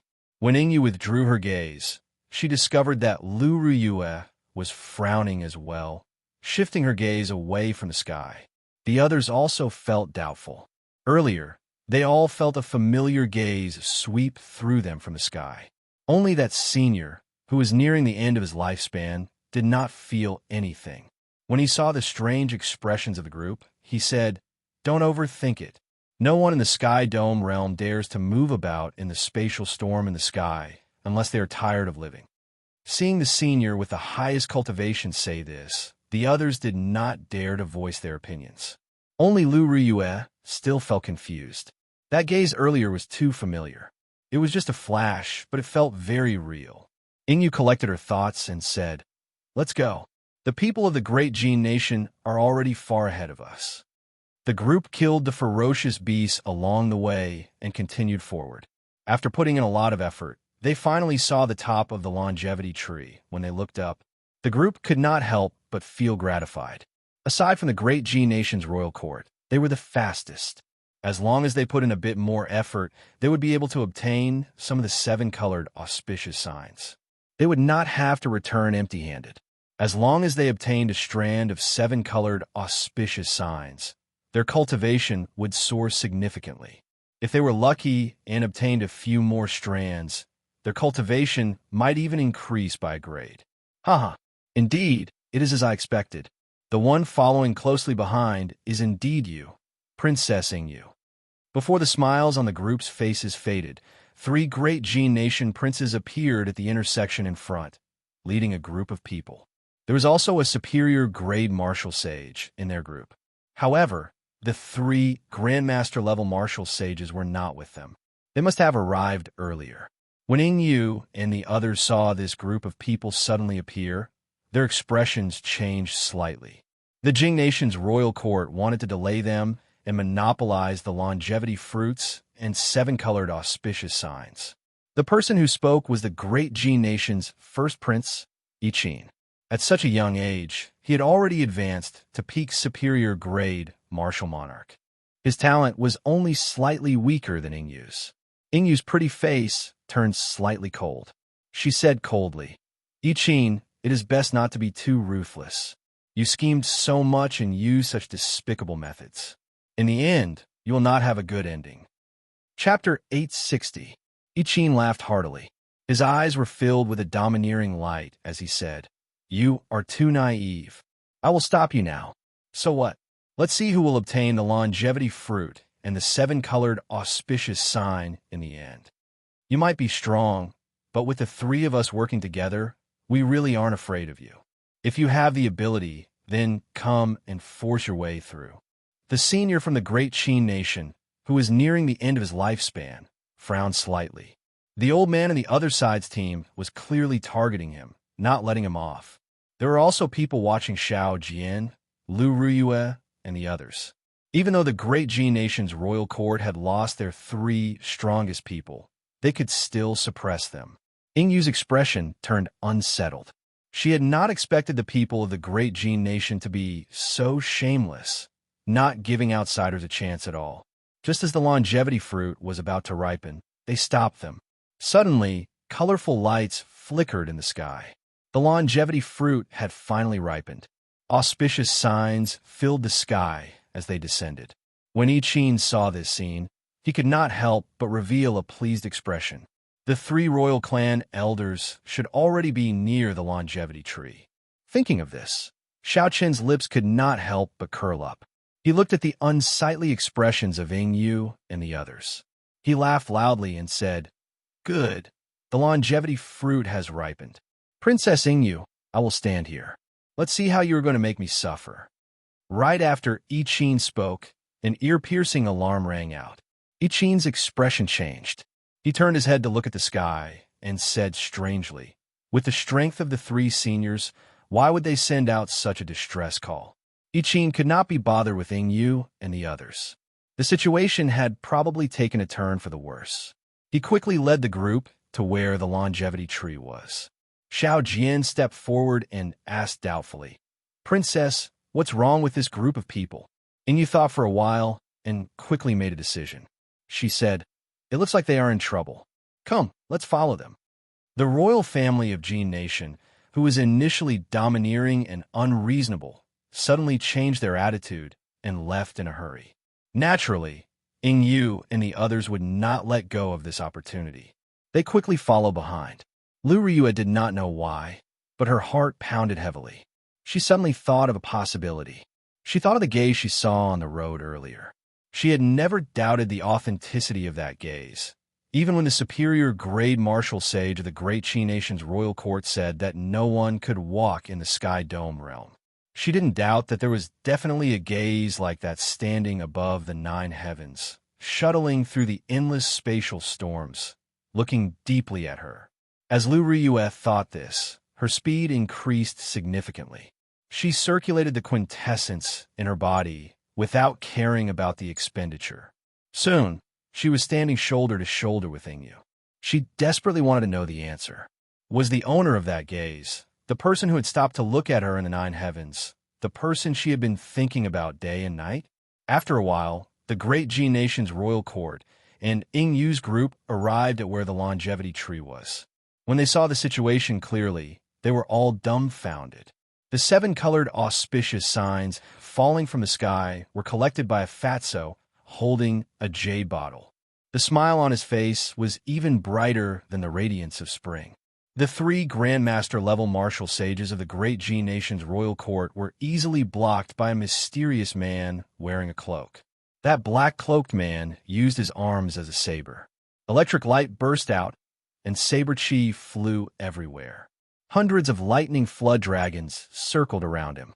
As the black-cloaked man brandished his saber, the lightning flood dragons howled wildly. With a gentle palm strike, he knocked back the Grandmaster-level martial sages who wanted to charge up, not holding back at all. The three Grandmaster-level martial sages either attacked one after another or worked together. However, without exception, the black-cloaked man blocked all of them. When Fatso, who was above, saw this scene, he laughed loudly in delight. Then, he started collecting the seven-colored auspicious signs at an even faster speed. It looked like the auspicious signs were about to run dry. The three Grandmaster-level martial sages below could not help but feel even more anxious. The group of people from the Great G Nation's royal court was completely stunned. These were bona fide Grandmaster-level martial sages. Their lifespans were about to end. After a long time, they had tempered their cultivations to a very deep level. All of them were people who stood at the peak of the Sky Dome realm. However, when the three of them worked together, one person easily blocked them. Where exactly did this black-cloaked man come from? It's over. The auspicious signs are all gone. A youth beside the Great G Nation's first prince said with great heartache. The main purpose of this trip had been ruined. These people were young and did not have to worry about their lifespans. Naturally, the longevity fruit would not be of much use to them. The expressions of Ingyu and the others changed slightly. The auspicious signs were all gone. This person was far stronger than the people from the great Ji Nation's royal court. They had no chance at all. Fatso chuckled and tossed the jade bottle containing the auspicious signs to Xiao Chun. Xiao Chun stretched out his hand and caught it. His lips could not help but curl up. When he looked at the three old men charging up again, a cold look flashed in his eyes. Earlier, Xiao Chun was worried that he would not be able to collect all the auspicious signs if he was distracted. Hence, he could only do his best to block these three. Now that he had obtained the auspicious signs, he no longer needed to be polite with these three old men. If he did not deal with them now, they would be a problem when the longevity fruits fell. Twin dragons playing with pearl.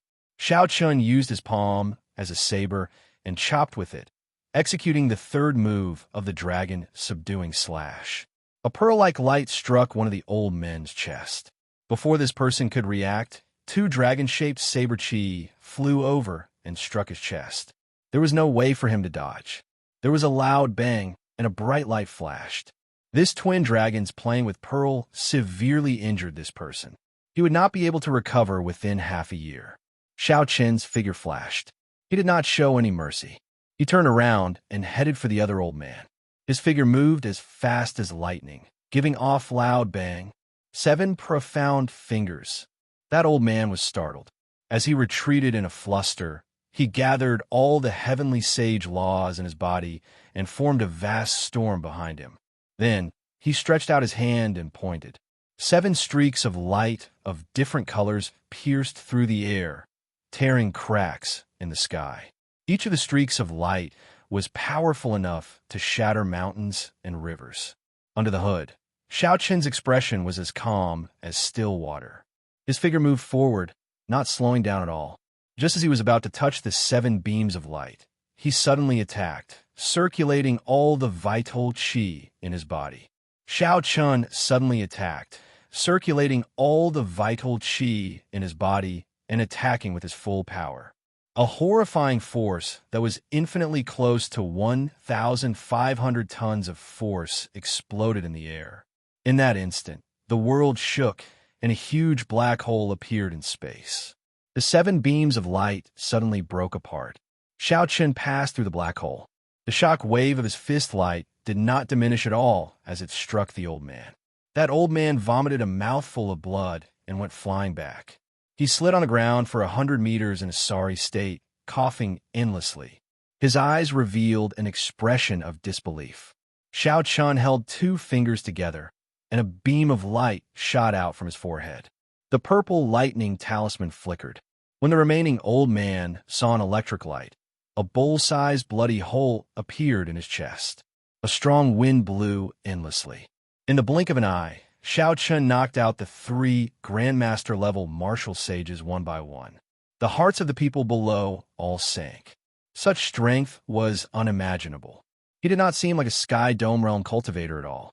However, Xiao Chun ignored the shock of these people. His figure flashed, and he landed on the ground. Then, he quietly watched the longevity fruits that were about to fall to the ground. Based on a usual pattern, not all 20 longevity fruits would fall to the ground. The longevity tree would move away on its own. Xiao Chen paused for a moment before charging at the longevity tree. Kassier, Kassier. Tree branches pierced through space, charging at Xiao Chun. Xiao Chun, who had anticipated this long ago, did not panic. He dodged the countless tree branches that could easily pierce through a mountain. Then, he gently plucked a longevity fruit and held it in his hand. The longevity tree was thoroughly enraged. Its branches intertwined and looked like flood dragons as they bit at Xiao Chun. Xiao Chun did not clash head-on. His figure flashed as he flew upwards. Then, he clenched his right hand, and another longevity fruit flew into his universe ring. Xiao Chen's agile figure brushed past the longevity tree's attack as everyone tensed up. When the 3 Grandmaster-level martial sages on the ground saw this scene, they could not help but vomit blood in frustration. The longevity fruits that they had been waiting for 10 years were picked by Xiao Chun like he was picking peaches. The 3 Grandmaster-level martial sages cursed in their hearts. hoping that the longevity tree would pierce thousands of holes in Xianxia and kill him without a complete corpse. However, things did not go as they wished. Xianxia kept brushing shoulders with danger. The group could only watch as the longevity fruits dwindled, unable to do anything about it. Wuxia. With only 3 longevity fruits remaining, the longevity tree could no longer endure Xianxia's plundering. It sank down, and its huge trunk sank into the ground with a flash of light. How could Xianxia let the longevity tree do as it pleased? In the time it took for a spark to fly, he punched a deep pit in the ground and quickly dove in.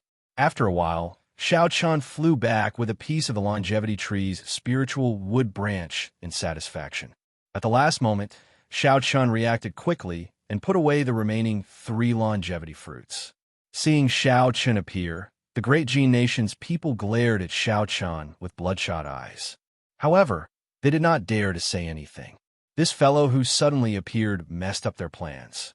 Originally, they had planned to monopolize the 7-colored auspicious signs and the longevity fruits that fell to the ground. However, they did not manage to obtain anything. Furthermore, the 3 Grandmaster-level martial sages were beaten half to death. When Lu Ruyue and the others saw this scene, they did not show anything on their faces. However, they felt very carefree in their hearts. In the first place, they had always been bullied by the great Jin nation's royal court in this Sky Dome immortal realm. In the earlier scene, the first Prince Yiqin's attitude was even more overbearing, causing everyone to feel a great deal of anger in their hearts. "Are you still not going to scram?" Xianxia shouted coldly as he looked coldly at the first prince and the others, who showed extreme dissatisfaction in their eyes. Xianxia did not have a good impression of this group of people. He had just used the spirit vein's origin to accelerate the ripening of the longevity fruits. In the end, 3 old men came to cause trouble. Xianxia had no choice but to seek Kim Taeho's help. Given Fatso's character, he would definitely not help for free. Seeing the hostile Xianxia under the hood, the great Jin nation's people quickly left. They feared that if they stayed any longer, Xianxia would really get angry. Ingyu's group sighed silently.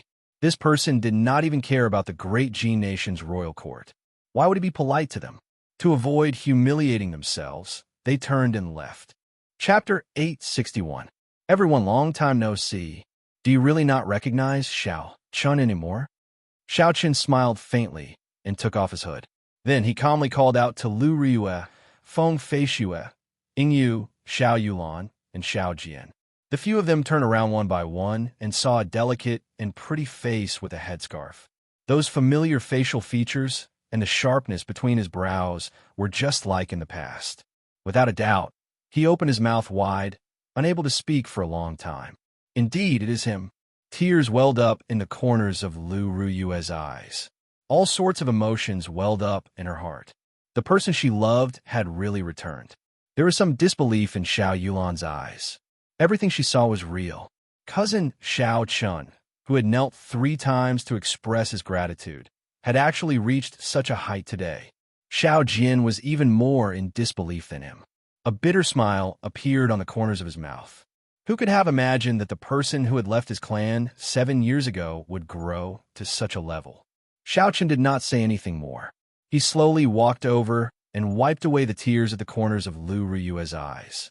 Lu Ruyue blushed. Her flirtatious face was filled with bashfulness.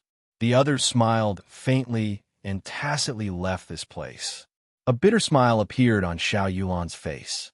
Although she had known long ago that cousin Xianxia had made his choice, Xiao Yulan knew that cousin Xianxia had made his choice. But now that he saw it with his own eyes, he couldn't help but feel the pain in his heart.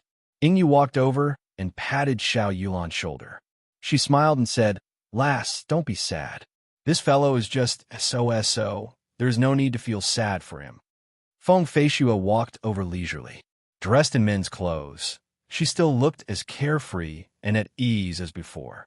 She even knew Xiao Yulan's heart and knew how hard Xiao Yulan had worked over the years. He hugged her tightly in his arms and patted her back. When he closed his eyes, there seemed to be a column of water at the corner of his eyes. Xiao Jian curled his lips and sat on the ground, bored, as he played with the sword in his hand. Now, he was no longer that petty person from back then. There was no irreconcilable grudge between him and Xiao Chun in the first place. However, when he saw Xiao Chen's current achievements, he still felt a little emotional. Fortunately, after so many years, Xiao Chun had come to terms with it. He only hoped to advance to martial sage in the Sky Dome realm and protect his clan. Xiao Chun glanced over and saw Xiao Chun talking to Lu Ruyue in the distance. He looked at Xiao Chen's changed expression. He could not help but think of his father in Most City.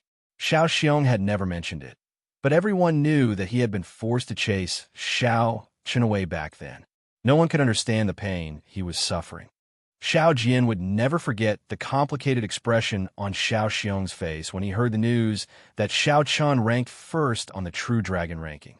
He wondered if his father's solemn face would reveal a trace of a smile if he knew of his second brother's current achievements. Xiao Chun and Lu Riyue did not chat for long before they arrived at where Ying Yu and the others were. When Xiao Chun saw the familiar faces, a smile appeared on his calm face. His old friends were all there, his old friends were all well, and his elegance was still the same. Nothing had changed. This was especially so for Xiao Chen's cousin, Xiao Yulan, whom he had not seen for many years. Back then, when he first came to this world in Most City, the memories were still fresh in Xiao Chen's mind. As for Xiao Jian, as time passed, the two of them had grown. When Xiao Chen looked at Xiao Jian now, he realized that he was much more mature than before. Yingyu glanced at the stupefied Xiao Chun. Then, she clenched her fist and threatened, "Don't even mention that 7-colored auspicious signs. You're only giving them to Lu Ruyue alone. This princess is someone who holds grudges. If you leave in the future, don't blame me for playing some tricks." Xiao Chun smiled faintly and took out the jade bottle containing the 7-colored auspicious signs. Multicolored lights filled the air. When counted carefully, there were at least 207-colored auspicious signs. No matter how the 5 of them divided them, they would not be able to finish them. This auspicious sign is useless to me. You can take whatever you want based on your cultivation. Don't exceed what you can bear. The auspicious signs contained a large amount of pure spiritual energy. However, everyone's cultivation was limited and could not absorb too much. Otherwise, they might explode and die. The others did not hesitate either. They had arrived here after much difficulty, all for the sake of these 7-colored auspicious signs. Yingyu's cultivation was the highest. She took 57-colored auspicious signs. Xiao Jian and the others were between inferior grade martial monarchs and medial grade martial monarchs. The gap between them and Yingyu was too great. They only took 10 or so auspicious signs. Xiao Chun carefully put away the remaining 100-odd auspicious signs. Then, he looked at Kim Tae-ho, who was staring at him anxiously. Then, he tossed over 2 more of the spirit cores that he obtained from the martial sage ferocious beasts. The sage grade spirit cores contained a lot of immortal qi. With Xiao Chen's current cultivation, after he removed the impurities and absorbed them, his cultivation would improve significantly. "Little friend, can this old man exchange for a longevity fruit with you?" When the old man from the great Qi nation's royal court saw Xiao Chun collect the 20 longevity fruits, he felt envious. When he saw the strength that Xiao Chun displayed earlier, he had already despaired. Now that he discovered that Ying Yu and the others had a close relationship with Xiao Chun, he immediately felt tempted. He did not have many years left to live. 1 longevity fruit could increase his lifespan by 100 years. The temptation of this went without saying. Xiao Chun glanced at Ying Yu and saw that she was looking at him as well.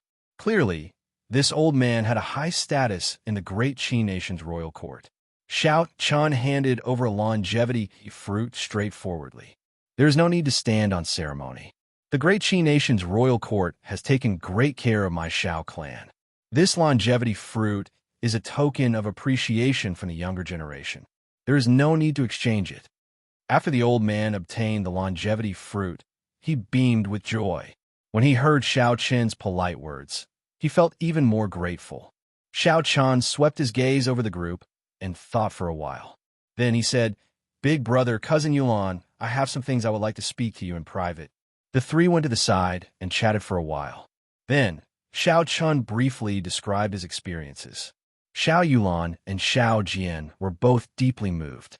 Cousin Xiao Chun, will you return to our Xiao clan this time? Xiao Yulan asked with some anticipation in her eyes. Xiao Chun did not know what to say. Along the way, he had been conflicted over whether to return or not. What exactly was Father Xiao Xiong afraid of? With the great Qi nation's royal court taking care of him, could there really be someone in the Sky Dome realm who would dare to make a move on the Xiao clan? When Xiao Chun addressed Xiao Chun as Big Brother, all the barriers in Xiao Jian's heart disappeared. He said, I more or less know about Father's worries back then. Back then, the ancestors of Xiao clan were too tyrannical in their actions, thinking that they were the only one in the world. If anyone was dissatisfied, they would directly eliminate them. They offended too many factions. If not for some good karma, the Xiao clan, which had lost its foundation, would not have survived to this day. When the Xiao clan first entered the Sky Dome realm, they could be considered a tyrant with many experts. However, all of them were mysteriously killed in the end. It was a ghastly sight. It was only in recent years, when the blue dragon martial spirit disappeared, that the Xiao clan truly stabilized. Your appearance reminded Father of the tragedy of our seniors. With the current Xiao clan, it is simply impossible for us to face those enemies. We had no choice but to chase you out. Xiao Qin did not object to this. Back then, when he revealed his blue dragon martial spirit at Bushan Palace, the Grandmaster-level martial sages of the three sovereign noble clans immediately tried to kill him. One could imagine how deep the impression that the Qing Emperor had left on these people back then was. However, if that was all, Xiao Qin would not care about it.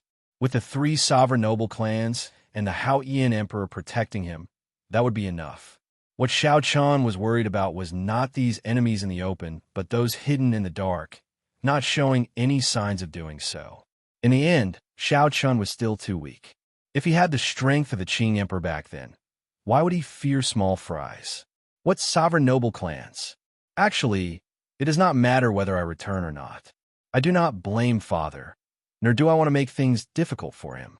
If the Xiao clan really faces a calamity of destruction, my heart will not be able to bear it for the rest of my life. Even when he wanted to return home, he had so many worries.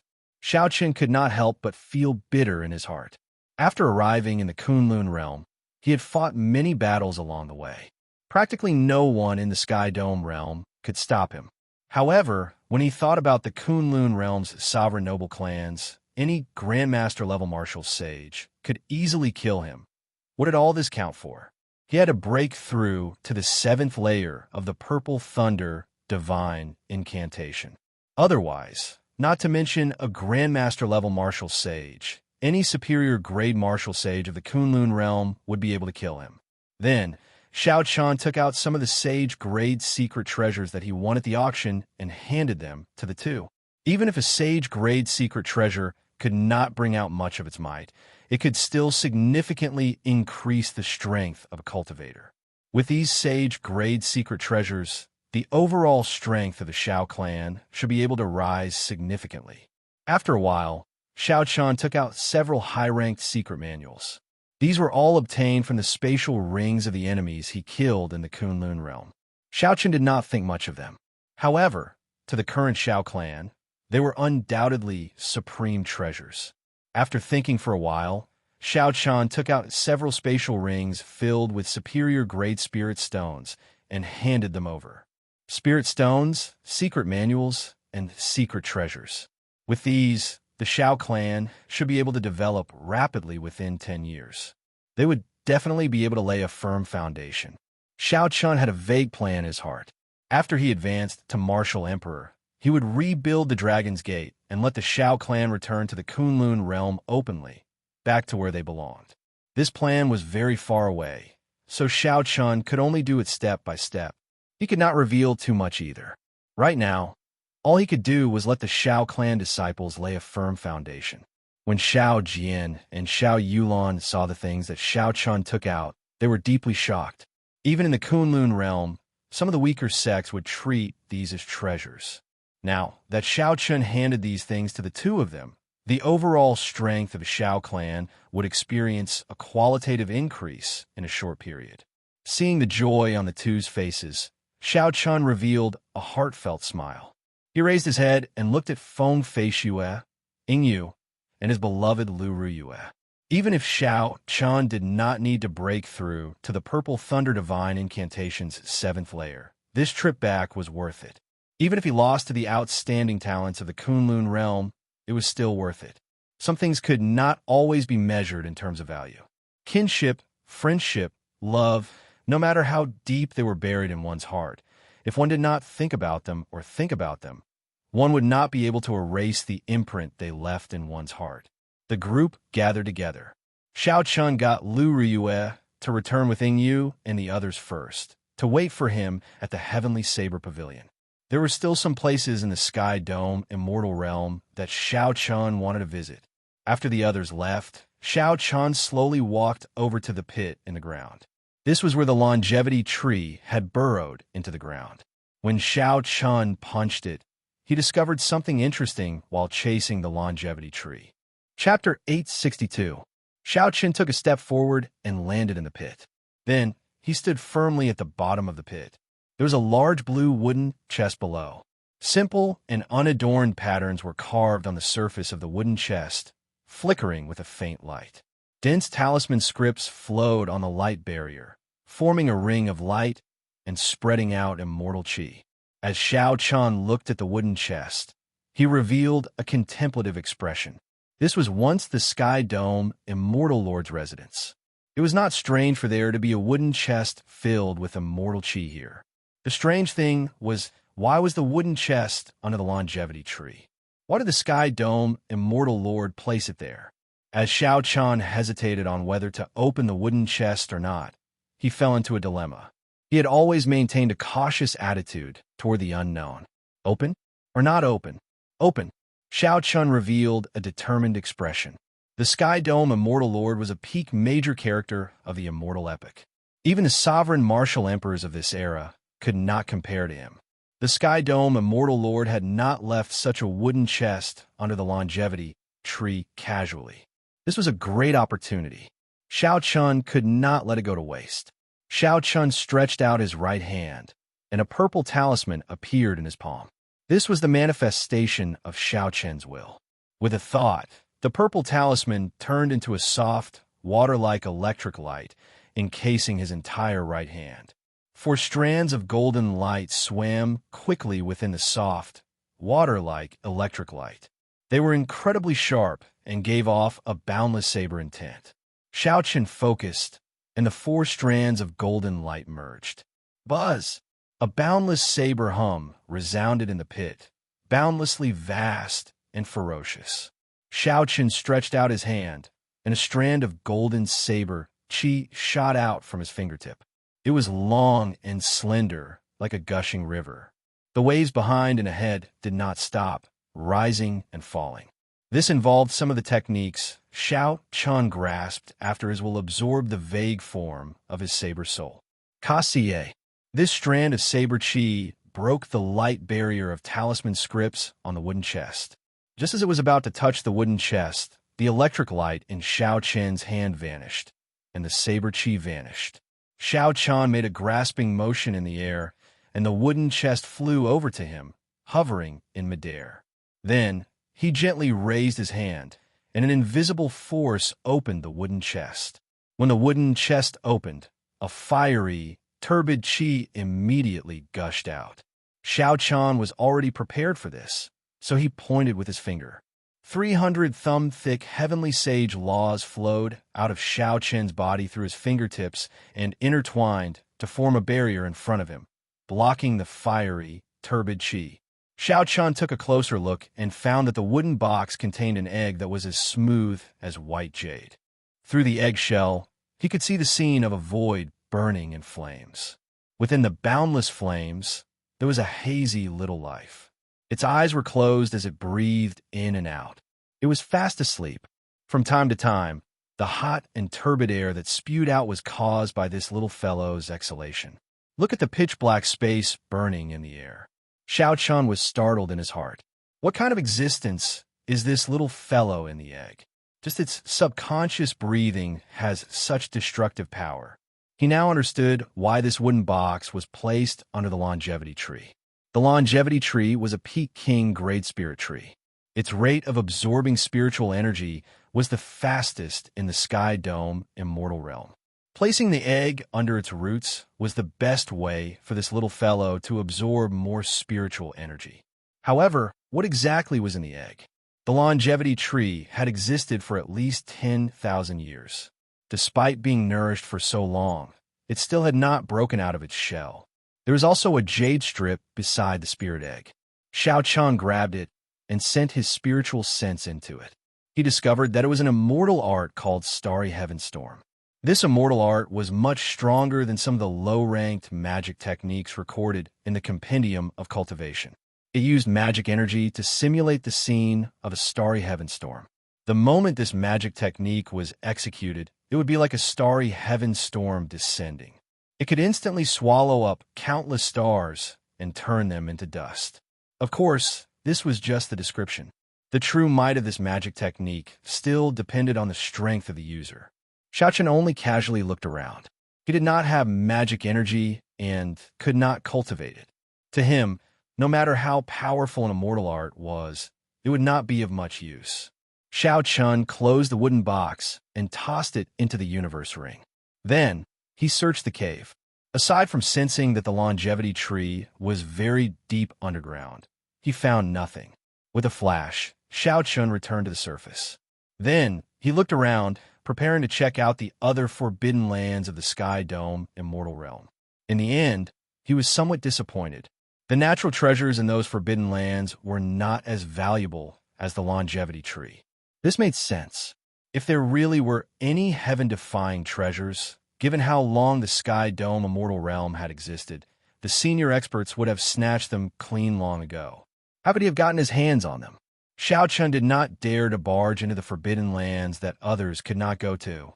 For example, where he was now, there was a ferocious beast equal to a Grandmaster-level martial sage of the Kunlun realm.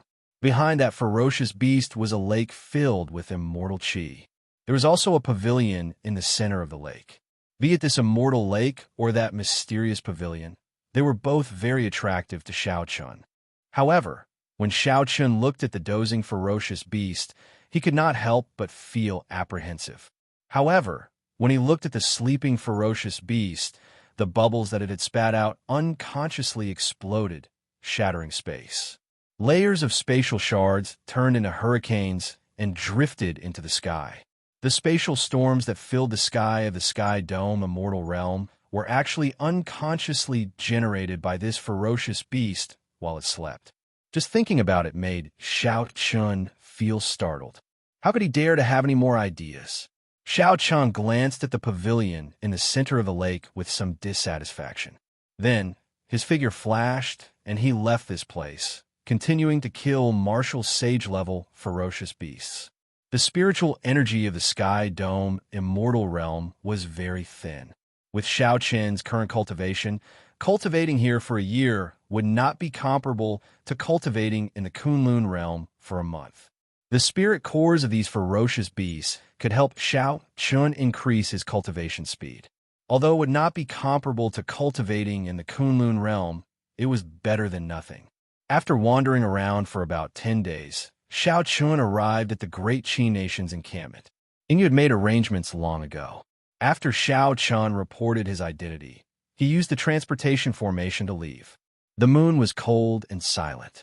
Xiaochun stood on electric light and moved quickly in the sky. He tore through the night sky like a meteor. Soon, he arrived at the Heavenly Saber Pavilion's Qingyun Peak. Xiaochun looked down and saw that Lu Ruyue was in the courtyard. She was still awake, practicing her saber in an empty space under the moonlight. She looked valiant and charming.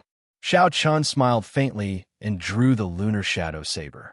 He suppressed his cultivation and landed on the ground to practice with Lu Ruyue. The sudden appearance of Xiaochun startled Lu Ruyue slightly. However, she recovered her wits and a smile appeared on her face as she calmly exchanged moves with him. Right now, Lu Riyue was a peak inferior grade martial monarch. She was only a step shy of advancing to medial grade martial monarch. Naturally, such a cultivation speed was far inferior to that of the cultivators of the Kunlun realm. However, it was already very fast in the Sky Dome realm. After the two finished a set of saber techniques, they withdrew their moves at the same time.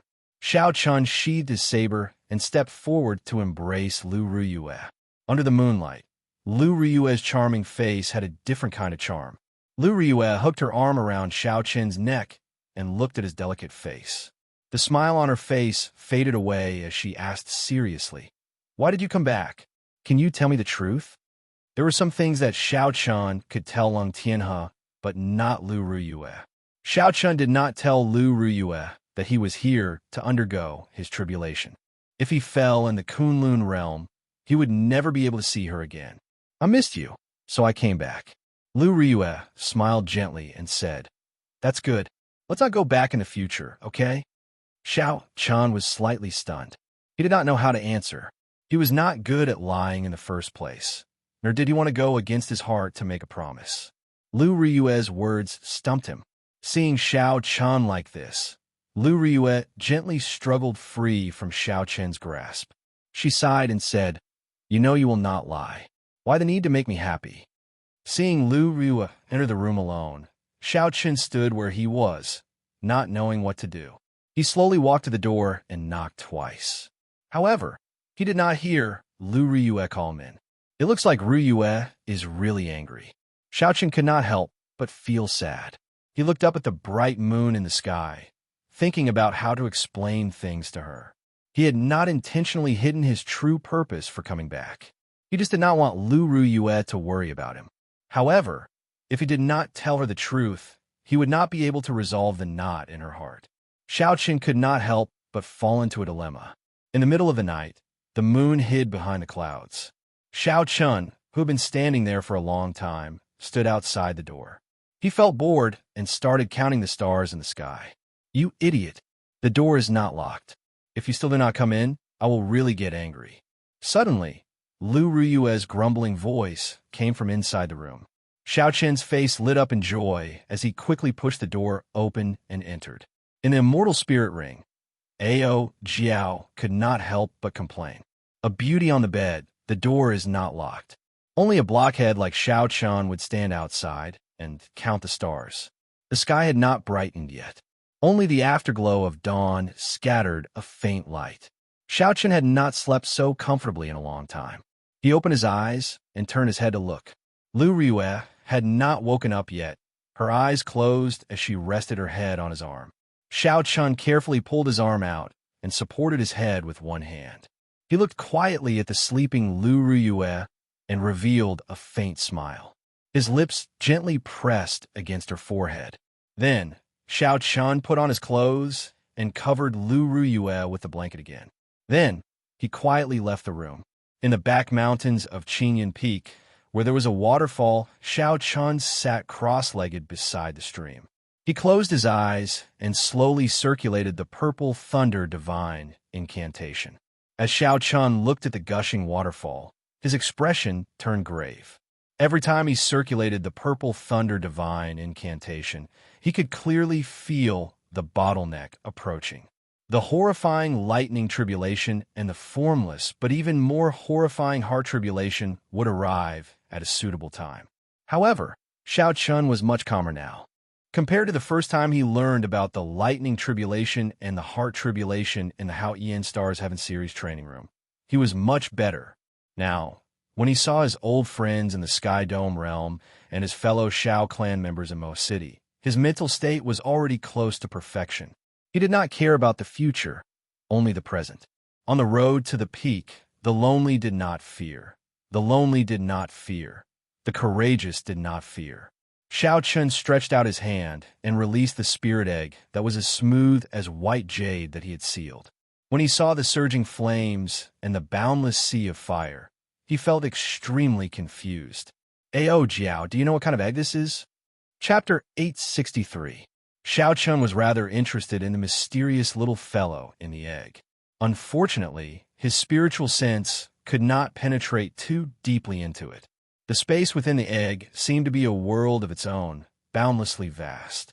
Ao Jiao flew out of the immortal spirit ring and sized up this mysterious egg.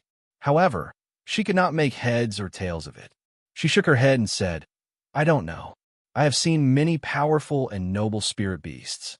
However, I really do not know a spirit beast of this color with a blazing light and an extremely berserk aura. I know several strong, fire-attributed spirit beasts.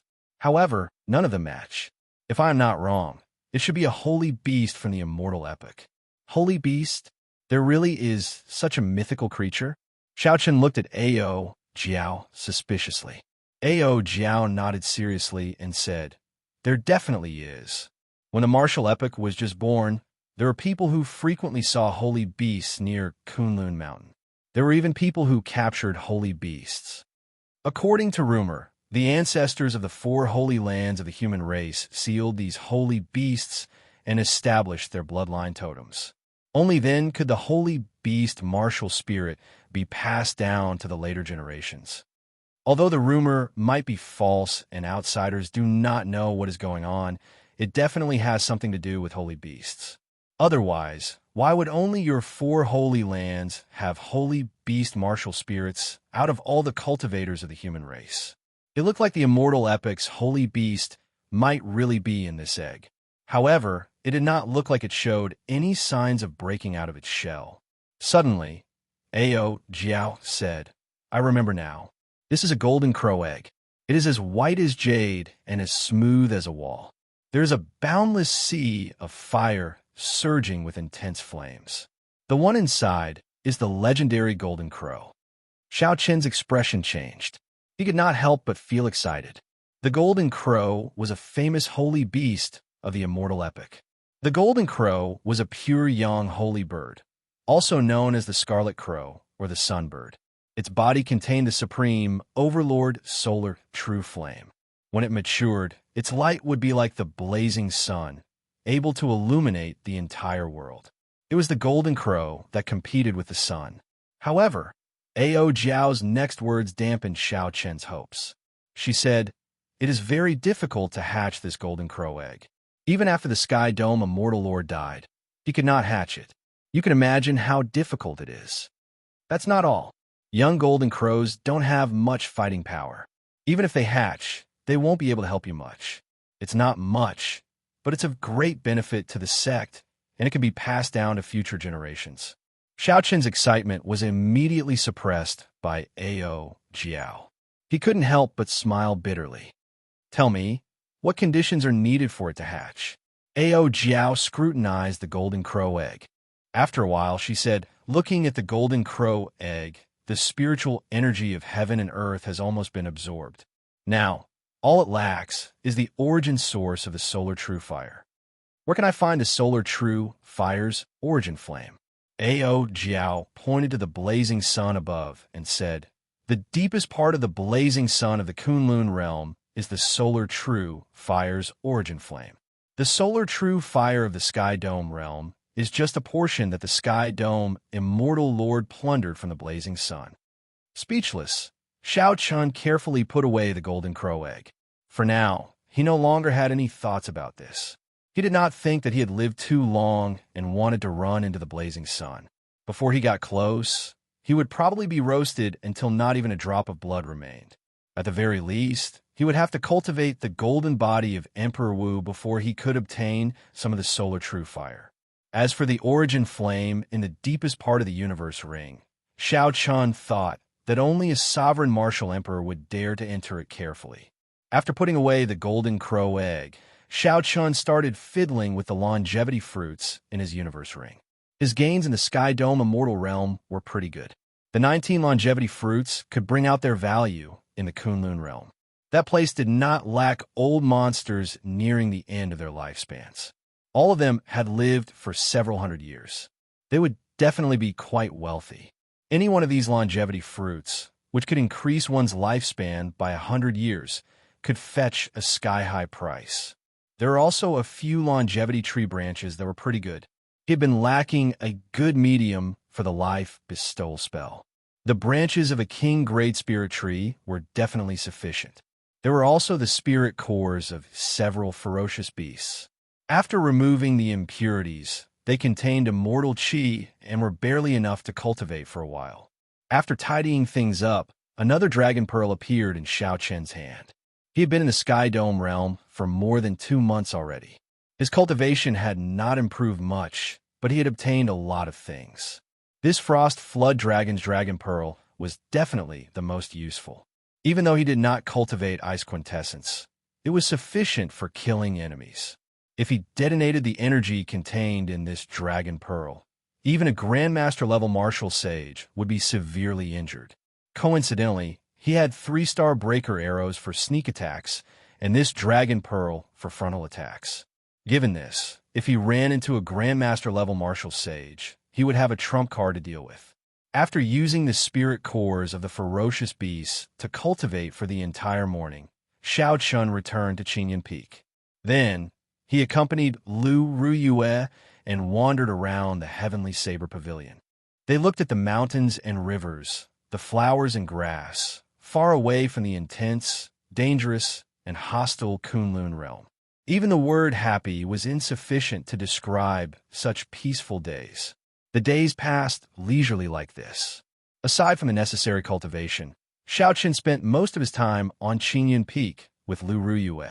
Sometimes, when Lu Suifeng frustrated Xianxia, he would go to the drill ground and teach some things about saber techniques to the group of girls. The leisurely time always passed very quickly. When one was immersed in it, they even forgot about the passage of time. However, what would come would come. On a certain day, 2 months later, Xianxia touched the bottleneck of the Purple Thunder Divine Incantation's 7th layer. Xianxia circulated his energy slightly, and the sky changed color.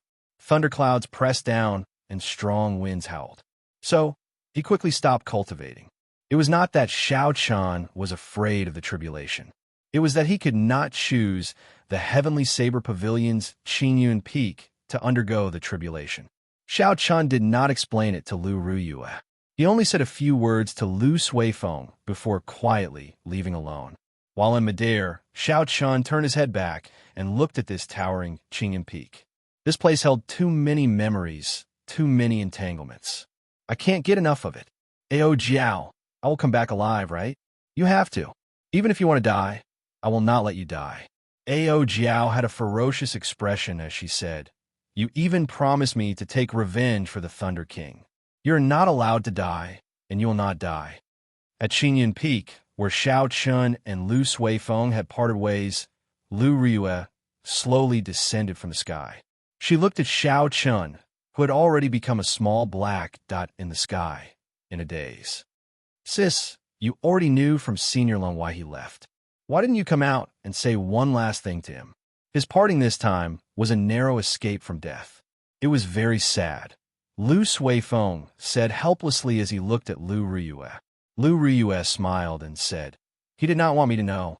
In that case, I will not know. As long as my heart is not in a mess, his heart will not be in a mess either." In the sky, Ao Jiao looked at the path Xianxia took. She said, "Where are we going now? Since he is undergoing the tribulation, we have to find an absolutely quiet place. Let's go to Mo City first. After I take one more look, I will have no regrets."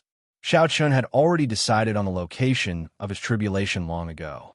However, before that, he had to make a trip to Mo City and watch the people of his clan from afar. Tearing through space, Xianxia moved through the air like a meteor chasing the moon. Soon, the familiar silhouette of Mo City entered his vision. After emerging from the void, Xiaoqian's figure wavered and arrived in the sky above Seven Horn Mountain. From here, he could see everything in the Xiao residence, big or small. Now, the Xiao residence had more than doubled in size. Seven Horn Mountain was filled with cultivators wearing the Xiao clan's uniform, undergoing experiential training. At the foot of the mountain, the originally simple and crude campsite had been rebuilt into a majestic one. There were elite Xiao clan disciples guarding this place, keeping an eye on the other cultivators who were not from the Xiao clan. Everything was in order, showing signs of prosperity. Xiao Chun could vaguely sense that there was a great fortune enveloping the Xiao clan. Luck was ethereal and formless, but it truly existed. The Xiao clan's current luck was brought by Xiao Chun, be it obtaining the first rank in the five-nation youth competition, infusing the luck of the entire Sky Dome realm into him. He would not be able to do so.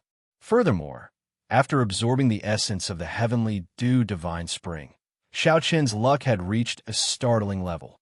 Xiao Chun smiled faintly and relaxed a lot. With the current situation, in addition to the secret treasures, spirit stones, and secret manuals that he had gotten Xiao Jian and Xiao Yulan to bring back, given the Xiao clan's strength, it would be hard for it not to develop. In the future, when Xiao Chun became a martial emperor and collected the Blue Dragon Palace and re-established the Dragon's Gate, these fellow clansmen would be the best foundation. After taking a few more glances, Xiao Chun withdrew his gaze. This time, returning to the Sky Dome realm, regardless of whether he succeeded in clearing his tribulation or not, it was worth it. There was no regret in his heart. There was no fear in his heart. Why are you acting so sneakily? Come out. Suddenly, Xiao Chun frowned. The purple lightning talisman in his sea of consciousness had 4 strands of golden light on it. One strand of golden light came out of Xiao Chun's fingertip and turned into a lightning-fast saber chi. Then, it shot towards the seemingly empty space in front of him. Space was like a piece of white paper. With his finger, it easily tore a pitch-black hole. Silently, the entire space suddenly shattered, not even leaving behind shard. Tung Xiao, the Dark Church's churchmaster of the Sky Dome realm, walked out of the pitch-black space. He wore black clothes and had a somewhat sinister expression on his face. He looked somewhat similar to Xiao Chun. Xiao Chun narrowed his eyes. The aura of this person was still fresh in his memory. This was the unique dark aura of the Dark Church's members. However, this person's dark aura was much denser. Furthermore, there was an additional sinister aura. Tung Xiao caught that strand of golden saber chi that could shatter space with his finger. However, what shocked Xiao Chun the most was not this scene.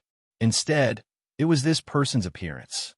If Xiao Chun recalled correctly, the appearance of the person in the painting of the Qing Emperor drawing the saber was shockingly similar to this person. If not for the dense dark aura of this person and the unconcealable sinister aura on his face, Xiao Chun might have recognized the wrong person from the start. In reality, this person did not even think about concealing this sinister aura. It was like he was born this way, unrestrained by the etiquette and benevolence of the world. He was wild and unrestrained, thinking that he was the greatest in the world. Chapter 864. The golden saber chi was not that easy to catch. Tung Xiao held on to this strand of saber chi and retreated 5 kilometers in the air before he stabilized himself. I've been waiting for you for a long time already. Why did you not come to the Xiao clan? What are you afraid of? Tung Xiao casually tossed aside the golden saber chi that had already been corroded by the dark chi. His gaze was like lightning as he stared at Xiao Chun. Waiting for me? Are you here to send yourself to death? Chu Chaoyan was right. This Sky Dome realm's dark church does indeed have some connection to my Xiao clan. Even if you did not come to look for me, I would have come to look for you. Xiao Chun flipped his right hand, and the lunar shadow saber appeared in his palm.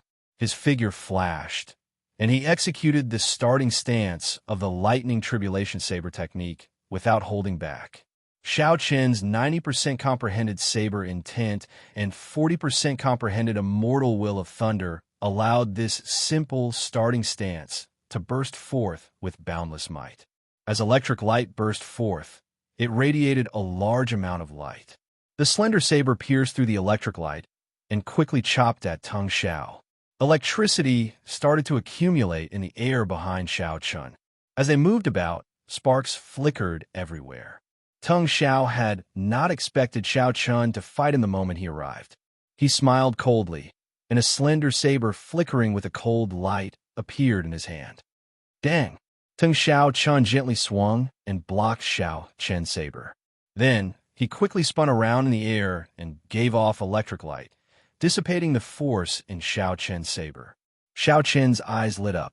This mysterious person who resembled the Qing emperor was not very strong. However, his combat techniques were not something to be underestimated. The moment Xiao Chun executed the starting stance, he completely accumulated the momentum of the lightning tribulation saber technique. The sparks behind him turned into many lightning flood dragons, circling around Xiao Chun. Tung Xiao did not show any weakness. He shook his wrist, and black dragon images swam around behind him. As the two fought, Xiao Chun had an overwhelming advantage in terms of cultivation. However, Tung Xiao relied on his combat experience and did not fall into a disadvantage. Unable to drag things out, Xiao Chun decisively changed his move. He executed a blue dragon goes to sea and gathered a 3-kilometer-long dragon-shaped saber chi. Auspicious clouds surrounded the dragon as it roared ferociously. When Tung Xiao saw this move, his lips could not help but curl up. He smiled and said, "Blue dragon goes to sea, and you dare to use this move before me?" The tip of Tung Xiao's foot pushed against the void, and his body soared up. He stretched out his hand, wanting to grab the dragon's head. Tung Xiao pushed off and soared. Then, he shot to the dragon head.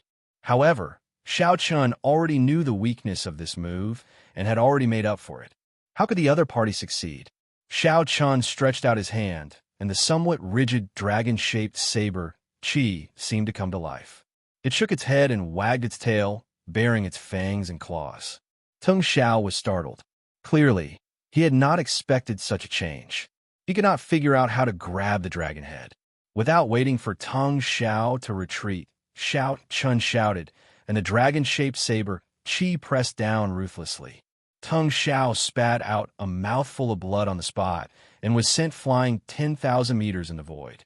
After Tung Xiao stabilized himself, he laughed loudly, not caring about his injuries. He said loudly, "Good, good, good." Tung Xiao said good 3 times in a row. Then he continued, "Blue dragon goes to sea. You really used this move beautifully. Indeed, you did not disappoint me. It is impolite not to reciprocate. Receive this move of mine as well. Blue dragon goes to sea." Tung Xiao waved his right hand, and the saber appeared in his palm again. A boundless scarlet sea appeared behind him, filled with white bones and surging resentment. That was a mountain of corpses and a sea of blood. A boundless dark aura lingered above the scarlet sea, looking strange and evil. Tung Xiao roared, and a black dragon soared up from the scarlet sea. Its eyes shone with a scarlet light, and its black scales layered over each other. Tung Xiao soared into the air and hacked down with his saber. The black dragon gathered on the saber, forming a strange dragon-shaped saber chi that surged toward Xiao Chun. Xiao Chun revealed a horrified expression. It was not because of the might of this move, but because this mysterious dark church cultivator really knew the dragon subduing slash. Xiao Chun pushed off the air and materialized the stance of soaring dragon, turning into a true dragon and soaring into the sky.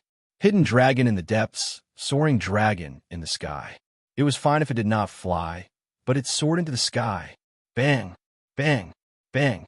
3 crisp sounds rang out, and the evil black dragon was forcefully broken into 3 pieces by the stance of soaring dragon that Xiao Chun materialized.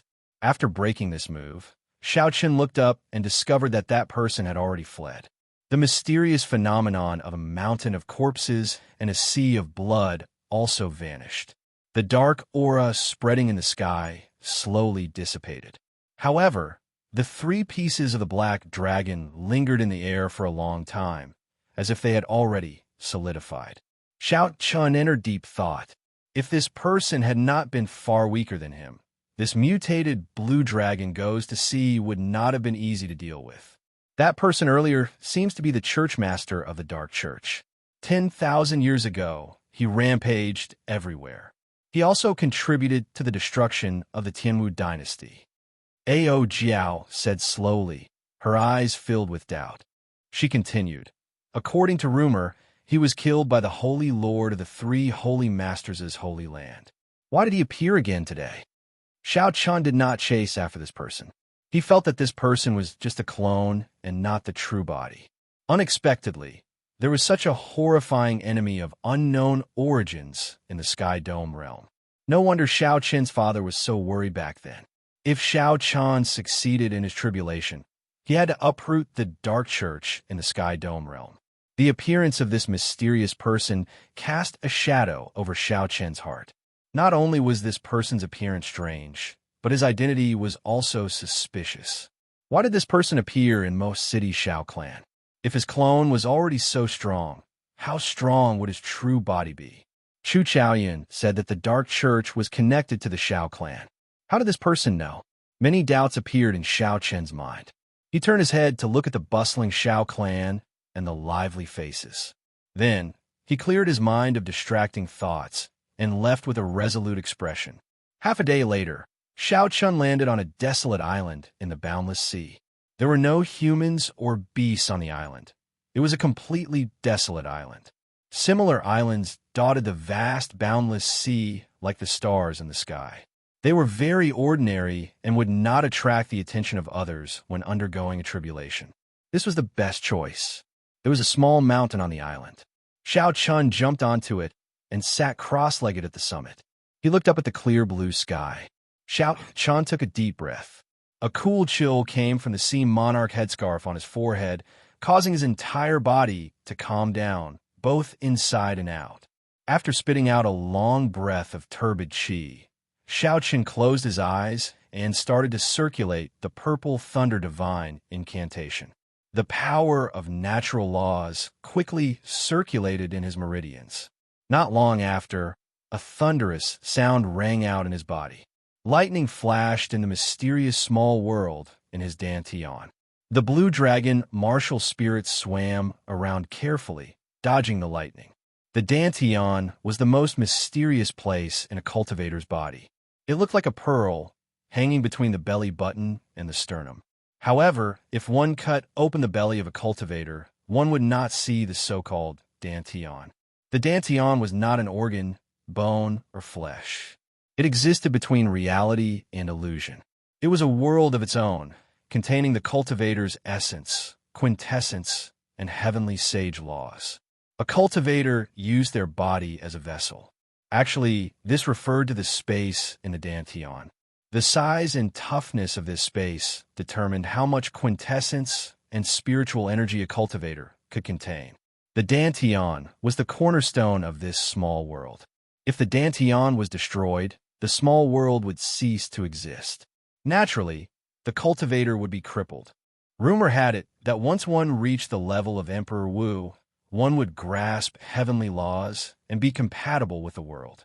One could change this small world, materializing a world of mountains and rivers. At this moment, this small world was filled with lightning. The tiny blue dragon martial spirit dodged everywhere. However, it still found it hard to escape. Occasionally, it would get struck by lightning. Every time it struck, Xiao Qian felt like he was experiencing it himself. Every cell in his body, his internal organs, his flowing blood, his tough bones, and his skin, endured the baptism of lightning. Even the depths of his soul were trembling, enduring great torment. There were no visible changes to Xiao Qian's outer appearance. He sat cross-legged with his eyes closed, silently circulating the purple thunder divine incantation. However, his physical body and soul were suffering from both torment and boundless pain. Xiao Qian's entire body felt like thousands of silver needles were stabbing him continuously. He clenched his teeth and endured. To him, who cultivated the physical body, such pain was not unbearable. However, the blue dragon martial spirit in Xiao Qian's dantian became dispirited and listless.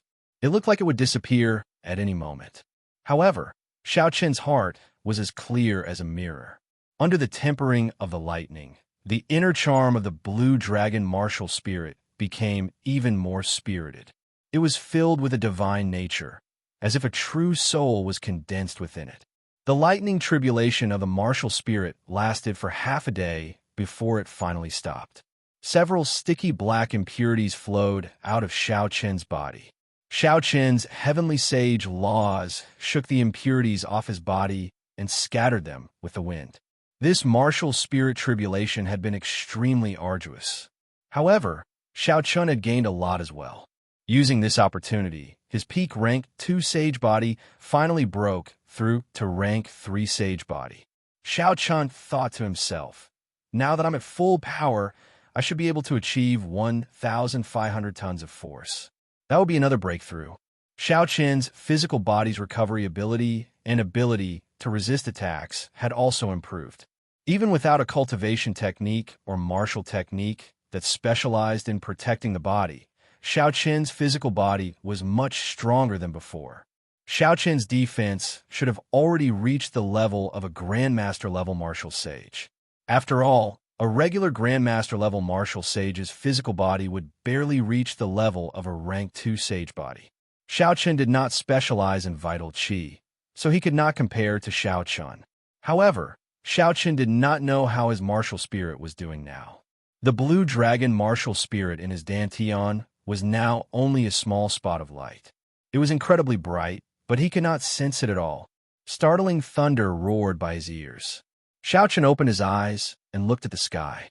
Boundless thunderclouds stretched for thousands of kilometers, churning and extremely heavy. The sky seemed to be several times lower than usual. With just a gentle leap, it would be within reach. Bolts of lightning tore through the sky, and thunder roared continuously. The seawater churned endlessly